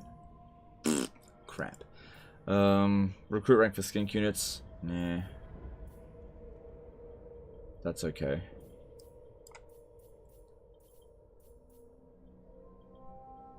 Yeah, let's continue researching this. Turn 38. We're pretty close to the Vermintide. To be honest, I wish there was a risk of you losing a campaign. It's just like watching a TV show perspective at the Legislative War, but I watch it because I learn things when I watch.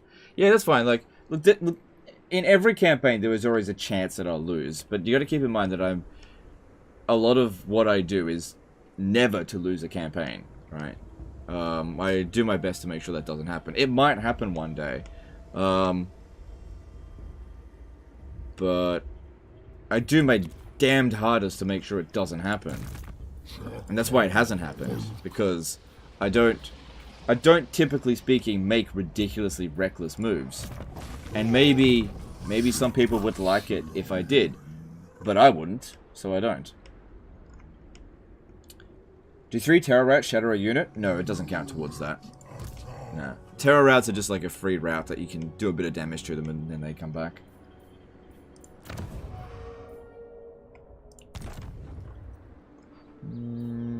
No, we're good. Let's move on.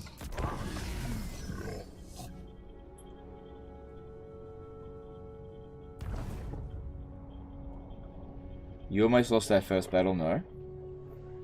In this campaign? No. It was a Pyrrhic victory, but auto-resolve gave Pyrrhic victory as well.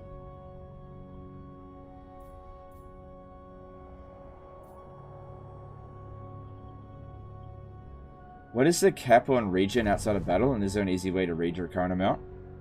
The cap on replenishment rate is 50%. And the way to find out is by just doing the maths yourself. So if a unit has 20 troops, and it is replenishing 5 troops... Sorry, if a troop has a maximum of 20, and it currently has 10, and it's replenishing 5, what's your replenishment rate? 25%. So let's see if I can... Yeah, but it doesn't actually tell you what your replenishment is, because sometimes you've got different unit replenishments.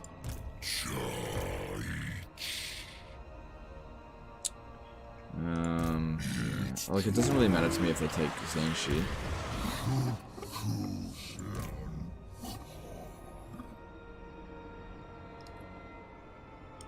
Look.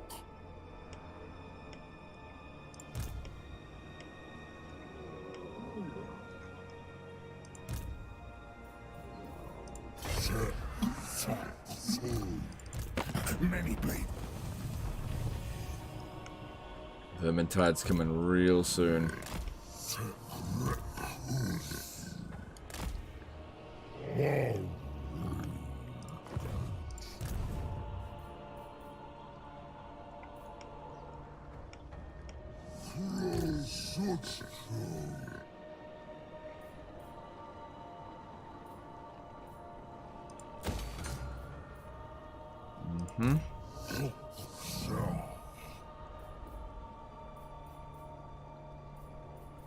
I'll just leave all that beef for now. Looks like we're racking up a good amount of money. I could raise another raise another 2 armies.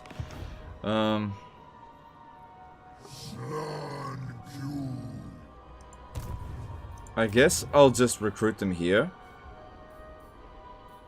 Oh, I don't have. Let's wait for another slan. I'm in no rush.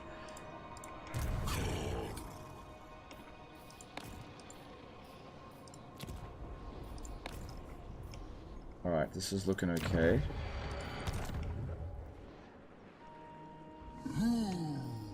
Alright, and then with Nakai's horde. Alright, I would never recruit these units anyway, but I would recruit collaterals, so I'll build that. And that way his horde is basically getting finished up. Because, yeah, even if we got wiped out, his buildings will return when he comes back, so that's fine. So we don't ever lose this money. And let's move on.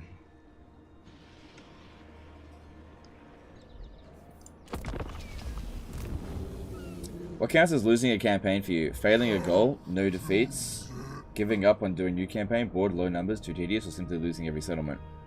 Well, losing a campaign means campaign defeated.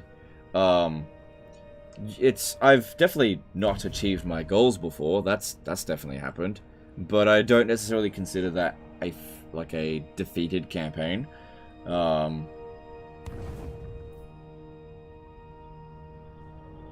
think that's different. I mean, everybody's gonna have goals that they don't achieve. You know, 100% success chance when achieving goals. That's ridiculous. Nobody does that.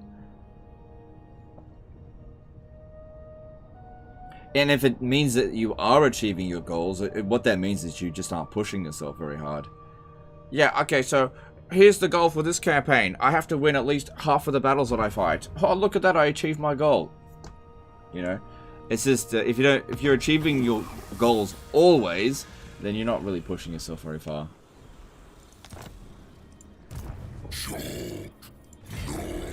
Alright, I could go for Bai Chai, but You waste my time. I'd have to just come back down to Fu Chao anyway, so why don't we go down to Fu Chao, and then I'll just come back to Bai Chai.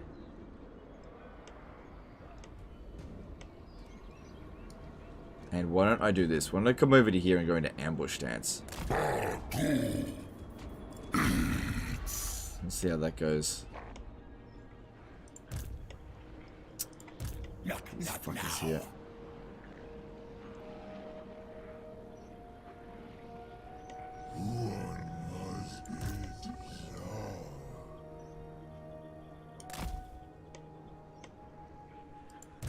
Fuck Snitch. I'm gonna go for his territory out here. If he wants to just avoid us, that's up to him. I'm going up here.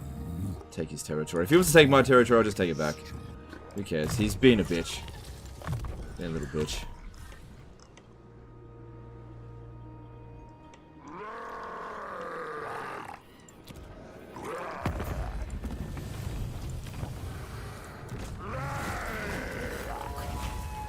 What kind of army would you use for Nakai to counter the Dark Elves? I don't know, anything could work. I don't know, I don't really worry about, like, countering specific factions. I just try to make do with whatever I got. Not a very ninja-themed army. He lost his capital, so he probably lost his main recruiting building. Yeah. What wars am I in? Oh yeah, Caravan of Blue Roses. I haven't heard a peep out of them. Now you are here. He's just got so many wars going on, so just let him do that. Hang on, have we met Grimgor? Why don't we see if Grimgor will go to war with, Dare approach me. If I don't like what you say. Okay, what if I go to war with Clan Ferric and Goldtooth? How would you like that? No, he doesn't give a shit. What's my strength ranking? 11. Okay. Turn 40. 10 turns until the Vermintide happens. Which will definitely happen tomorrow. The no defeat high elf live streams were lit? Yeah. By the way, guys. Oh, right, I have, never mind. I had changed that text. Oh, damn it. I thought I'd come this way.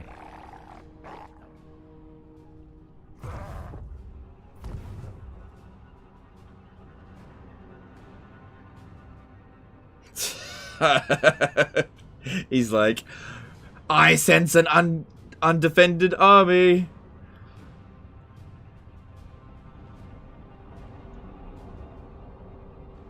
If Nakai, sorry, if Sniksh just wants to chase after that one lord, I'll just lead him on a wild goose chase. Shouldn't you dispose of Sniksh if the Vermintide is coming? If I got rid of Sniksh, he'll just come straight back anyway.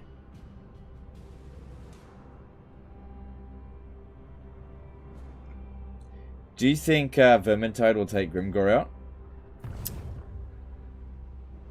Yeah.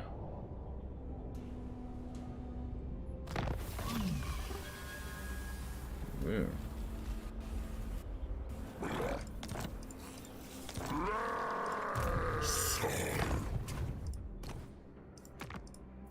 That way I can keep track of him.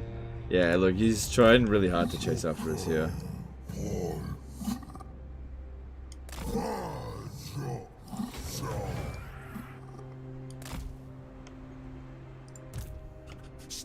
Imagine sending a full stack army to just chase after a lord.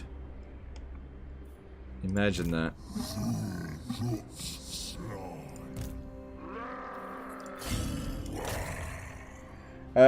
Stieg did a 50 NOK super chat. Appreciate the content. No worries, dude. Appreciate the super chat. That looks like an auto-resolvable battle there. Yeah, it's fine. We recover really quickly now. As long as they don't have any chance of attacking us over the turn, I really don't care. So I like patch 2.2? Yeah, for the most part. There's some things I don't like about it, but for the most part I like it.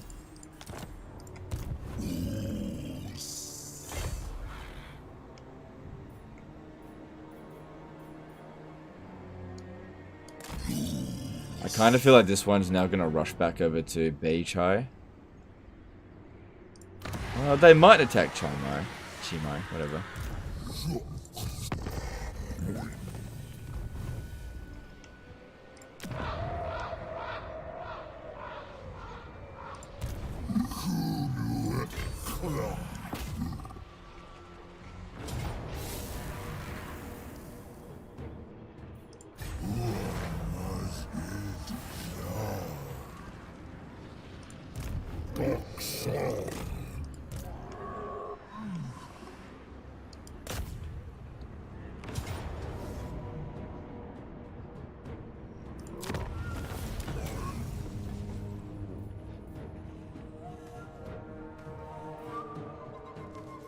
Oh, this one also provides casualty replenishment rate plus 10%. Does this provide another effect?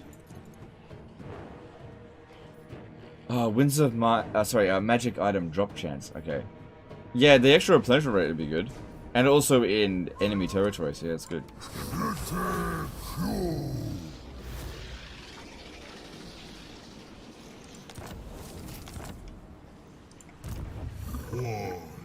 Alright, next stop, I think, should be Kunlan.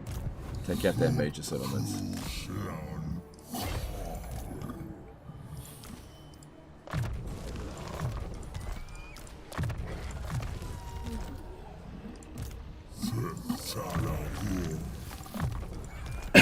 Excuse me. At least when the Vermintide does happen, I think this one will be at war with them as well, although she's already getting fucked up.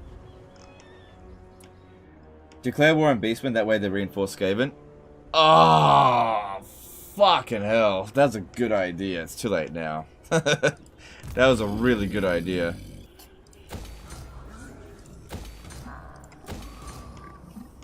Good thinking. Well, I didn't think of that.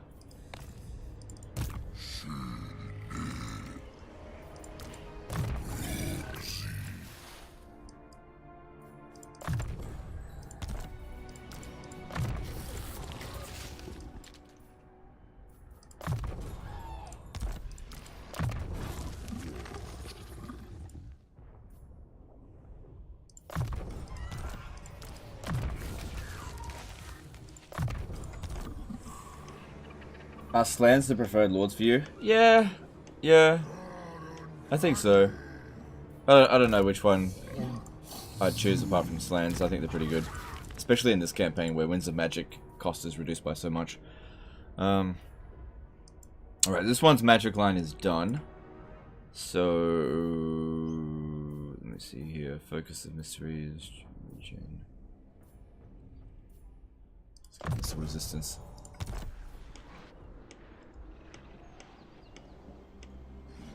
Why stream a Boris campaign? I have no intention of doing that at this point, but we'll see how we go down the line. I got other things planned first. Still no sign of Gorst coming up this way. I hope they don't go over here because I'm not looking for a tough siege. I think I'm getting a bit tired.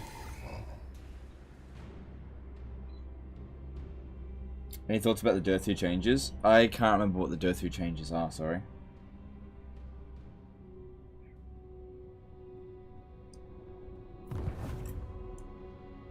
Ah, bloody hell. Oh, this has to be fought then. Oh, look at that, Snitch is right up my ass.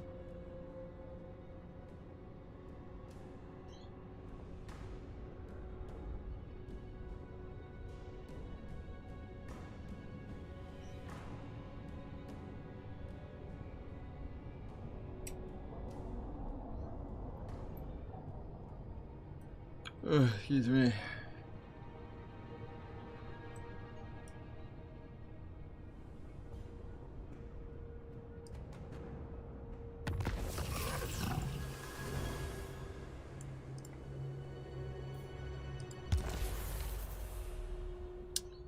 Alright, that's the 10 turn. Wait, is this actually happening?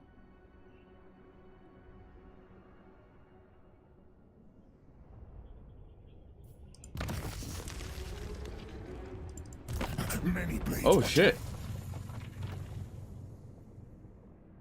It already happened. Oh wow. They just got a shitload of strength ranking. Oh dear. The Vermintide has happened. It was supposed to be turn 40, 50. Shit. Shit. Wait. Yes. What?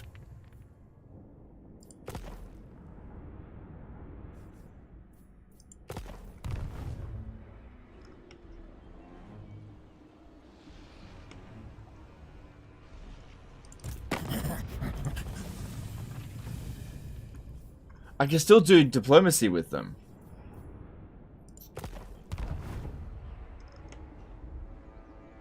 Hmm.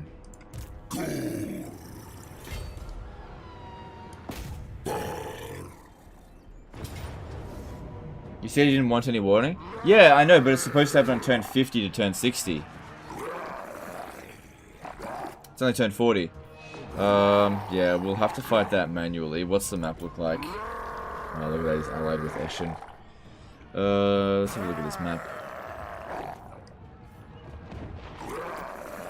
Easy enough. Easy enough. We won't do this today, though, because... people already losing interest. I don't know, dude, you can still do diplomacy? Yeah, I'm not sure. I mean, look at their strength ranking. It just went through the bloody roof. went through the damn roof. Because they only had 3 settlements left, and then all of a sudden they gained a lot of strength.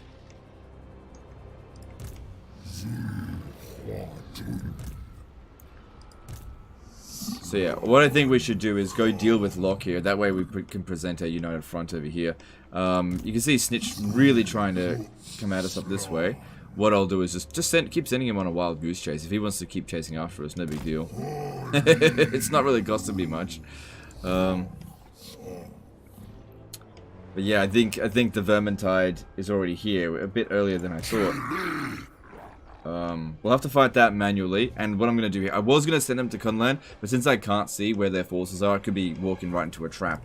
Also, the armies that they're coming in should be very strong, so we got to be real careful. So I think coming over to here, dealing with this, having a look at what happens as, you know, how many armies come pouring down here, could be interesting. If we have a look here, he's still at war with Cathay, so he might send a lot of his force up this way, thinning out a lot of this territory. And if he is truly as strong as what he looks like, I'm going to need to raise more armies. Alright, so we'll just save the game there, and we'll call it a day. Because we're at 7 hours, 15 minutes into the stream. That's enough. Snitch Confederated? No, I don't think so. We had the Vermintide notification pop up. Alright, let's go chuck a host over to someone, and we'll call that a day. So, hope you guys have enjoyed this campaign so far. We'll continue this tomorrow. I appreciate all the support. We'll chuck the host over to... let's see... we'll chuck it over to Adenix, because I don't think I've hosted him before. We'll see if this works. Sometimes people who are just new to streaming it won't let me bloody raid them.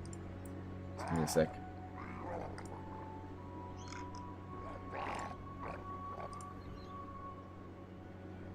No, I didn't. I'll have to raid him by just posting it in the chat. I can't use the actual raid feature. He has to activate it on his end for some reason. Anyway, there's the link to his channel if you want to check out Adenix. I will see you guys with the continuation of this campaign tomorrow. Appreciate you, and I'll see you then. Later, fuckers. Bye.